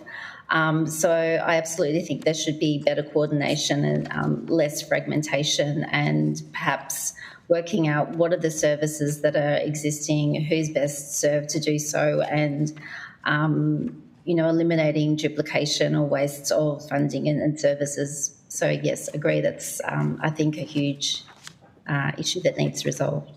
Yeah, and I think that's probably the evidence we've received today is overwhelmingly clear that that's the case. So I'm interested to understand from your perspective, if there was one organisation that sits within the number of organisations that deal with the implications of people who live with epilepsy, is there one that sort of stands out to you or best placed to perform that coordination role? Well, as I said, we've worked with Epilepsy Action Australia. I know they're primarily based in New South Wales, but they do have coverage across the whole state. And that's just our experience of them being collaborative and wanting to provide services that people actually want and need. So not just providing services because an organisation feels like that's what they would like to do. And so I think it needs to be an organisation that doesn't want to just provide or do the work. I actually think they need to work with people to see what is it that they actually need. So there needs to be some co-design, bringing people in that are affected by it and have them tell them, what do you need, what's missing, what could we do better? So I'm sure the evidence today tells you who may be best placed to do that, but that's our observation of the current system. Well, I mean, actually, to be frank, you are much better placed than any of us because you're the ones who, have the lived experience of this. And that's why it's so important that we hear from you. We also, I live in rural and regional Australia, so obviously I often have a very rural and regional bent to how I think about things.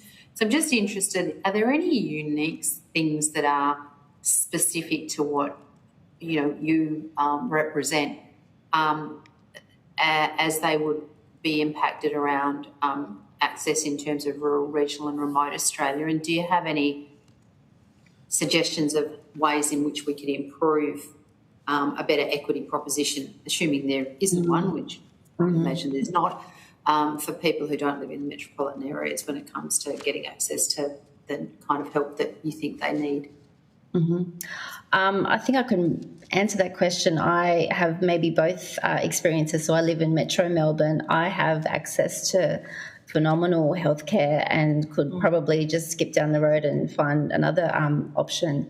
But I grew up in Tasmania, and I heard a young woman talking earlier about her experience. So I grew up in regional Tasmania, and it took me 25 years to get a diagnosis. So that's not acceptable at all. And I actually diagnosed myself, which people find a bit funny, but it took me scouring around the internet to say, I think this is what I have.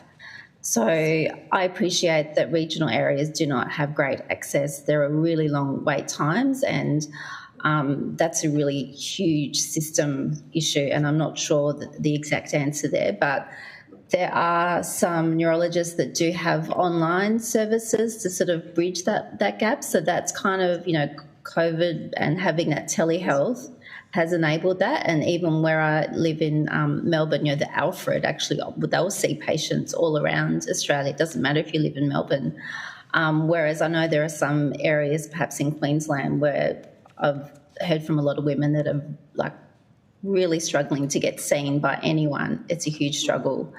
In terms of what we're able to do, we obviously can't provide any clinical support, but because the world is more and more digital online, we do have online peer support. So having a Facebook group of 1,200 women, where people are able to sort of provide support from each other, ask questions, how did you navigate this? Where could I see a specialist here? So the information and sharing digitally for regional areas is really something we can do. But another example is you used to be able to have video EEGs done at home. It was like a remote service by SEER. That company no longer exists. So people in regional areas would often wait months, possibly 12 months to actually get into a hospital. That's a really heavy resource procedure or testing to have done, where you have to stay in hospital for a week. But that company, you could go in, get hooked up, take that kit home, and you could have your video monitoring done at home. So we really need more of those services available for everyone, but in particular regional and remote areas, they're really lacking that support that they need. Yeah, look, yeah, thanks. Thanks very much, Chair, and thanks so much for your evidence today. Thank you. Thank you. I've just lost my sheet of paper. Thanks very much, Ms Heaven and Ms Meredith, for your evidence today and your submission. It's certainly building on a picture today that's having some common themes that are coming through for the committee, so we really appreciate the time that you've taken to appear before us. I don't believe there were any questions taken on notice in this panel. So the committee will report to the Senate on the 10th of September 2026. And thank you very much again for appearing before the committee today. Thanks for the opportunity. Thank you. I now believe we have Dr. Peter Allcroft, who's appearing online. Might just check. He's there? Okay. That is correct. Thank you. Good afternoon. Thank you. Thanks very much for appearing before the committee this afternoon. I understand that information on parliamentary privilege and the protection and obligations of witnesses giving evidence to Senate committees has been provided to you. For the Hansard record, if you could just state your full name and the capacity in which you're appearing today. I'm Peter Allcroft. I'm the Chair of Palliative Care Australia, and that's the capacity that I'm appearing today. I thank you. I'm now going to invite you to make some opening remarks, and then I'll hand over to the committee for questions. So thank you very much to the Senate for the opportunity to present our concerns and our interest with epilepsy.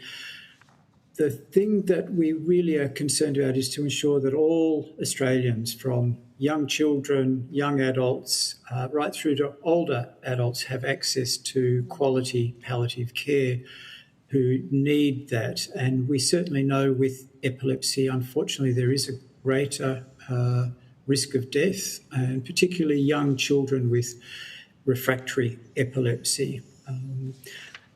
We know that children and young adults living in disability support accommodation with carers, often those carers are lacking in the training to be able to manage some complex medical conditions, which means these residents need to be transferred back to an acute care hospital, which can be very distressing for management of symptoms such as epilepsy, which refractory epilepsy may need to be cared for in an acute care hospital, but their single or episodic seizures may well be controlled easily at their accommodation, meaning they can stay in the place where they feel safe.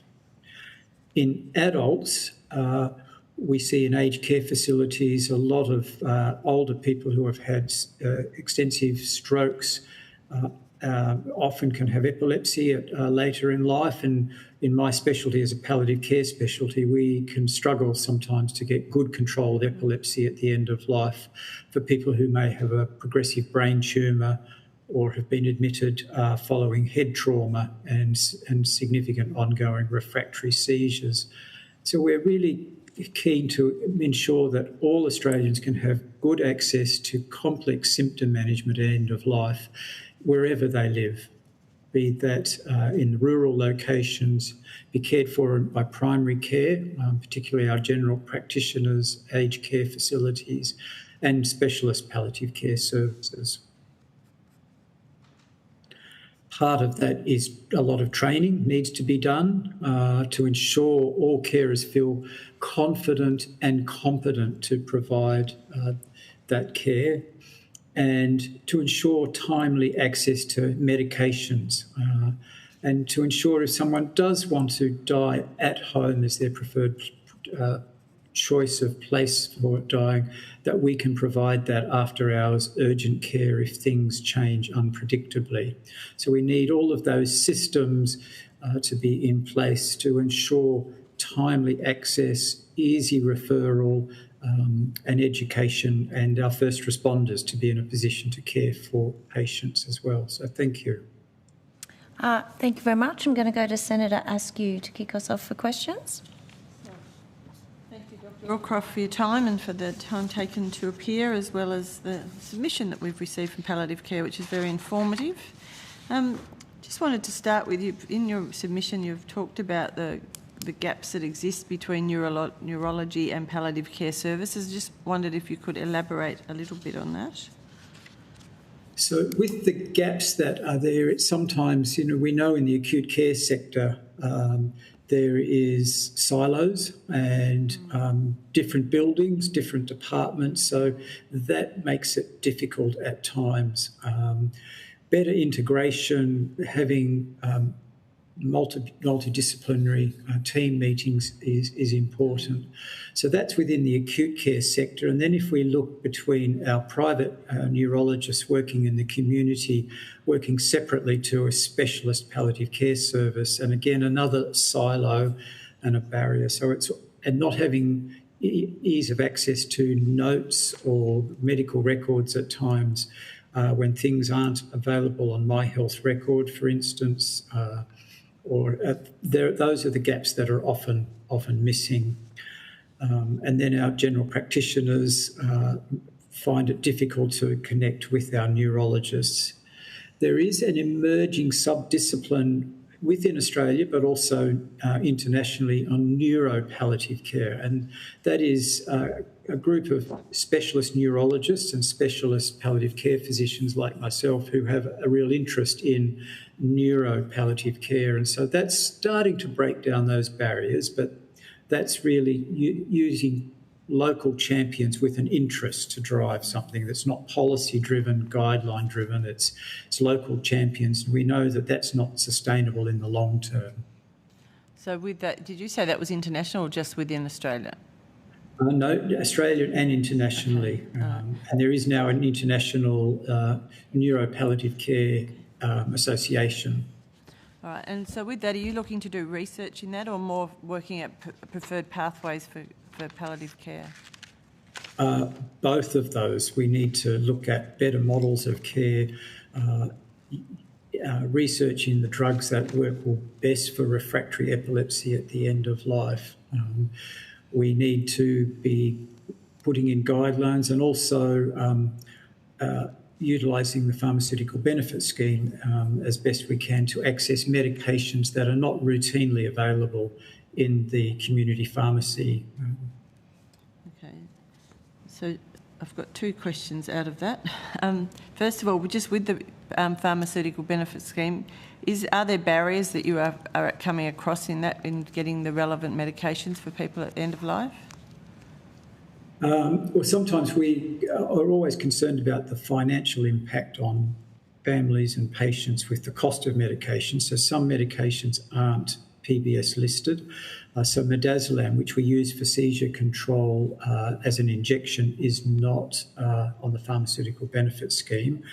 Clonazepam is, but it can't be put in a pump to run continuously at home. So that would be one barrier. And then the barrier is also for our pharmacists stocking it routinely, and particularly in our rural regions, that can be a barrier. And we do have often families running around after hours or on weekends trying to source a pharmacy that might have enough stock to last a weekend. In Adelaide, where I work, I am fortunate that we have 3 pharmacies that have mandatory stocking of those end-of-life type medications, but that still could be a distance for a family to travel to one of those 3 pharmacies that have undertaken to stock that with government support. So it's a lack of stocking at pharmacies can be difficult, and then the cost factor. Clonazepam is on the pharmaceutical benefit scheme, so we utilise that as best we can. Yep. No, understood. And just on the international scene, have you identified through that organisation better models of care that we could look to utilise here in Australia? Not specifically within epilepsy, no. certainly within my other disciplines, I help to run motor neuron disease in Australia. So in those aspects, it's an area that's probably under-researched and under-resourced. Those other big groups like MMD, Huntington's have probably got the more interest, but you can utilise those models to see how do we adapt that. And a lot of the model comes down to communication, cooperation, and a willingness to share. So you can take the best bits, I think, out of other models and adapt that.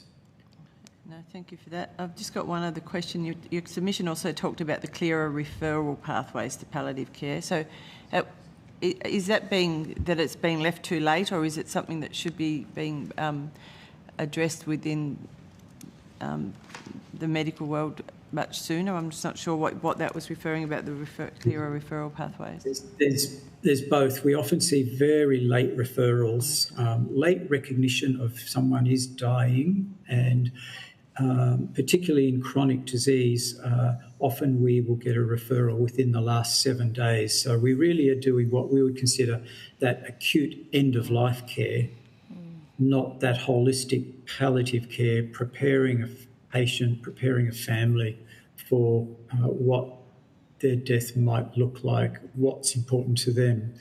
So that's sort of that late recognition and late referral, or sometimes no referral. And then it is different in all jurisdictions how you refer a patient to a palliative care service and at what stage a palliative care service might accept a referral. Okay. So is there a preferred time, like in your sense, would it be really early so that they've got that longer lead in for the family? We do something realistically probably at least a 3 months or a 12-week period of support and care to enable our holistic team, our social worker, our art therapist, our biographer, or the clinicians to be able to really embrace that, particularly if it's a young adult with young children, and helping prepare them for that death. So that would be our ideal. Thank you. That's a very morbid topic, but it's very important. So thank you so much for your evidence. I'll hand back to the Chair, so I'm sure others will have questions. Thanks, Senator Askew. I'm going to go to Senator Nandaraja. Thank you, Chair. Dr. Allcroft, can you perhaps, in the context of epilepsy, talk us through the differences between, say, symptom control versus end-of-life care, particularly for children? Thank you, Senator. I would state, firstly, I'm an adult physician, so with paediatrics, it's not an area of my expertise. We have cared for children. Professor Herbert, who was unable to appear today, would have been better placed as a paediatrician and palliative care paediatrician. So symptom control could encompass everything from seizure management, but also pain management, other symptoms that someone might have. It also could be anxiety, distress, fear, and sometimes that's not medication-related symptom control. That's actually really helping someone with that psychological narrative and their existential distress. So that's a lot of what we would do in that 3-month or longer period, really explore all of those physical, psychological, spiritual issues that people have and their concerns, both the patient and their family. The end of life is really that symptom management very much in those last few days for when someone is what we would consider that terminal phase. And that could include refractory seizure management as well. So I guess my next question is, I am aware, being, a doctor as well, adult doctor that is, that there was always this disconnect, a siloing between PAL care and acute services like neurology or oncology or, so many, all of them. And the referrals often came late. What do we need to do at a system level, I guess, to encourage those sorts of attending clinicians to think earlier about palliative care, or indeed families to think earlier about palliative care with a view to improving quality of life, not necessarily about end of life, if you know what I mean. It is a very good question, and you've probably experienced those difficulties in your clinical working life. I think it comes down initially to breaking down the barriers, being present, going to their multidisciplinary team meetings, and if we're particularly with regards to this inquiry and epilepsy, if they have a complex epilepsy management multidisciplinary team meeting, asking to be present there, but equally having a champion from them to reach out to say, recognising we would like your skill set to care for our patients with complex needs. That would help break down some barriers. I'm very privileged that the hospital I work at it's part of the acute care sector, and you walk across an air bridge to our facility. So we are in the acute wards, the neurology wards all the time. And through my work with the Motor Neurone Disease Clinic in South Australia, I have very good working relationships with the head of unit for neurology. So it's really, I think, building cooperation between departments. It could start as simply as sitting down and having a conversation. Yeah. And then someone championing it. But if you've got a palliative care service that's not on site, much harder to do. Yeah, I want to draw you out a little bit about delivering this kind of multidisciplinary care to patients via telehealth, particularly in remote or regional communities. I actually don't know what the item number, or if there is even an item number for case conferencing. Are you aware of any sort of structures that we should consider at a Commonwealth level to facilitate that kind of outreach? Certainly, I run, as part of my palliative care service, weekly rural telehealth or telemedicine clinics. I look after the southeast coast region, Mount Gambier and the surrounds, and I do a weekly clinic, but we all look after different regions in South Australia. So the facility, the equipment is there. Yeah. May not be true multidisciplinary, but with using platforms such as Health Direct, I have a nurse online, a patient at their home online. I could have a social worker or an allied health member online as well. And if we could combine that time, you could have the neurologist and or their GP. So it is doable, but it takes a bit of timing and coordination. For our general practitioners, I would want them to be remunerated for the time taken to join a case conference. Yeah. And as a staff specialist, I would be being paid. Yeah. But I worry about how we make sure our general practitioners are engaged. So there's no remuneration structure currently available for GPs to join that kind of case conference?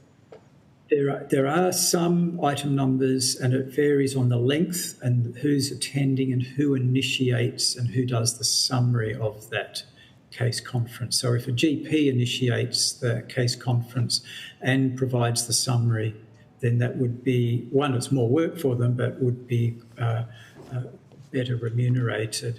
If they were to join for 15 minutes as part of that meeting, they may not get much remuneration or any. So it would be out of their goodwill and care for their patient that they would join often. Now, I know you're an adult physician, but I'm just interested in children's hospices. I am very familiar with the very special kids in yes. Malvern. I was the local member there.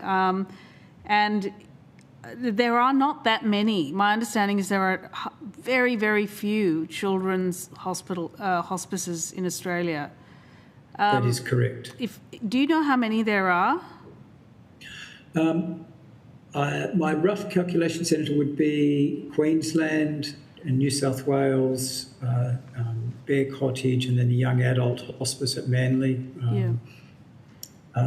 I think 3, maybe 4 at most. In South Australia, we don't have a children's hospice. We have a specialist statewide palliative care service, and they would use the acute care beds. And in the new hospital that for women's and children's, we'll have some dedicated hospice beds built in there, I understand.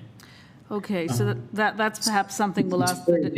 Yeah, it is difficult. We might ask the department about that. But I think this facility is actually used a lot for respite because there's just so much carer burnout and exhaustion, and we heard a bit about that earlier. Can you talk us through what kind of respite facilities are available for carers around the country, particularly parents of children? You certainly highlight the difficulty for our carers. They are exhausted. Within around the nation, as you highlight, a lot of the children's hospices are used for some symptom management, but respite care, and that would include the hospice up at Manly and Bear Cottage. In South Australia, you would be very limited with no dedicated respite services that may form part of an acute care admission around the country. But I wouldn't feel that I could speak with great knowledge around that. No, that's all right. We'll perhaps ask the department. Can you talk us through advanced care planning and the role of that in epilepsy? So particularly in adults, having an advanced care plan which allows people to know who you are, who's important for you, what sort of care you would like, where you'd like that care to be undertaken is vitally important, particularly if you were to lose the ability to communicate yourself.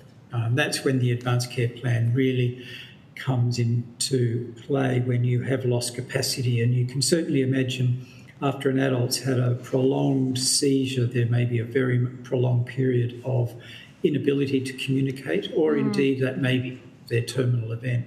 So the advanced care plan, having that done with some generalities about quality of life, goals of care, is very important, and having some limitations of care, such as in the event of irreversible, severe deficit, I would not want to be kept alive artificially. I would not want to be intubated or ventilated and supported in intensive care if the outlook is very poor. So it's an important document that actually allows patients to express their wishes if they're unable to, and allows their substitute decision maker or their power of attorney to stand in their shoes and say, this is what my friend or this is what my partner would want, and what they would not want. And it gives them confidence to know instead of second guessing. It takes a lot of courage, I think, to start thinking about end of life and life planning and when you draw the line in the sand. So that's why it's very hard sometimes with an advanced care plan to be absolutely specific, but to have some goals of care, what is meaningful for you. And if those things that are meaningful are not going to be met, that might be the time you say, this is not a quality of life that would seem suitable for this person. And is there a standardised advanced care form nationally, or is it different in every single setting? They unfortunately are different in each state. They're easily downloadable from the state department websites, and they all have slightly different nuances. And so, strictly speaking, we would say a South Australian one's not legal in New South Wales, but certainly you would look at the intent of that, and if they were travelling, and look at the intent if they were travelling with that.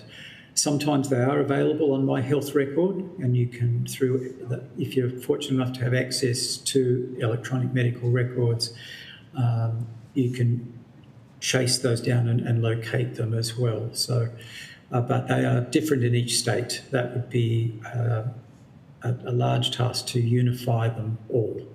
Is that a task that's worth pursuing, or do you think it's not worth the effort? What do you think? I think because the nuances are subtle, and as a clinician looking and thinking practically, I would look and say, this is what this person's intent or quality of life, what's meaningful for them, and be able to then judge what needs to be done in conjunction with other senior clinicians and or their power of attorney to provide the best care for that person. And my last question, just with respect to the advanced care plan and other documents, are they being widely used, uploaded into My Health Record by patients and their clinicians, particularly with epilepsy, which is a lifelong condition? Not as routinely, and I think that's where part of that education package needs to be done with our primary carers, with our care workers, with our general practitioners, with our neurologists, to be able to say, have you done an advanced care plan? I have quite a research interest in heart failure, and I know when I'm in a heart failure clinic, when someone comes to the outpatient department, they're asked, do you have an advanced care plan? And if so, could we have a copy of it? So they're trying to be proactive in the heart failure clinic where I work. So to use that as an example, if we could get our neurologists or at least their administration staff asking, do you have an advanced care plan? Would you like us to have a copy of it? And then get that uploaded to My Health Record would be a great undertaking and could be very advantageous. Thank you. Thank you, Chair. Thank you very much, Dr. Allcroft, for providing evidence to the committee today. We really do value your time. I don't believe any questions were taken on notice, so just to let you know that the committee will report to the Senate on the 10th of September 2026, and the committee will now suspend for a short break and will recommence at 3:30 p.m. Can I say thank you for inviting Palliative Care Australia. Good afternoon. Thank you.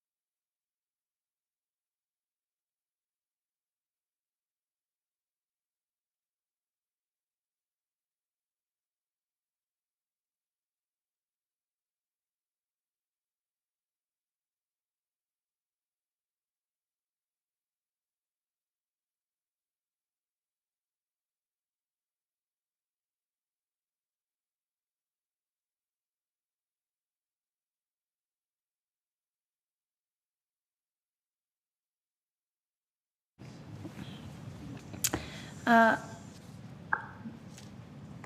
committee will now resume, and I now welcome representatives from the Pura Foundation via video conference. Thank you very much for appearing before the committee today. I understand that information on parliamentary privilege and the protection and obligation of witnesses giving evidence to Senate committees has been provided to you. For the Hansard record, if you could please each state your full names and the capacity in which you appear, and seeing as you're online and it's hard to know who should go first, I'll start with Ms Anderson.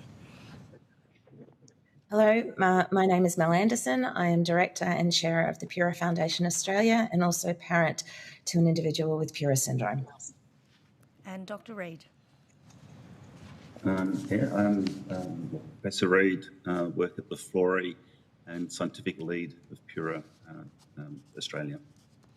And my apologies, Professor Reid, for using the wrong... That's all right. I'm going to invite you to make a short opening statement, so either one of you can take that on, and then we'll go to senators for questions.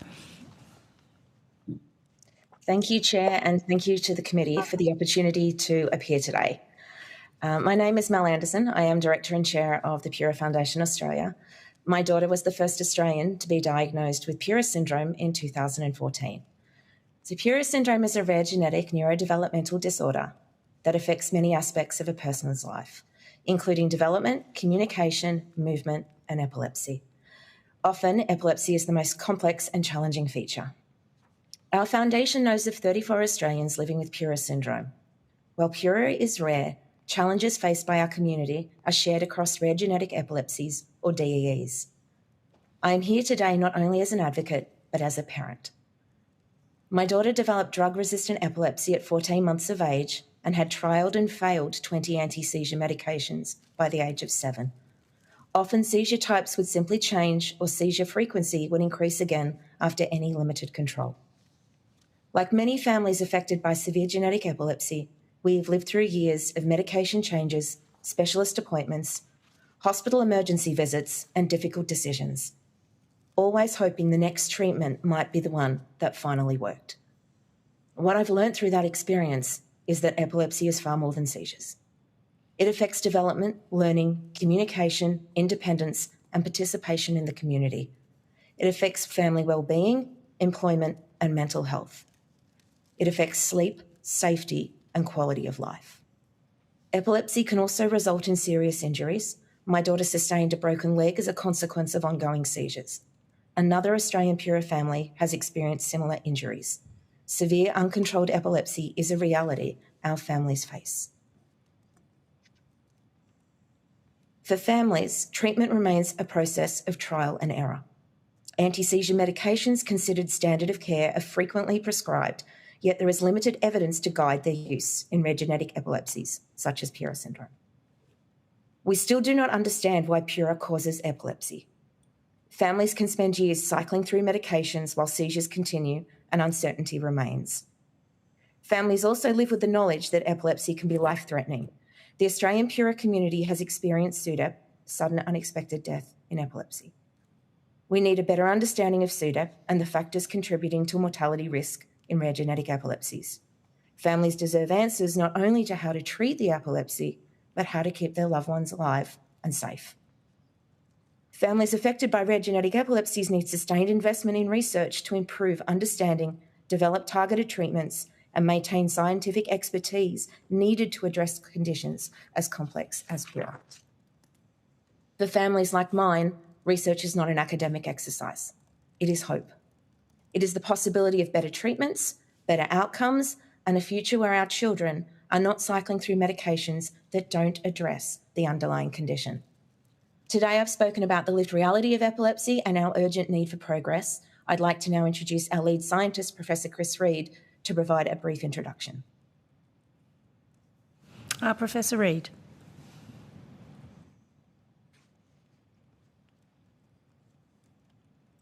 I need to unmute, don't I? Thank you, Mel, and thank you very much for giving me the opportunity. My name is Professor Chris Reid and I work at the Florey Institute.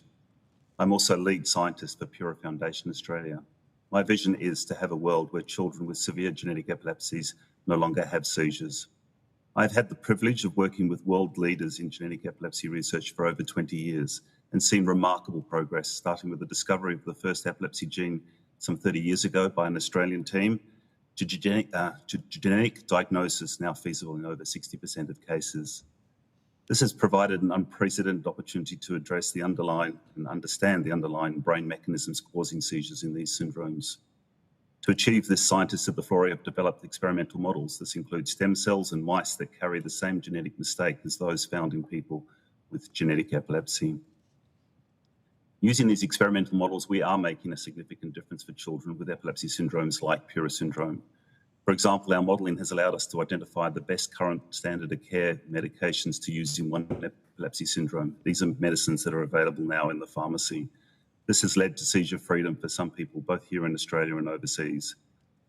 Something that we can do immediately, something that we can change now. We're also at the forefront, and I know that you've heard a bit about this before, of targeted approaches that include genetic therapies and new drugs. The Florey has been critical to the success of commercialisation of these precision medicines. We have a Pura mouse. The mouse recapitulates much of what we see in people with Pura syndrome, including seizures and walking difficulties. We know what we need to do. The science ecosystem that enables this in Australia is considered the best in the world. We have led the field. Evidence for this is that the International Pura Foundation has chosen our laboratories only to lead epilepsy research in Pura syndrome. Yet we are witnessing an unprecedented collapse of this capacity. Our best chance of continuing this work in Australia is an NHMRC Ideas grant that Mel has helped write. Success rates, as you probably are well aware, are now less than 10%. Due to this uncertainty, only weeks ago, my laboratory has lost a senior scientist to a teaching role. Australia needs to support our discovery scientists. It will not be long before we lose this essential capacity, and once gone, it will take decades to recover. And I feel it's something that this inquiry should consider carefully in the context of epilepsy. Thank you. Thank you very much. I'm now going to go to Senator Nandaraja to start us off with questions. Thank you, Chair. Thank you both for your testimony. I'd never heard of Pura syndrome before this, but you know, I'm just an old adult doctor. Can you just talk us through, Professor Reid, before we get to genetic testing, perhaps some of the genetic treatments, because there's been this sort of monumental shift in recent years, and just for our benefit, if you could walk us through what that means and how these work. Sure. So the developmental epileptic encephalopathies, which I know that you've heard a little bit about before, are caused by genetic changes in over 1,000 genes. So that means that there's over 1,000 ways that you can break the brain in order to result in seizures. In fact, it's more than that, because even within an individual gene, you can have individual or different changes. What that means is that we know the genetic cause, and there's been a convergence with genetic, in terms of our capacity to develop genetic tools to address that. And the exciting aspect about that is that we can deliver, specifically target. In this case, it would be Pura, but in many of the other 1,000 genes, it would be specific to that gene itself. The functional analysis of what we do is important because we need to know what that is changing. So for Pura, for example, we know that it's loss of function. We need a genetic tool that upregulates or boosts that particular gene. And then we also need the experimental models to test them in to make sure that the side effects are not too bad and that we can actually use these tools to improve things like seizures, but not just seizures, a lot of the other things that Mel talked about. So that encapsulates a process which is very complex into a relatively simple framework. And are these treatments still experimental or are they now available? Genetic therapies, for the most part, are not available. There are a couple of genetic therapies that are now just starting to reach the clinic in phase 3 trials, one of which was actually developed at the Florey. So that there is excitement around that. But I think we need to be clear that what we're talking here is the long game, one, and two, not every genetic therapy is going to work. We know that Pura as a gene turns on very early in development. It may not, we may not be able to reverse that with a genetic therapy. And I guess the point of that is that I think we need to look at what's happening to the brain, how is it changing, so that we can not just do a precision genetic therapy, but maybe a precision approach that's geared at mechanism, which is much of what, is pretty much what we do in our laboratory. Can you talk us through N=1 trials? What's an N=1 trial in the context of DEE?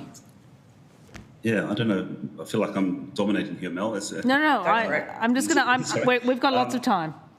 It's all right. We've got lots of time, I could. So that's a framework. I mean, I am a fundamental scientist. I'm not a clinician. But what N=1 trials essentially mean...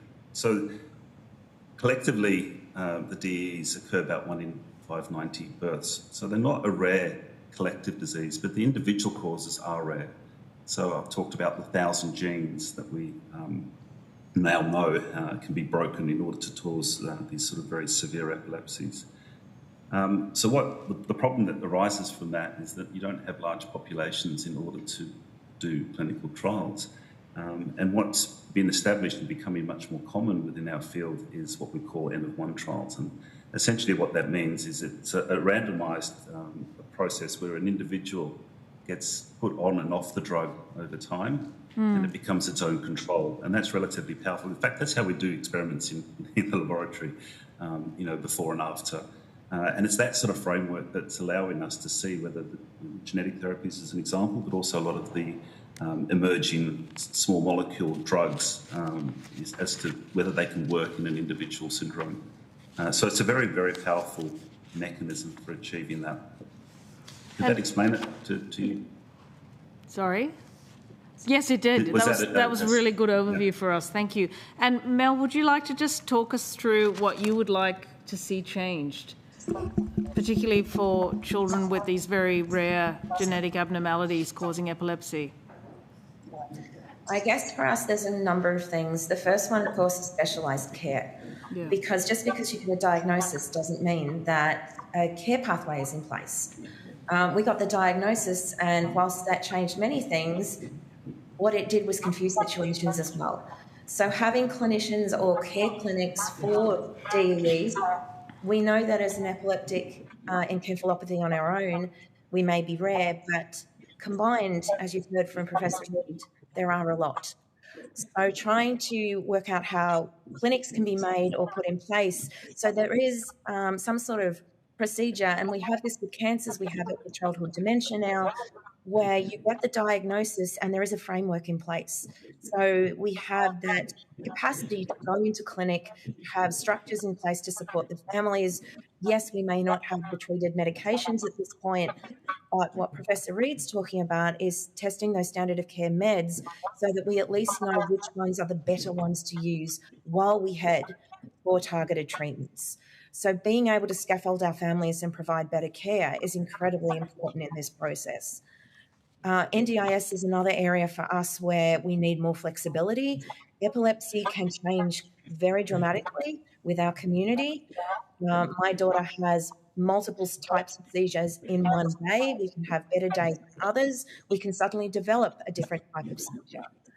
The lack of flexibility with the NDIS in going through and having changes to plans, in accessing equipment. We have one family who's had severe epilepsy. This child is having drop seizures, is losing tone and hitting the floor. They desperately need a wheelchair for this child. But now they're going to have to go through a change of circumstance and a long planning process to get a piece of equipment that could be life-changing. He could seriously injure himself, and we need better flexibility with that in place. So too for us, obviously. Miss Anderson, if you could just stop just for one moment. Professor Reid, if you could just put yourself on mute, because I think we're getting a bit of feedback. Thank you. Back to you, Miss Anderson. No worries, thank you. For us, obviously, the targeted treatments is another big area. We are, at the moment, going through trial and error medication. Our clinicians are doing the best they can with incredibly difficult circumstances, not knowing exactly what to do and how to treat the kids. For us, we have movement disorder, epilepsy disorder, and sleep disorder in the one condition. We need to go to EEGs, we need specialist neurologists, because otherwise you might mistreat something, not understanding fully what's happening with the condition. So that's incredibly important. That coordinated care path, knowing what we need done for our families, knowing the supports that we need, through the NDIS, through our clinicians, through EEGs, and then through that to treatments. At the moment, our foundation and our families are funding the capacity to go towards a treatment. We're funding the research for Pura syndrome, and it shouldn't be the burden on our families. They have the burden of care already, trying to deal with this severe condition, the lack of sleep, the lack of supports. Many of our families really struggle with daily care. They're then having to go out and raise the funds to initiate research in this area for our community. We need the government to step in and support as well and be able to be there with structured support for rare disease. What I'm hearing from our clinicians, our scientists, our researchers is that the funding structure is incredibly difficult for rare disease. It's not easy to apply. It's a difficult process. And we need to better open that up and have a look at how we are funding rare disease in the country when it comes to research. But also we need investment that's sustained. We don't want to come in as an organisation like we have. Our families are doing so much work to raise the funds, to initiate these models that can be used to better understand what's happening, to try and find standard of care meds that may work, to try and go through the process of getting a targeted treatment.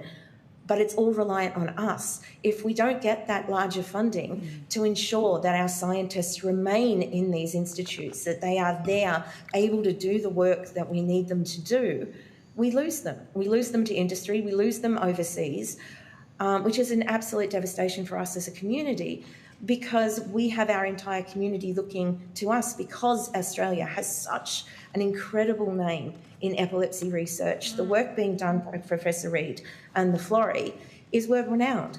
But my concern is that if we don't start investing in long-term sustained funding for research, all of that will start falling apart and we'll end up back at square one, having to start all over again. Lives are lost in the process, and that's a grave concern for our community. Just briefly, are you able to just outline for us how much money you've had to fundraise to keep this research going? Chris, you're probably the best one to go through that one. Yeah. We're not in the same room, so it's bizarre that we got some feedback, but anyhow. Yeah, look, it's, you know, for all the syndromes, or a lot of the syndromes, it's little bits and pieces. So Mal, you know, they raised through the marathon, Melbourne Marathon efforts, 15,000. That was enough to create the mouse and do some of the initial characterisation of that mouse. I think Mel has provided another about $20,000, and we've just been successful with the International Pura Foundation for getting $50,000 US. But this is enough for us to sustain and get to the point where it's exciting. We have a mouse, we have it characterised, we know we can do what we need to do. But the next step really does require us to get substantial money, mainly to support wages of people that are, you know, have the capacity to do the research. And that's not something 34 families can put together and fundraise. We're doing everything we can to seed fund this research, but that's essentially what it is, because that's what our families are capable of doing. Yeah. Thank you. Chair. Senator Askew. Well, thank you, and thanks very much for appearing today. Senator Ananda Raja has asked most of the questions on my list, but I'll ask just a couple. You talked about the specialised care pathways. Where are the gaps at the moment, like in that pathway from diagnosis through to, you know, actually being linked up to care and correct supports? Where are the gaps, and what's the best way to deal with them? For us, one of the gaps is finding us. You know, our families are getting a diagnosis. They can be waiting anywhere between 6 months, 12 months to speak to a genetic counsellor before they get actually informed that they have this diagnosis. And in that time, they're seizing or they're unwell. When they go past that, it depends on the clinical care available wherever they're located. We have families in rural Australia. They don't have access to the care. They don't have access to these support networks. Being able to have clinical care organised so that we have centres where they may be rare disease centres or developmental and epileptic encephalopathy centres where multiple rare diseases like us could come You have specialists then that understand rare disease. They understand not just epilepsy, but developmental encephalopathy, epileptic encephalopathy, because we see severe regression in certain ways. We know that our kids are at danger in different ways when they do seize. And this isn't just Pura syndrome, it's across the cohorts of DEEs. So being able to have these clinical care centres, to me, seems like something that would be of incredible benefit, not just to the rare disease community and the DEE community, but to the clinicians themselves. Often we have clinicians asking us for advice because they don't understand the disorders. And that's incredibly scary for a family when you suddenly realise that you may know as much as your clinician about the condition, not neurology, not epilepsy, but the condition. And that's where we as a foundation try and advocate and do what we can and connect with clinicians. Over time, what we see is our families start gravitating towards 1 or 2 clinicians per state because the attitude is they seem to know more, and if we can go there, maybe we're better off. So in some ways, we're informally creating our own clinical care systems, but they're not sustainable. If that person leaves, they're lost. We need a sustained care system that's there, especially also for the adult system. Having just transversed into the adult system with my daughter, it's a very different world. The limited handover for DEEs from one to the other is incredibly difficult because you feel like you're starting to have to train a care team all over again. So having investment in something like a clinical care centre for DEE, having clinical nurses, I know of one nurse that's trained that's an epilepsy nurse for DEE. It's an incredible program, but it should be rolled out in other states, in other cities, so that there is someone there that is a contact for the families. There is someone that you can call rather than jumping in the car or getting in an ambulance with your child and heading to emergency. If we could have clinical care nurses in place for DEEs, you've got someone to go to that can support you and guide you to what you should do or where you should go. And I think that funding could be found without too much difficulty, but could be an incredible resource to families because those that are rural then have a contact point that they can access and can access easily. Thank you. That's all makes a lot of sense, but I just wanted to touch base on a couple of the points you talked about. So the clinical nurses I'd written down earlier, so I think that makes a lot of sense. Some of the service providers that we've heard from today do actually provide telehealth with a nurse on the end of the phone. Do you use those services, and do they have resources for Pura syndrome? Problem is they don't necessarily know Pura. Okay. And that's the hardest bit, and something that we're trying to do, obviously, as a community, is to try and advocate and get the information out there. But when you are rare, you're reliant on families, and when families are experiencing severe epilepsy, there's ongoing trauma, emotionally and mentally. It's a really difficult one to deal with. Chris, did you want to add something there? No, I mean, it's obviously very tricky to have a pathway for such a rare disease. So I think there are going to need to be paradigms put in place. And there are, we know that we have that capacity in Australia. We know that we lead that capacity in Australia. So it really is about facilitating that. And I think you'll hear a little bit in the next session from Catherine and stuff, some of the process that are there. But for rare disease, it's tricky, but it's doable. Excellent. Just my final question probably to you, Dr. Reid, just in regard to the genetic diagnosis. Obviously, once a genetic diagnosis is made, it makes things a whole lot easier to know on the treatment side of things. What would the impact be for the longer delays? From the perspective of if it's not available, what is the impact on the family and the patient? Yeah, and genetic diagnosis is becoming the norm for these very severe diseases. And Catherine, again, I think will talk to this perhaps better than I can in terms of the need to do that diagnosis quickly. But there is little doubt that increasing developmental delays are occurring because of ongoing seizures. We also know many treatments that come in can not only just treat the seizures, but also seem to benefit, especially with the newer genetic therapies, benefit a lot of the developmental and gait outcomes, for example. So no doubt whatsoever, the earlier the better. And part of our goal as modellers of these systems is to do what we were talking about with Mel as quickly as we can so that we can get that information out as quickly as we can, and hopefully not just treat seizures, but treat the whole syndrome. Excellent. That's Ms the end of my Anderson, did questions. you have anything you wanted to add? I just want to thank the committee for giving us a voice today. I guess the best thing I can do is end with a comment from my child. My daughter is non-speaking. She uses an eye gaze device to communicate. When I ask her what her greatest concern is about having Pura syndrome, she says epilepsy. Seizures, scary, don't know when, hurt, hate, stop. Thank you, and thank you for sharing the words from your daughter as well. Ms Anderson and Professor Reid, thank you very much for taking the time to both submit to the committee and appear before us today. I don't believe that you took any questions on notice, so the committee will report to the Senate on the 10th of September 2026. And again, thank you very much for taking time to come before us and give evidence today. Thank you. And I'm now going to welcome representatives from Murdoch Children's Research Institute, who I believe are also online. Oh, of course. Sorry, my bad. It's been a long day. It's been a long week. I'll say goodbye. Thank you.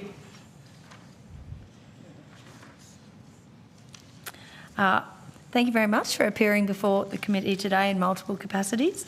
I understand that information on parliamentary privilege and the protection obligation of witnesses giving evidence to Senate committees has been provided to you.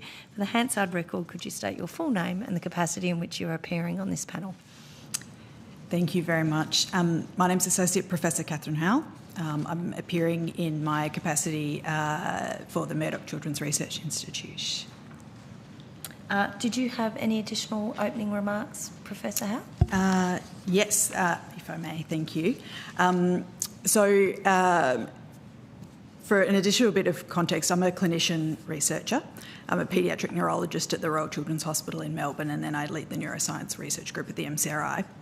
I'd also like to sincerely thank the Commonwealth. I'm going to talk very briefly about some research that informs the terms of reference, and this is research that the Commonwealth has funded through the MRFF and NHMRC, so thank you. And I'd just like to acknowledge the traditional custodians of the land on which we meet, pay my respects. So as you've heard a number of times today, epilepsy often begins in infancy and early childhood and really impacts brain development. For infants with epilepsy, over half of those have one of the severe types, the DEEs. We've heard a lot about what they mean for people, as well as profoundly affecting the people who have the conditions. There is enormous burden on families and health systems. Caregivers are often out of work because of their conditions, and in Australia, hospital admissions for children with DEE alone are estimated to cost over $200 million per year. But there's a really clear opportunity now to change the trajectory of these conditions, because effective treatment delivered as early as we can really does change outcomes. And we know the most effective treatment depends on the underlying cause. More than 1,000 different causes, most are genetic, so genomic testing where we can test all our genes at once is really key. So our research work has shown that trio genome sequencing, which is the most comprehensive genomic test we have, can make a diagnosis in almost half of infants with new onset epilepsy of unknown cause, and really directly improves clinical management. So we've performed testing rapidly, so that means results available within 3 weeks instead of many months or even years. And we've seen firsthand how much benefit that provides. So it enables clinicians to select the right treatment sooner, importantly to avoid ineffective and harmful medications. And outcomes are improved for the children and families, and hospital stays reduced. But unfortunately, despite really clear clinical and economic benefit, most Australians can't access rapid genome sequencing. It's not funded through Medicare. In fact, many people with epilepsy don't qualify for funded genomic testing at all, and for those that can, it's very slow.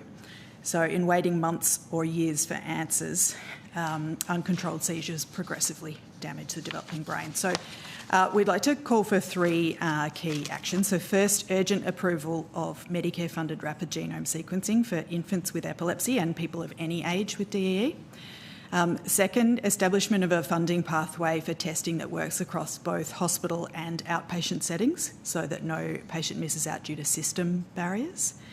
And third, increase in sustained Commonwealth investment in epilepsy research, particularly for precision diagnostics and emerging therapies, because those advances are really critical for transforming outcomes. So then we've got tools to diagnose faster, treat smarter, change lives.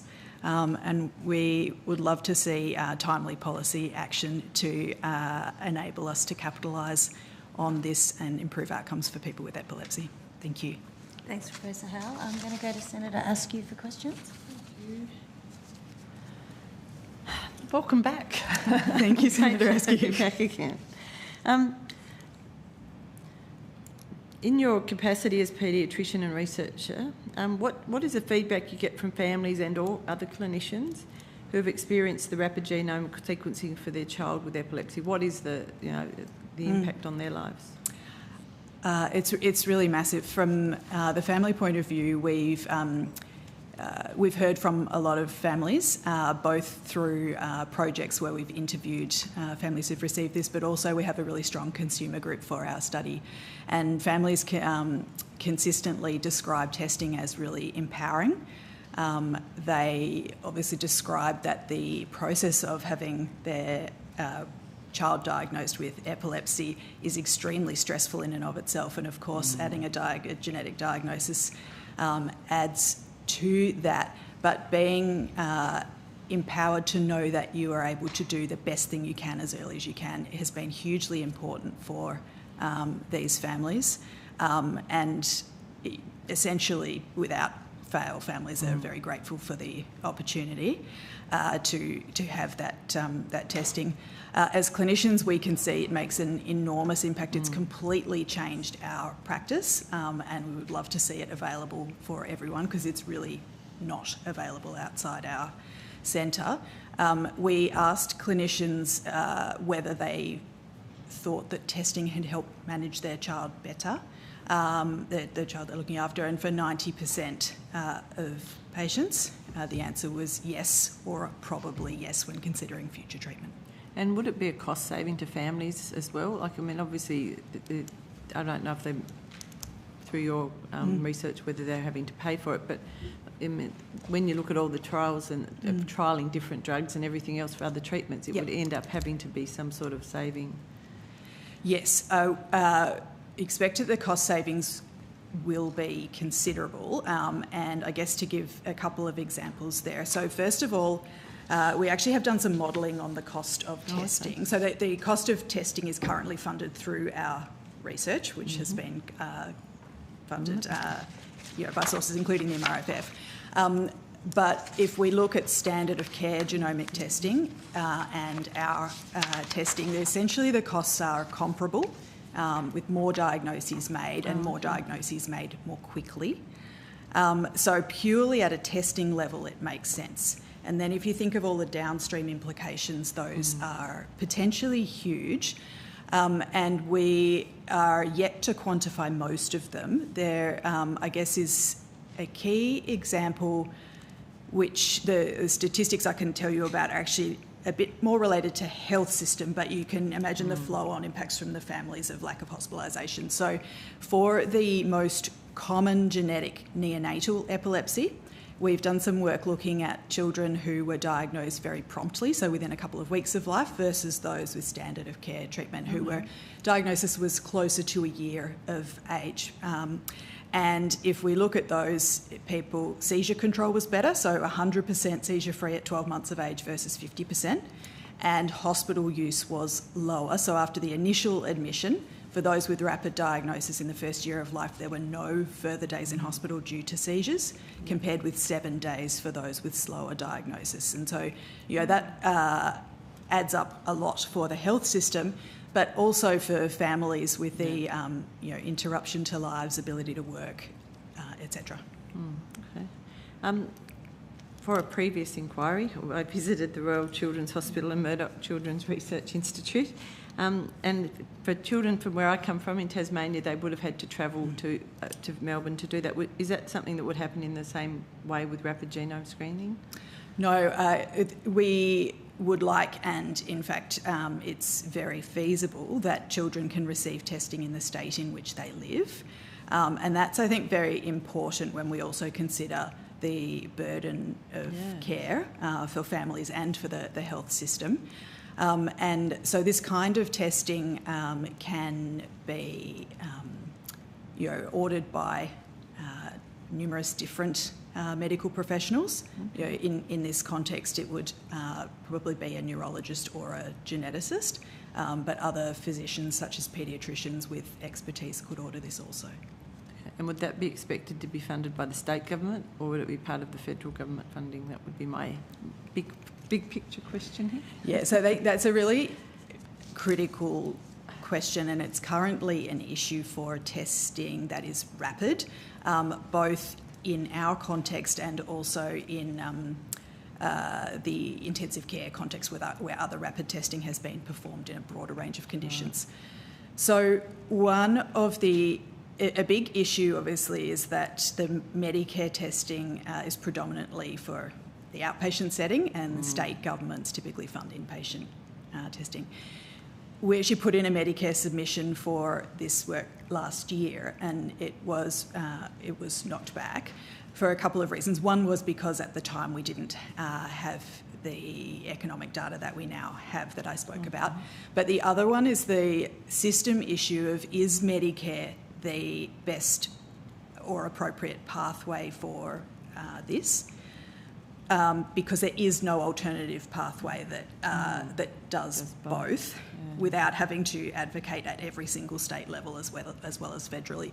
So for our the population of people that I'm talking about, the Medicare pathway is far and away the best of what we currently have and will work for most people. So about half of the children that we saw were seen and had testing ordered in the outpatient setting, and the other half in the inpatient setting. So in an ideal world, those people would have their testing ordered where they presented.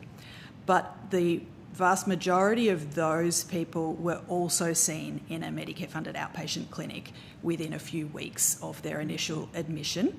So for most people, testing could be ordered in a fairly timely fashion. We would like it to be better and less convoluted, I guess, for those presenting in an inpatient setting. But the Medicare pathway does enable most people to get that testing.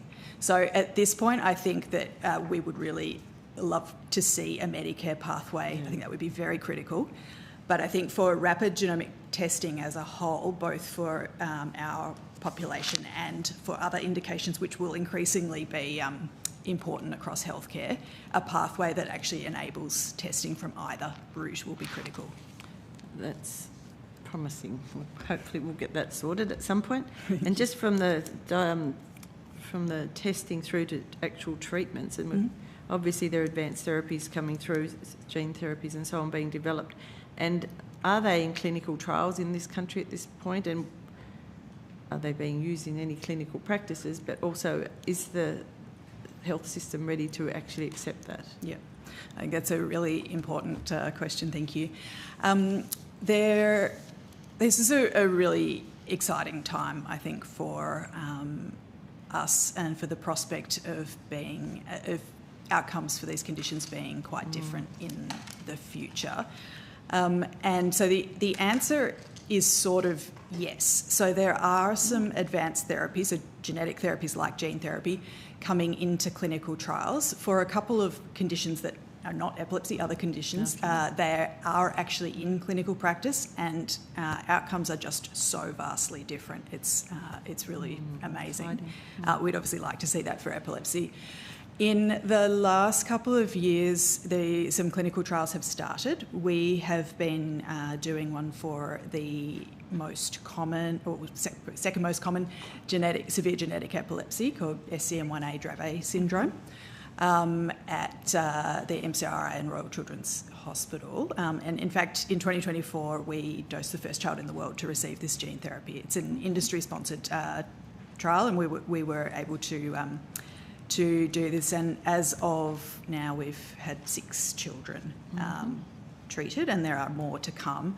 And the early interim results of this gene therapy, so this is a one-time treatment, requires a neurosurgical procedure to deliver it directly into the fluid-filled space in the brain, but one-time treatment. And so far the results have suggested it's safe, and that in the younger children, we see not only a marked improvement in seizure control, but also significant improvement in development compared with what we'd expect. Wow. So for this condition in the second year of life, usually development deviates from typical development to essentially close to plateauing, and children dosed in that kind of time frame, in fact, have shown ongoing typical development, which is just, got amazing potential. Obviously, this is small numbers, short time frame, but if this is what we're looking this is a complete game changer.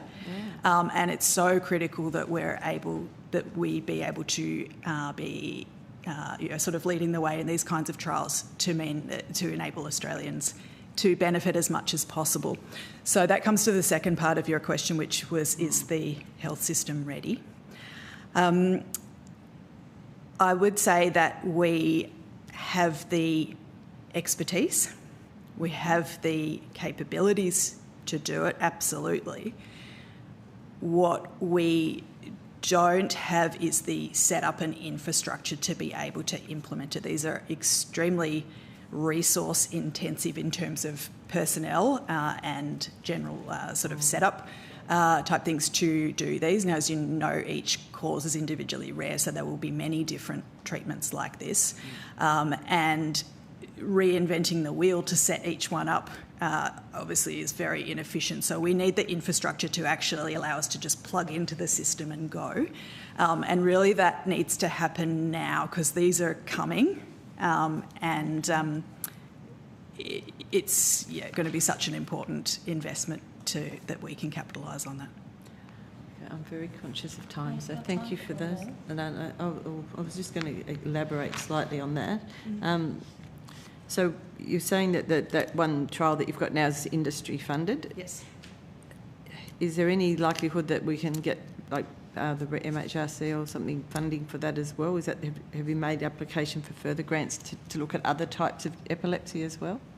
Yep, so there are numerous treatments in development for lots of different epilepsies, so some from industry, but some also from Australian investigators, like people like Professor Chris Reid and others at the Florey Institute. And those treatments are being developed here. And so it would be amazing and ideal that they could be, clinical trials could be in Australians. That has been a barrier. I can think of one in particular, treatment that was developed at the Florey has not been in clinical trials in Australia, but it has in other countries. And, that's a real shame, and I think we need a pathway to enable that to happen. These trials are, they're resource intensive, obviously, but huge potential payoff. And I think we don't have a pathway that adequately sort of resources or funds this kind of things. Okay, thank you. Senator Nandaraja. Thank you, Chair. Just off the back of that last question, when you said that the candidate is now has been offshored and is being used in a clinical trial offshore, could you perhaps on notice, or if you do know the name of the drug and the company that has gone offshore to do this trial? Yep. That would be very helpful. Yep. Yes, I do know the I think there's a company called Praxis. I can provide the details. I think I've heard of Praxis, actually. Yeah, right. Yeah. Where is that trial happening then? In the US, is it? Multiple countries, Right. the US, and I believe starting up in some European countries. So what happened? Do you know why it wasn't provided here? Was it funding or was it regulatory or? I think there were multiple reasons, and I'm not across the specifics of them. Okay. And when you mentioned earlier that the other gene therapy is, it sounded like it was administered intracranially, is it? Correct, yes. So why that way and not just intrathecal, which is through the spine? Yes. So the preclinical studies, so prior to it coming into humans, one important thing was to test where is it best, when you deliver it through different routes, what's the best uptake into the brain. And in fact, delivering it this way had higher and more effective uptake than intrathecally or through an IV drip. I mean, easier route of administration like intravenous obviously is desirable if possible, but in this case, and it will be the case for some other epilepsies, the neurosurgical route is better. So we've heard repeatedly from stakeholders, multiple stakeholders and carers and patients for the need for sustained research. Could you give us a sense of the timeline it has taken, this preclinical runway before clinical? How many years of research has it taken, do you think, to get these gene therapies into a clinical trial, for example? It's huge, but it's also getting shorter, I would say. So I think, sort of historically, we're sort of thinking, 20 plus years to get something into clinical practice. And certainly we're seeing considerably accelerated potential timeframes if things are adequately resourced to get through that. And I think recognising that gap and having systems in place to accelerate things will be really important. From our point of view, in terms of on the clinical side, I think there's huge efficiencies to be had in things like the clinical laboratory collaborations and a real sort of circular research infrastructure, but also embedding our research into clinical care is very important for things like equitable access to research and things like understanding what is the natural history or the sort of untreated history of these conditions. You alluded to N of 1 trials before, and because each of these conditions are rare, we don't have large groups of patients upon which to say, well, what do we expect? And because there can be variability as well, it's important to know what's happening in each person. A huge part of accelerating timelines to getting treatment into practice will be knowing the natural history. And if we can utilise the clinical data for that as well, that'll be hugely important. So are there patient registries for these rare epilepsies, the DEEs? There are some, but they are not for all epilepsies, not for all genetic epilepsies, and they're of variable quality in capturing different data and in variable locations. It would be really important to have an Australian registry. We do have, through our Centre for Research Excellence DEE project, led by my colleague Professor Ingrid Scheffer, have a sort of natural history study registry for these conditions. But, with time-limited research funding and, sort of limited infrastructure around it, that is limited. It's the kind of thing we want and would love to see supported, because I think that will be so important, both not just for the research stuff, but also understanding the magnitude of these conditions, because they really, I think, are a huge group of some of the most severe conditions that no one's ever heard of. Absolutely. And do you have a sense of how much it would cost to set up and maintain a registry for the DEEs? Look, I think I don't have a figure off the top of my head, but I would say it would probably not be a lot. It depends on what the registry would include, and I think it should include, the sort of clinical data and things, ideally biospecimens as well, for research. And so I think you would have the costs of collecting and storing those, you would have costs of staffing things, and you would have the computer costs. Overall, I think it would be a relatively small cost for big payoff. Sure. And can you just talk us through the drug pipeline, including the genetic treatments for these rare diseases, the DEEs specifically, and the challenge is obviously getting Big Pharma interested in anything rare.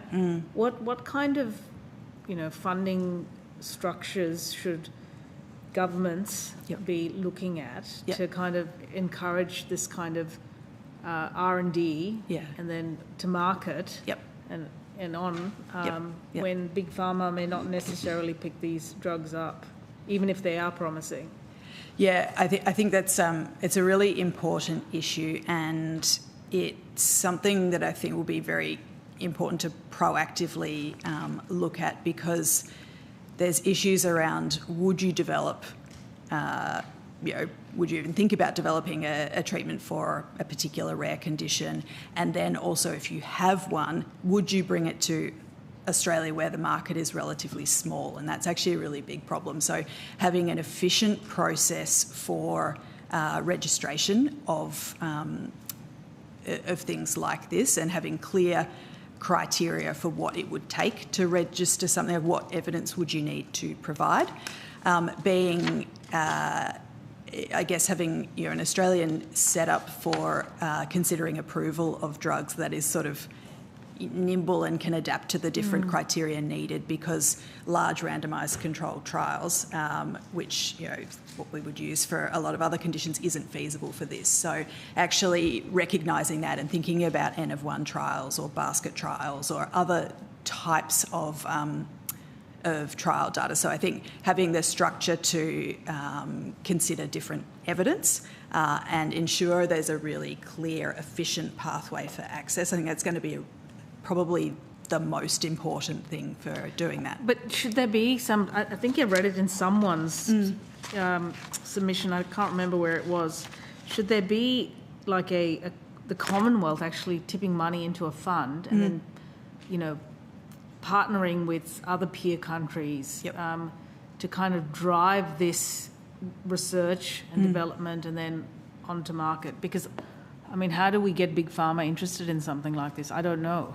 Yeah, I think it's difficult. It has been great to see there actually are quite a few companies interested in this, but obviously then being able to continue depends on the success of that. So I think it would be important for governments to consider investing in this kind of thing, and I think to consider things like what are the commonalities between these kinds of things that could mean greater efficiencies.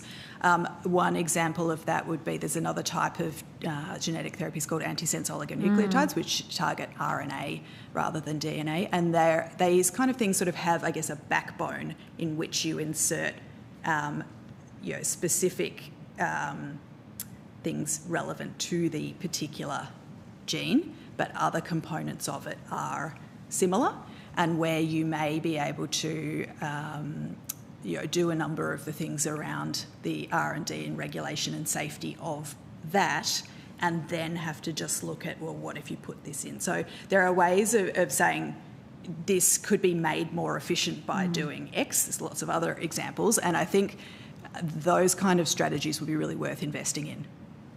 Okay. And are there any, is there any antenatal testing available for women? Yeah, so to some degree, yes, there is. So there are things like the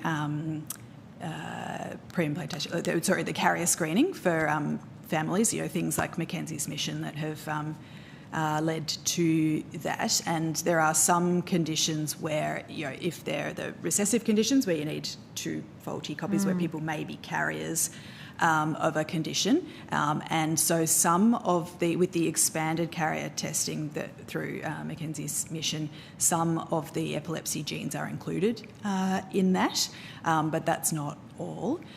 People can have tests. And sorry, is that a blood test or is it a amnio? That's a blood test prior to pregnancy. Okay. Yep. But then if you're talking about testing a fetus or an embryo in the context of IVF, you can test fetal tissue through amniocentesis or CVS. I guess the question is who would do that testing, and the answer is for most people no, unless there's a clear problem. Abnormality. And because it's got risk attached to it. So for most people, the answer is no. And then there's additional complexities of saying, well, what if you find something of uncertain significance? What are you going to do there? And the carrier testing, is that done on all women now? No, it's not. And I think the sort of getting funding for that will be really important. There's been a huge amount of work with Mackenzie's mission. There is funding now, I believe, for the carrier screening for spinal muscular atrophy, cystic fibrosis, and I think Fragile X, so 3 really important conditions. And spinal muscular atrophy was what I was alluding to with other genetic treatments before. So those are things where really important, sort of management changing things can be done, or where people may choose to have make reproductive decisions with assisted technologies. So it's only in a research setting, is it, that you can now get? So people or can you have to pay for it. People can pay for the expanded carrier one, which I believe there's one where there's about 500 genes and one where there's about 1,000. Okay. So people can pay for those. Yep. Right. Okay. And just with regards to rapid genome testing versus current diagnostic testing, what is the current diagnostic testing that we're talking about in your submission? Yep. So for people with sort of early life or severe epilepsies, the current pathways depend on what you are eligible for. Probably the most common thing would be that early on you have some non-genetic testing, some other blood tests and maybe an MRI scan. You might have a chromosome test first up, a chromosomal microarray.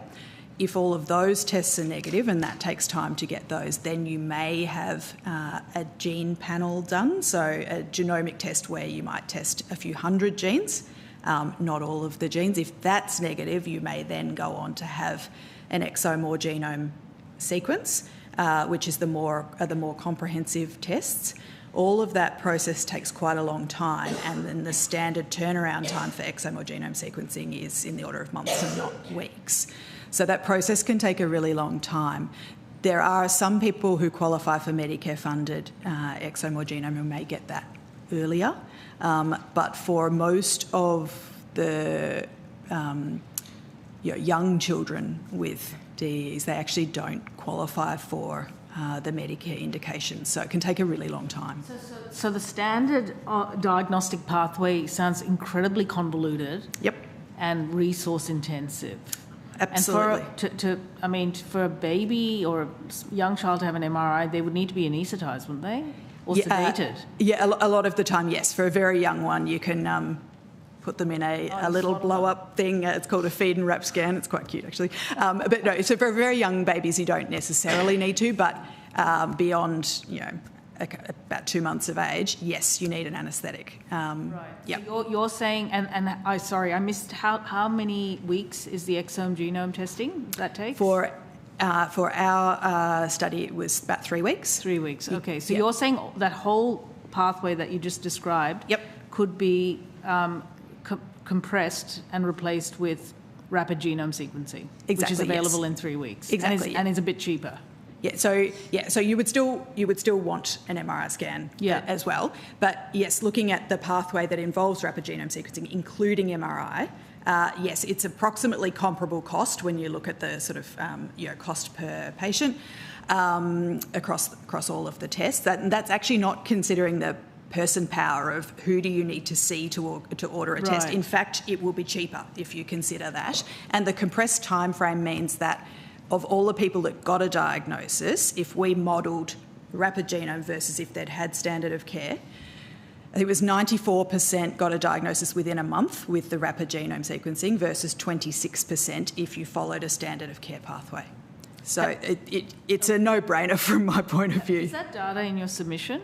That particular statistic is not. I think we've listed it as available upon request, which I am very happy to provide. Yeah, I think on notice that would be helpful. This is very interesting. I think I am nearly done.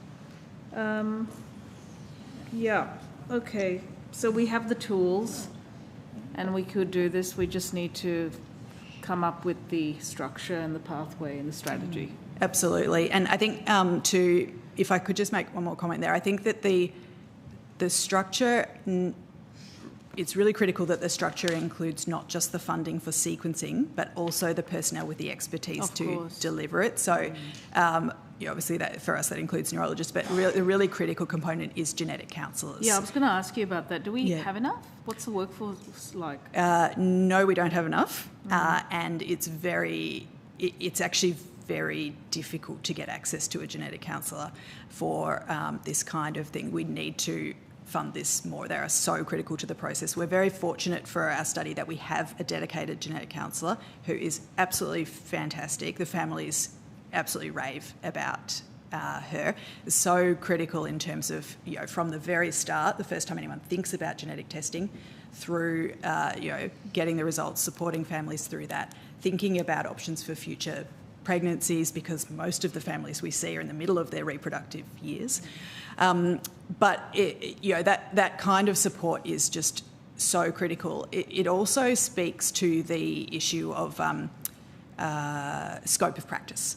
And things like workforce shortages for neurologists are actually, we're not talking just about not having enough neurologists. We're also talking about neurologists doing work that someone else would do better and could free up a neurologist to do things they've got a unique skill set for.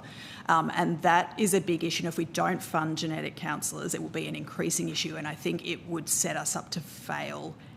The whole thing would fall over. Yeah. Got it. Okay, just my last question. What is the skill set and skill pathway for a genetic counsellor? Yep, so a genetic counsellor has usually done a Masters of Genetic Counselling course at uni, so obviously a bachelor's degree in something else beforehand, and then a Masters of Genetic Counselling, which I believe is about 2 years, and then they have professional accreditation. So I mean that's how they get into. And my really last question, with indulgence, Chair, just because we've got the department coming and we just need some pointed questions here. Just on workforce, we've heard that there's a deficit of neurologists. If the Commonwealth was to fund, provide more funding to train neurologists, do you think there'd be enough junior early career doctors who would take that up? Yes, I think. Or are they all going to go and become cardiologists? I think if there were work, then yes, they would. We actually do have quite a few, junior neurologists or people coming through the ranks who there just isn't work in the public system, and that's such a shame. I can think of colleagues who just are amazing there doctors. Isn't work in the public system, and yet we've got patients waiting 1 to 2 years to see a neurologist. I don't understand this. Yeah.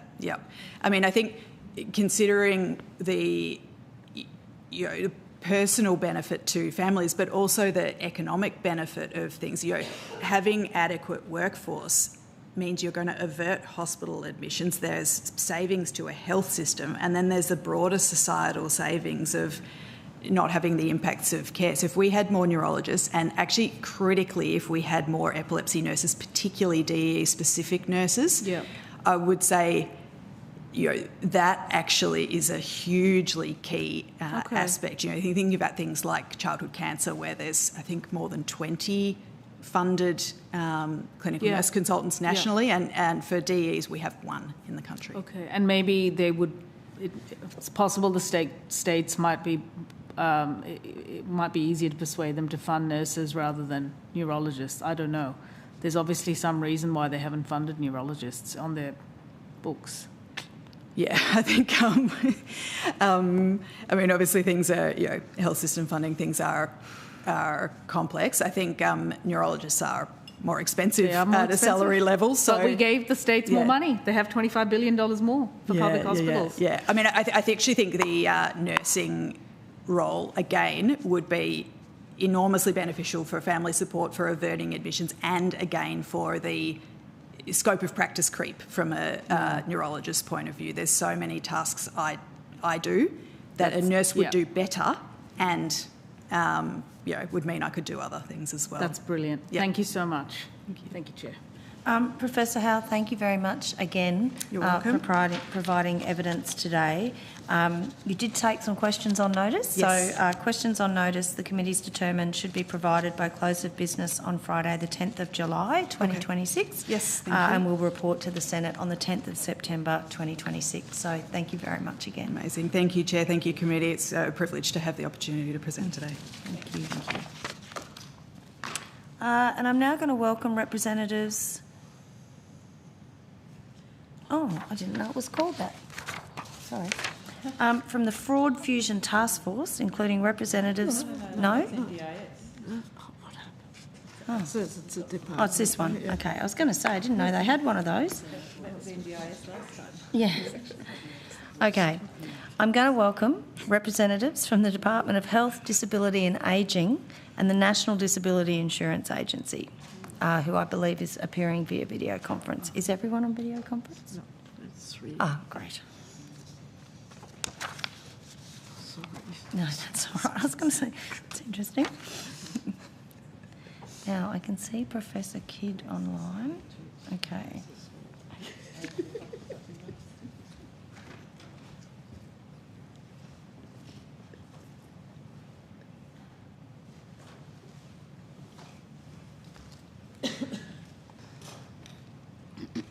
Good afternoon, everyone. We have rather a large cast, so I'll go through the formalities and then I might guide you through telling us who you all are, and then we'll get into questions. So I understand that information on parliamentary privilege and the protection and obligations of witnesses giving evidence to Senate committees has been provided to you all. The Senate has resolved that an officer of a department of the Commonwealth or of a state shall not be asked to give opinions on matters of policy and shall be given reasonable opportunity to refer questions asked of the officer to superior officers or to a minister. This resolution does not preclude questions asking for explanations of policies or factual questions about when and how policies were adopted. Commonwealth officers appearing today are also reminded of the Senate order specifying the process by which a claim of public interest immunity should be raised, and a copy of the order is available from the Secretariat. For the Hansard record, I'm going to get you all to state your full names and the capacity in which you appear. I'm just going to work through my list, and I'll come to each of you online just to give you a heads up, given that it's a bit hard to know when to go when you're not in the room. So we might start with Professor Kidd. Thank you, Senators. Professor Michael Kidd, AO, Chief Medical Officer for Australia. Ms Pratt. Jessica Pratt, Assistant Secretary, Chronic Conditions and Hearing Branch. Ms Bortwood. I'm Tiffany Bortwood. I'm the Australian Health Genomics Commissioner with Genomics Australia. Is it Plungers? Yes, Plungers. Natasha Plungers, the CEO of the Health and Medical Research Office. Thank you. Mr Genoway? Christopher Genoway, Acting Executive Director of Research Partnerships at the National Health and Medical Research Council. Ms Bevan? Helen Bevan, Branch Manager Technical Advice and Practice Improvement at the NDIA. And Ms Coronius? Hi, Prue Coronius. I'm the General Manager of Policy at the NDIA. Thank you. I feel like I'm back in the classroom going through the role. Do any of you have short opening statements today? I do, Senator, on behalf of the Department and the agencies represented from the portfolio. Okay, over to you, Professor Kidd. Thank you very much. Thank you for the opportunity to appear today before the Senate Community Affairs References Committee inquiry into epilepsy in Australia. I start by acknowledging the traditional custodians of the lands and waters where each of us are meeting from today, and pay my respects to elders past and present, and extend those respects to all First Nations people here today. I also acknowledge that epilepsy affects Indigenous Australians at a higher rate than non-Indigenous Australians. Senators, I'd also like to acknowledge those participating in or listening to today's proceedings who have shared their lived experience of epilepsy. And I thank those people for their presence today, for their advocacy and also for their courage. As Australia's Chief Medical Officer, I recognise epilepsy as a significant chronic neurological condition that affects not only individuals, often across their entire life course, but also their families, their carers, and their communities. And I acknowledge the many submissions that have been made by individuals to the inquiry. Some of them have shared their very personal experiences, and many have conveyed the complexity and the challenges that can be experienced in navigating care and the impacts of a diagnosis of epilepsy on their daily life. This inquiry, therefore, is absolutely critical in strengthening our understandings of the challenges and also identifying opportunities to improve outcomes across our health, disability, aged care and community sectors.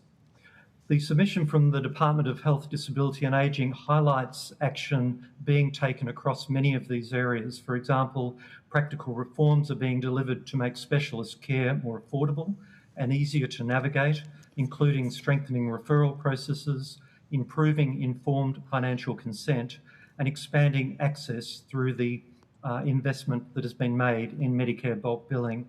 Team-based care is essential for many people with epilepsy and is being enhanced, including through new telehealth support services, enabling general practitioners and nurse practitioners to connect their patients with consultant specialists, and particularly supporting their patients with complex and long-term conditions such as epilepsy.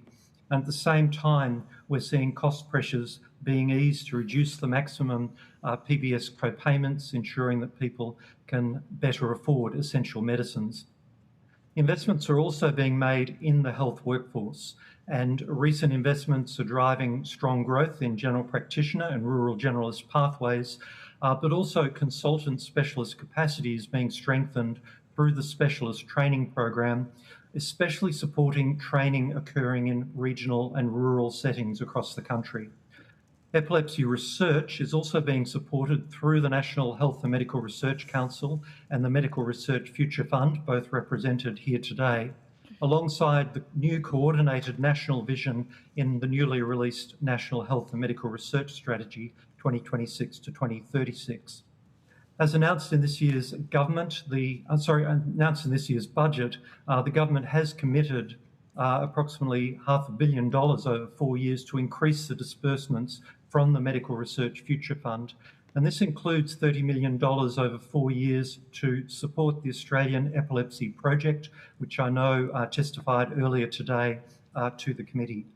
This investment will enable the Australian Epilepsy Project to expand its reach and embed its approach within our health system with the aim of establishing a new standard of care for people living with epilepsy in Australia. The project brings together cutting-edge technology and clinical expertise, and it uses advanced AI-enabled platforms to integrate genetic information, brain imaging, cognitive and psychological assessments, and patient health data, hopefully therefore supporting more personalised and precision approaches to treatment. The government's also progressing reforms, as you all well know, to secure the long-term sustainability of the National Disability Insurance Scheme, while improving access, consistency and early support through initiatives such as Thriving Kids. The broader national reform agenda includes the National Strategic Framework for Chronic Conditions and the Chronic Conditions Prevention and Integrated Care Program, both supporting more coordinated long-term approaches to the prevention, early diagnosis and management of chronic health conditions such as epilepsy.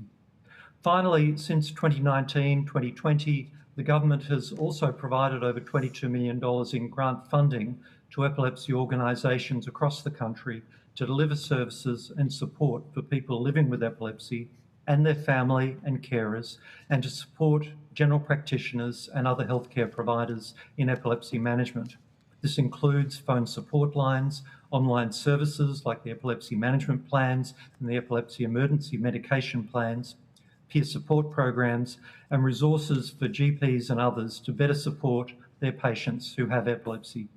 Together, these many efforts reflect the commitment to improving access, strengthening coordination and delivering better health outcomes for people living with epilepsy in Australia. Senators, the Department of Health, Disability and Ageing looks forward to continuing to support the committee's work and continuing to work to address the many challenges identified through this inquiry. We also look forward to continuing to support people with epilepsy, their carers, their representative organisations, their clinicians and support workers, and our nation's research community involved in essential work in this field. Thank you. Thanks very much, Professor Kidd. And I just want to double check whether there was any additional remarks coming from the NDIA, or that covers everyone. Okay. Just before we go to questions, given that we have so many people online, could I just ask that if you are responding to a question and you're online, if you could just state your name before you speak, that will help broadcasting immensely. So I'm going to go to Senator Askew. Thank you, and thank you very much for giving up your Friday afternoon, late afternoon on a Friday. But it's a very important cause, and we really appreciate you coming along this afternoon to give us evidence. I just want to start, first of all, and it's a technical thing really, but when I first looked at your submission, the first thing that jumped off the page to me was the fact that the data that we're looking at is 2017-18, when we're saying that from the Australian Bureau of Statistics National Health Survey, and it says 152,000. We've heard evidence which is more like 250,000. Is there an intent to upgrade or improve that data collection?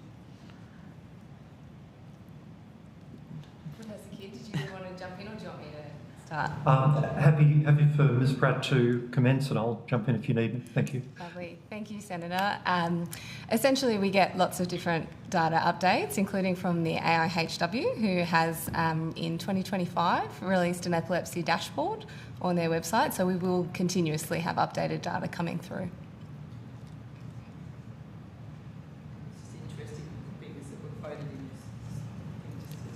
Yep.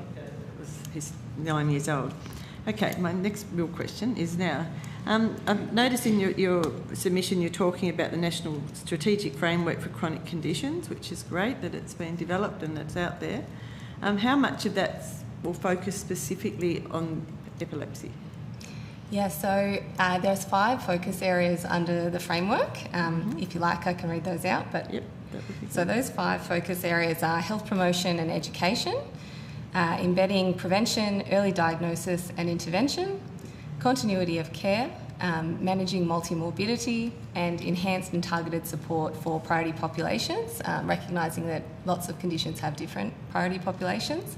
So there's no specific funding set aside for any condition. It's a competitive ongoing grant round that will be open on a rolling 2- and 4-year basis for the different 2 tiers of funding structures.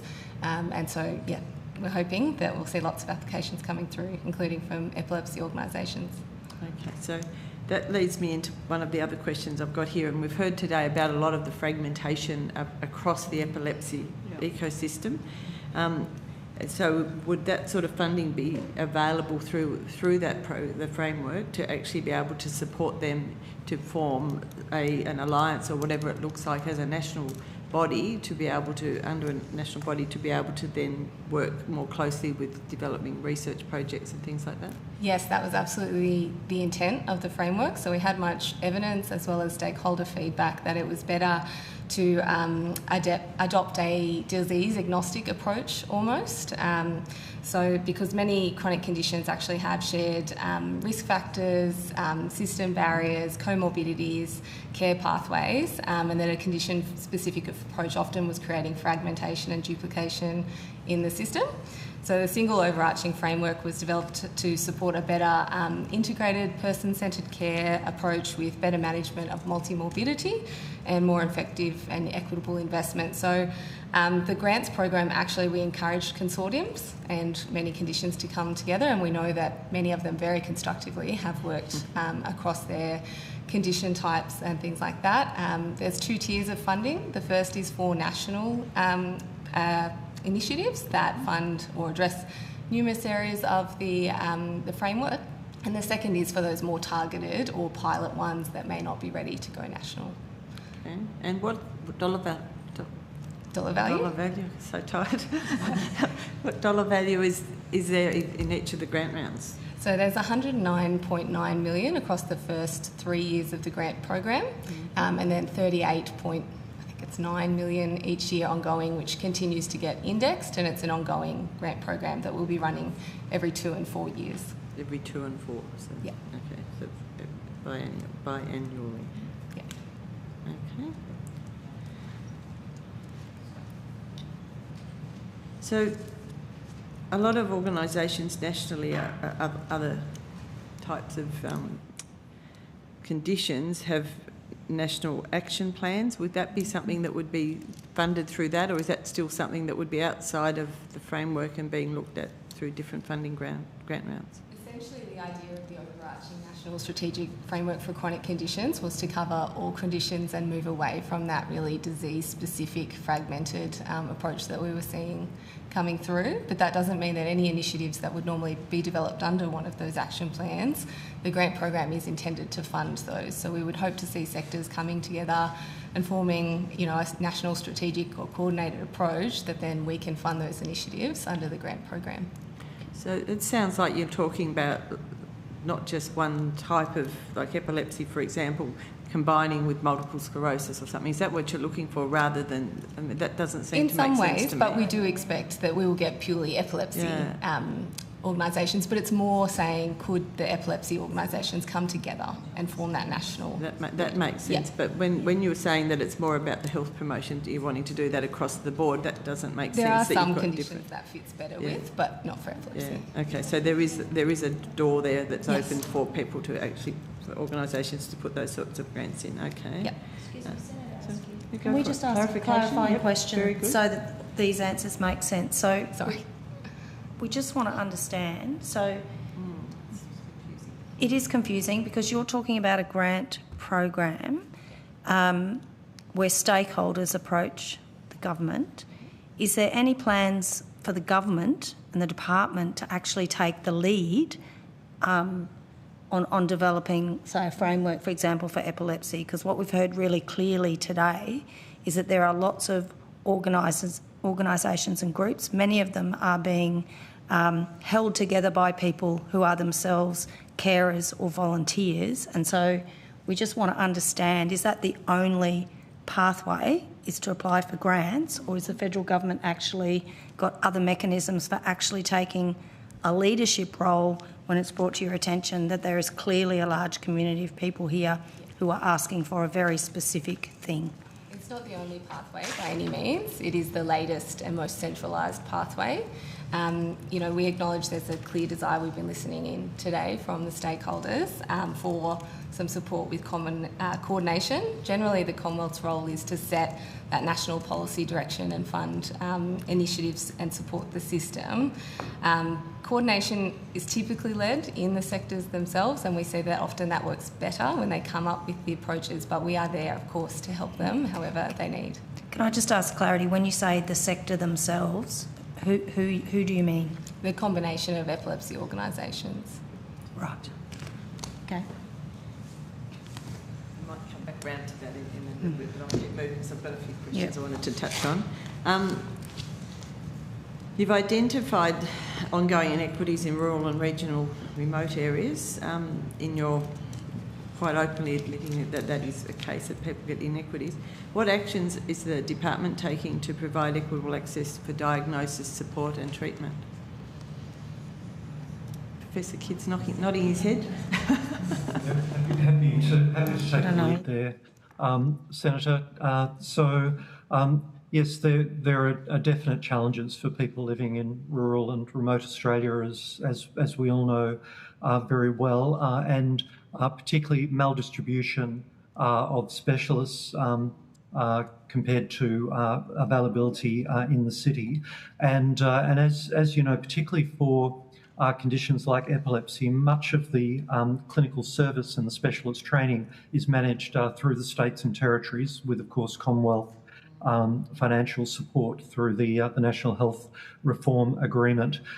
There are some initiatives I mentioned briefly in the opening statement about the specialist training program, which is expanding specialist training in regional and also private settings for physicians, which includes people training as neurologists. And for example, back in 2024, there were 7 full-time equivalent posts for training additional neurologists through the National Specialist Training Program. These initiatives are also strengthened by enhancing our primary care workforce, and particularly, as you know, we've had substantial increase in the expansion of the general practitioner and rural generalist pathways, but also financial incentives through the Workforce Incentive Program to support more other health professionals working in primary care, including in rural areas. The Aboriginal and Torres Strait Islander Health Workforce Strategic Framework also enhances the capacity of our community-controlled Aboriginal health services to provide supports as well. So lots of different initiatives there. We've also been looking at the curriculum, for example, through the Royal Australian College of General Practitioners for epilepsy and the special interest group that's there for GPs with a special interest in providing care to people with neurological conditions, the continuing professional development programs which are available as well. So a lot of initiatives are underway, but still recognise that there will be people in different rural regions where access still remains a serious challenge.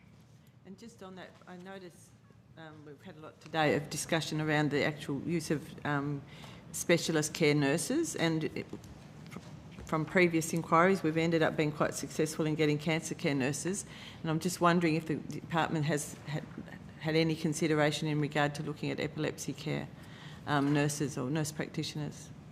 Yes, we don't have the Chief Nurse and Midwifery Officer, Professor Alison McMillan, on the panel today, so we might take that one on notice if we can, Senator, and invite Professor McMillan to respond. That would be great, thank you.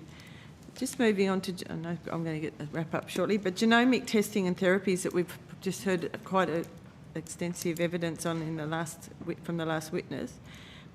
Is there structure within the department that's actually, organisation within the department that's actually starting to look at what needs to be built around that? Because it's not only epilepsy. Obviously, this is something that is much greater than epilepsy. The infrastructure to provide the support that's required and to be able to deliver both the testing but also the therapies that will be developed. Where are we at in regard to looking at that within the department? Thank you, Senator. I'm Tiffany Bortwood, the Australian Health Genomics Commissioner.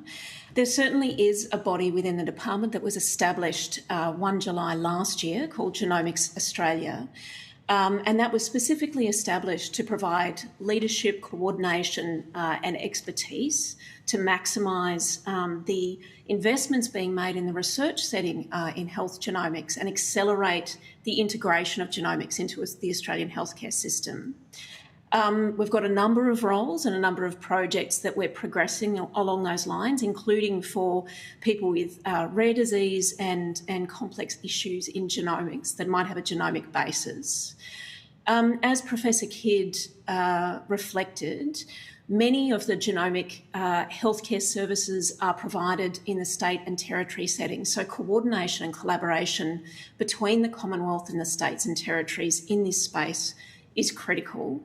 And we're currently in the process of finalising, through collaboration with the states and territories, a national health genomics policy framework and implementation plan. And this outlines a national intergovernmental approach to embed genomics into healthcare. And it has a number of various aims around looking at processes supporting community engagement, improving access to genetic and genomic healthcare, and enhancing genomics capacity in both the mainstream and the specialist workforce. So there's a number of activities underway in this space.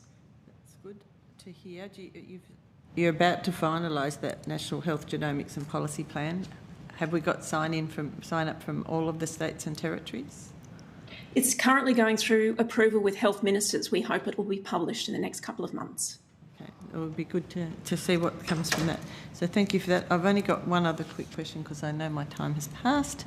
And this one's to the NDIA. And just regarding, we heard earlier from one of our lived experience witnesses who spoke at length about the frustrations with the NDIA and access to the NDIS and no recognition of a lifetime disability that will, as a result of her epilepsy. I'm just wondering if you heard that, whether or not you would like to give us a response. Thanks, Senator. Prue Coronius speaking. Under the NDIS Act, the agency determines a person's eligibility for the NDIS based on their impairments, so not their type of disability or their diagnosis. As is in the submission provided by the department, currently the NDIS supports almost 16,000 NDIS participants who have epilepsy as either a primary or a secondary or a non-primary condition. Access, under Section 24 of our Act, access is determined based on permanency of a person's impairment and whether those impairments cause a substantial reduction in their function to engage in activities of daily living. So when we consider whether a person's impairments impact their ability to participate, I probably should say, to make these determinations, we do this really by looking at the evidence that is provided by treating medical professionals and very much rely on that information that's provided to us. To determine whether an impairment is permanent or likely to be permanent, we consider information such as the nature of the impairment and any treatment the person may have had and the outcomes of that treatment. In the case of epilepsy, under Section 24 of the Act, it makes clear that episodic or fluctuating impairments, such as those arising from epilepsy, can be found to be permanent. And certainly when we are determining whether a person's impairments substantially reduce their function, again, we're looking at evidence provided by their treating professional and really trying to understand the impact of that impairment on their daily activities. And I suppose my final point would be we appreciate everyone's experience of epilepsy is vastly different, which is why thinking about it in terms of those two tests of permanence and substantial reduction in functional capacity is important. And where a person has more than one permanent impairment, if we consider the effects of these together to determine a person's access. So we don't think about them all individually. We think about how they work together and how they impact on a person together. So, Senator, I don't know if I don't know if that goes to the question entirely for that example, but that's how we make those decisions. And I appreciate that you can't speak about an individual case. I get that, but the evidence that we've heard today, but also the evidence we've heard in the NDIS inquiry, from the Joint Committee as well on NDIS, is that all these reports are provided, and often they're not even read. And a lot of people go to a lot of cost to obtain them. And then when we hear evidence today, like we heard today, where obviously there hasn't been that correct analysis or understanding even of what the impact has been, it's pretty disappointing. I know Senator Ormond-Payne has a follow-up question, so I might just hand to you. I guess echoing the comments that have been made by Senator Askew, and I guess the question didn't go to what are the rules in the NDIS. The question went to the fact that we have a number of witnesses across this inquiry and others who are saying that they're having a lot of difficulty actually interfacing and getting access and going through the process. And so has the NDIA turned its mind to those particular issues, and is there work being done on how to address them? Thanks for the follow-up question, Senator. We certainly do practice, we review our practice around our access decisions on a regular basis. So we absolutely do ongoing service improvement to make sure that we are reviewing the way in which we make our access decisions and ensuring that there is that, I suppose, process of quality improvement. I think I don't know whether I'll just also ask my colleague Helen if she'd like to speak in more detail on that one. Thank you. Helen Bevan speaking. In follow-on from Ms Coronius, in answer to your question, as we say, we're constantly looking at the information provided from the treating professionals and the evidence and information that's provided to the agency to understand a person's key impacts across all key domains for their functional impairment for the agency. And so quite a lot of the information that we seek as part of that process is understanding the ongoing permanent impacts that it has on a person's communication, social interaction, learning, mobility, self-care and self-management, and making sure that we're aware of all of that aspects and that we align that information to the evidence that comes from the treating practitioner, from the participant themselves, from their families and their interface, but also that we fund everything in alignment with the epilepsy management plan. We understand what that emergency medication management requirements are.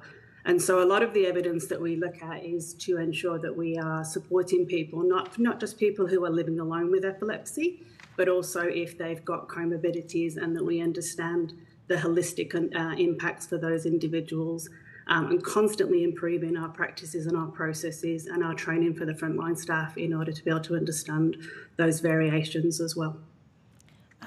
In terms of the changes that are proposed for the NDIS, there's obviously a number of neurodivergent young people are going to be funneled into the Thriving Kids pathway as opposed to having access to the NDIS. Is that the plan also for kids with epilepsy? Senator, I might hand that one to the department to respond to. Senator, so we don't have representatives from the disability area on the panel, so if we can take that on notice. Yes, if we could, please. Thank you. And I'll go to Senator Nandaraja. Thank you, Chair. I have a lot of questions, so I would really appreciate it if you would be as succinct as possible. So to you, Mrs Pratt, first, just to circle back to this grant thing, we clearly need a national plan of some sort. So I'd like to know how much are these grants, when are they going to become available, and it sounds like there's a consortium of people, of stakeholder groups that can apply for them. If you could clarify, that would be helpful. Yeah, so there's two different funding tiers. Tier 1 is for those projects that address numerous areas of the National Strategic Framework. They may be focused on a single condition or numerous conditions or numerous multimorbidities, etc., or shared risk factors. Those grants are up to 4 years long. Okay. The funding round closed on the 17th of June, like a week or two ago. Right. Those grants are for up to $12 million. Yeah. And then there's Tier 2 projects, which are slightly smaller projects which might not be national, and they may only focus on one area of the National Strategic Framework. They again may be for one condition or those other factors. And those grants are up to $2.5 million. The funding starts from December 2026, so we will turn those around very quickly. Okay, so that's useful for the sector to, if they want to apply for that, to formulate a national plan. Yes. But the other side of the coin is that the department can initiate it if government directs the department to do so. Yes. Okay, that's useful. Thank you. I want to go to workforce, to the department or Professor Kidd, I don't mind. We've heard that there is clearly, there are early career doctors who want to become neurologists, but for some reason, public services in neurology are either being withdrawn, like in South Australia, or not being funded. Specialist places, there's no specialist, apparently no specialist work in centres of excellence like the Royal Children's. And yet we have patients waiting 1 to 2 years to see a neurologist publicly. What am I missing here? What is going on here?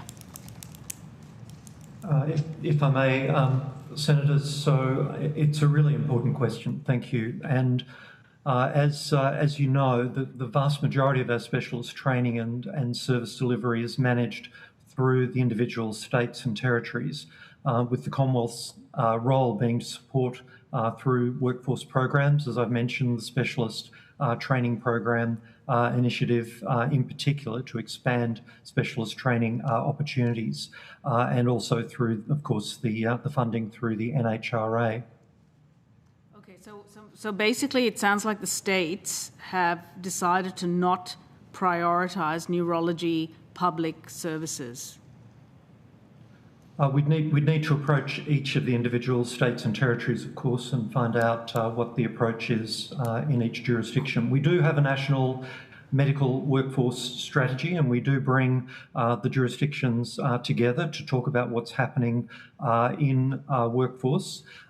Again, we don't have anyone from that area on the panel today, but we can provide some further information there on notice. I think that would be helpful for us to understand what the state's thinking is in this space. It may be now with this additional funding we've provided that they might be revising this approach, but that would be great on notice to just find out what is their forward planning with regards to neurology services, given that there is 1 to 2 year waits around the country. Yes. The other thing I'd like to ask you about is I might ask the Commissioner around a couple of things. I'm interested in whether you're looking at workforce and training up genetic counsellors, for example. We've heard that we don't have the capacity right now. And what are your thoughts around reimbursement for genetic testing, rapid genetic testing, which we've heard could be a game changer? Yes, thank you, Senator. So as we've heard from the MCRI submission and Associate Professor Howell, there was an application to MSAC for the rapid genomic sequencing, and additional information was sought around where the appropriate funding pathway for that intervention should be, given that clinical services are managed through the public inpatient setting for most of the patients, particularly in the paediatric setting. It's also sort of challenging in the context of activity-based funding and the Independent Hospital and Aged Care Pricing Authority. That's MSAC is often sought as an appropriate pathway because it's transparent and you can just make an application. I think certainly there is significant evidence of the benefit of genomic interventions for people with epilepsy, both in the context of pharmacogenomics to guide therapeutic choice, but also and particularly in the paediatric setting for a rapid genomic sequencing. So Associate Professor Howell was referring to the rapid service at the Victorian Clinical Genetics Service. So that's the standard trio takes about 8 to 10 weeks to come back. So that's the child and both parents. That's costed at $3,895. A rapid service for 15 days would take an additional $1,500. So that's the context of the actual test delivery. And I think certainly exploring opportunities to consider how best that be subsidised, given the choice is up to the local health district or the states and territories to offer the services, and where it is an outpatient setting or a private setting. In the context of workforce, we are considering that both in the context of the National Health Genomics Policy Framework that I touched on earlier and our own work. We're also engaging with the sector about new models of care. So we often hear that there's not enough genetic counsellors. In fact, Australia has quite a lot of genetic counsellors compared to other nations. So we have approximately one per 44,000 Australians. England, it's 1 per 200,000 Australians. So, we do have a lot of genetic counsellors. It's about how can we use them at the peak of their practice and ensure that access is improved for patients. And we're working both with the sector and internally within Genomics Australia and the states and territories on that. Okay, and we've also heard about some amazing cutting-edge research that occurs in this country, and disappointingly also about the offshoring of a company because they couldn't sustain themselves here. So, a company called Praxis has gone overseas. Can you talk us through what you think the pull-through effect would be for these companies that are developing this amazing R&D if we had the right procurement and reimbursement pathways. So obviously we'd have to get testing right, testing done, reimbursed, and then that would be, a gateway into treatments, and that could actually, pull through companies as well. I mean, I'll refer to Ms. Plonges, my colleague, about the research aspect. I think that you're right. The whole pipeline in innovative health interventions needs to be strengthened, and it's an opportunity when there isn't more opportunities for translation, that it does cultivate more innovation that is retained in Australia.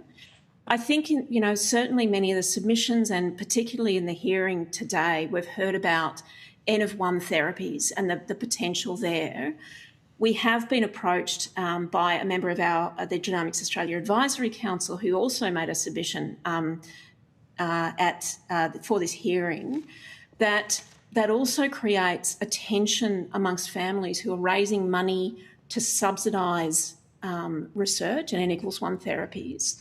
And Genomics Australia is working across the department with colleagues in TGA and OGTR and NHMRC about how do we maintain innovation and don't stifle that, but how do we ensure that families are receiving safe interventions and not being told that the potential of that therapy for their own child is perhaps, overinflated. So I think we need to have coordination and oversight about how those interventions are being accessed. Okay, thank you. Is there anyone from MRFF or NHMRC, or can the department speak on their behalf? Yes, certainly. Oh, thank you. Okay, wonderful.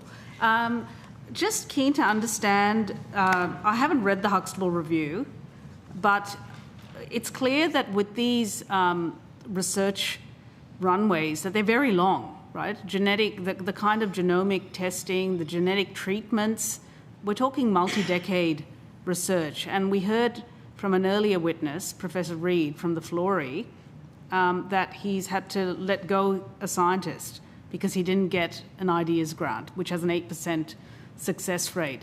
What kind of recommendations are in that report? I mean, are they looking at actually for research that is clearly going to take a much, much longer time frame than 3 years to deliver the goods? Are we looking at stretching out some of these grants to 5 years, like the NIH, for example, in the US? Okay.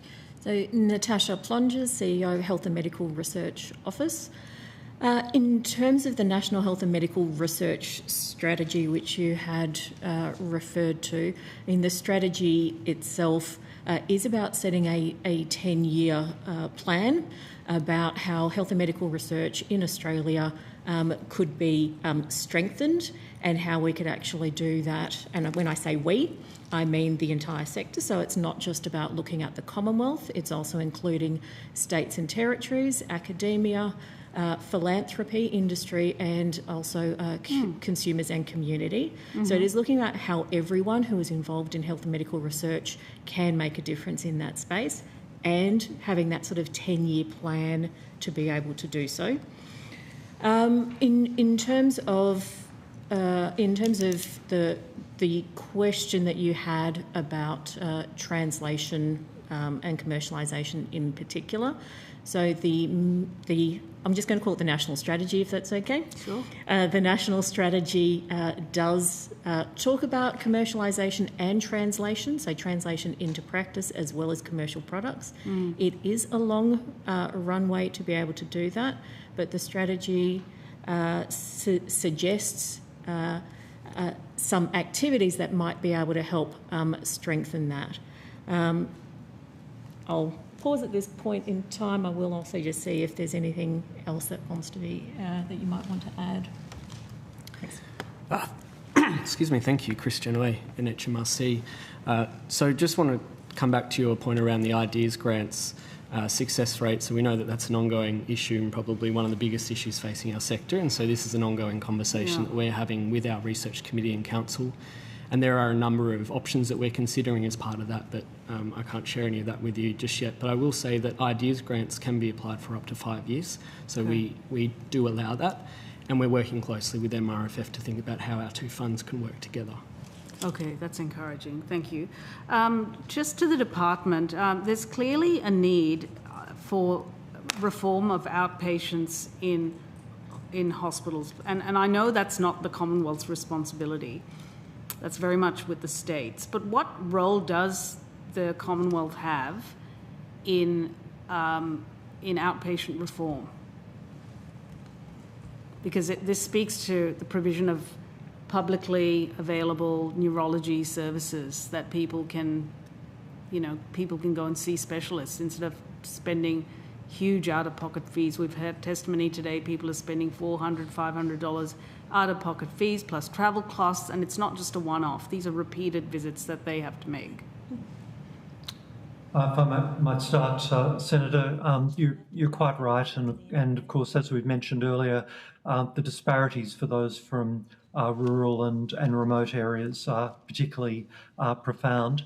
You're also quite right that the outpatients, of course, of public outpatients through our public hospital systems in each of the states and territories, and it will be variable between each state and territory as to what services are available, what the waiting lists for those services are like, whether there are telehealth options being made available in individual jurisdictions, and also within individual local health districts within a state or a territory as well. So some of the inequities will be related, unfortunately, to where people are living in Australia. So perhaps, Professor Kidd and the department, could you just, again on notice, quiz the states as to what sort of plans they have with regards to outpatient reform? That would be very helpful. I want to turn to telehealth, because obviously we have this tyranny of distance. We've got this postcode lottery and what is also called a diagnostic odyssey, which is actually diagnostic drift. But telehealth could be transformational. There is a deep need, though, given the delays in seeing neurologists, to engage more, the GPs, the primary care providers with specialists. And I just wanted to find out, is there a Medicare item number for case conferencing between GPs and specialists, or GPs and the multidisciplinary team? Again, I might take the lead on that one. Yes, there are item numbers under the MBS that support multidisciplinary work. Some of this has been reviewed recently, and again, we'll need to come back to you on notice with the details of those reforms, particularly coming out of the Strengthening Medicare Task Force initiative and recommendations, Senator. Okay, thank you.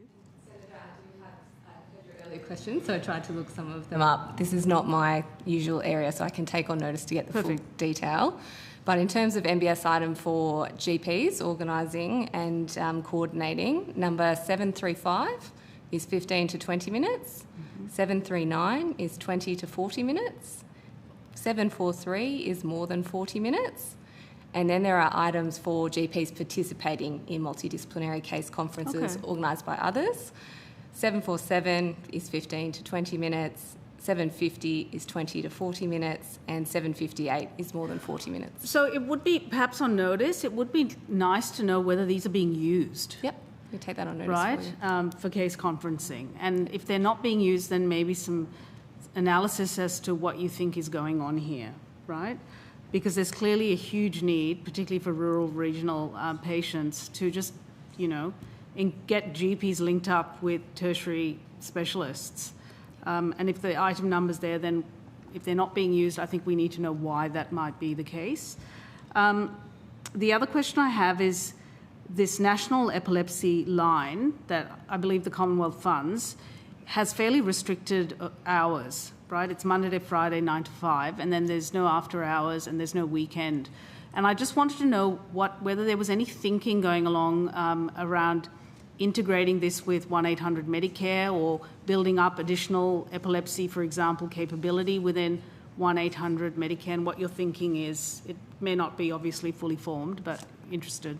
Yeah, so we can get some more information on further thinking from colleagues, but I did very quickly look into this, and 1-800 Medicare is operated by Health Direct Australia, and Epilepsy Action Australia, who runs the other phone line you were mentioning, has an existing partnership with Health Direct and is informing using their expertise 1-800 Medicare, but as you mentioned, there are certainly opportunities there, and so essentially there's more thinking that could be done.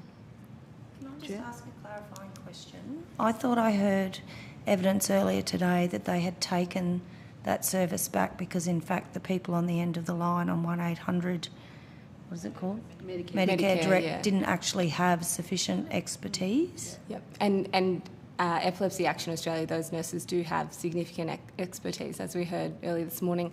I thought that I heard them mention actually a different company that wasn't Health Direct, so more than happy to go and clarify that for you. Mm-hmm. Yeah. I think we need to use what capabilities we already have and just join these dots up, right? So very interested to hear what thinking is going on internally. A quick question on, I'd like on notice, any information you have on paediatric hospice care in the country? I can read out that if you like. Please. We've just got 3 minutes left. I'm conscious of time. People have planes to catch.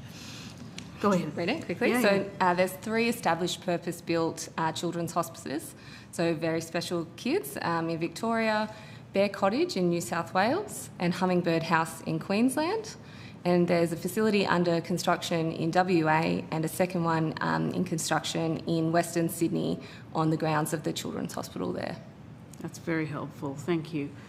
And I think that might be it. I mean, I had questions around care navigators, but I think we've sort of covered it in other places. So I might leave it there. Thank you. Yeah, we might have a few more questions on notice, so we'll come back to you with those. Can I thank the department and the NDIA for coming and giving evidence this afternoon. The committee will report to the Senate on the 10th of September 2026, and we've agreed that responses to questions on notice should be provided by close of business on Friday the 10th of July 2026. That concludes today's hearing. I want to thank all witnesses who appeared, and in particular I want to thank those witnesses who gave lived experience and people who travelled. And we know that there's been a lot of emotional labour for some people who have submitted to this committee, and we really appreciate that. I also want to, put on the record that we've heard several times today that epilepsy is far more than seizures, and that message has been heard loud and clear by the committee, so thank you very much. I also want to thank Hansard and Broadcasting for their assistance. As always, thank the Secretariat. The committee will report to the Senate on the 10th of September 2026. It's agreed that responses to questions on notice should be provided by close of business on Friday the 10th of July 2026, and the committee now stands adjourned.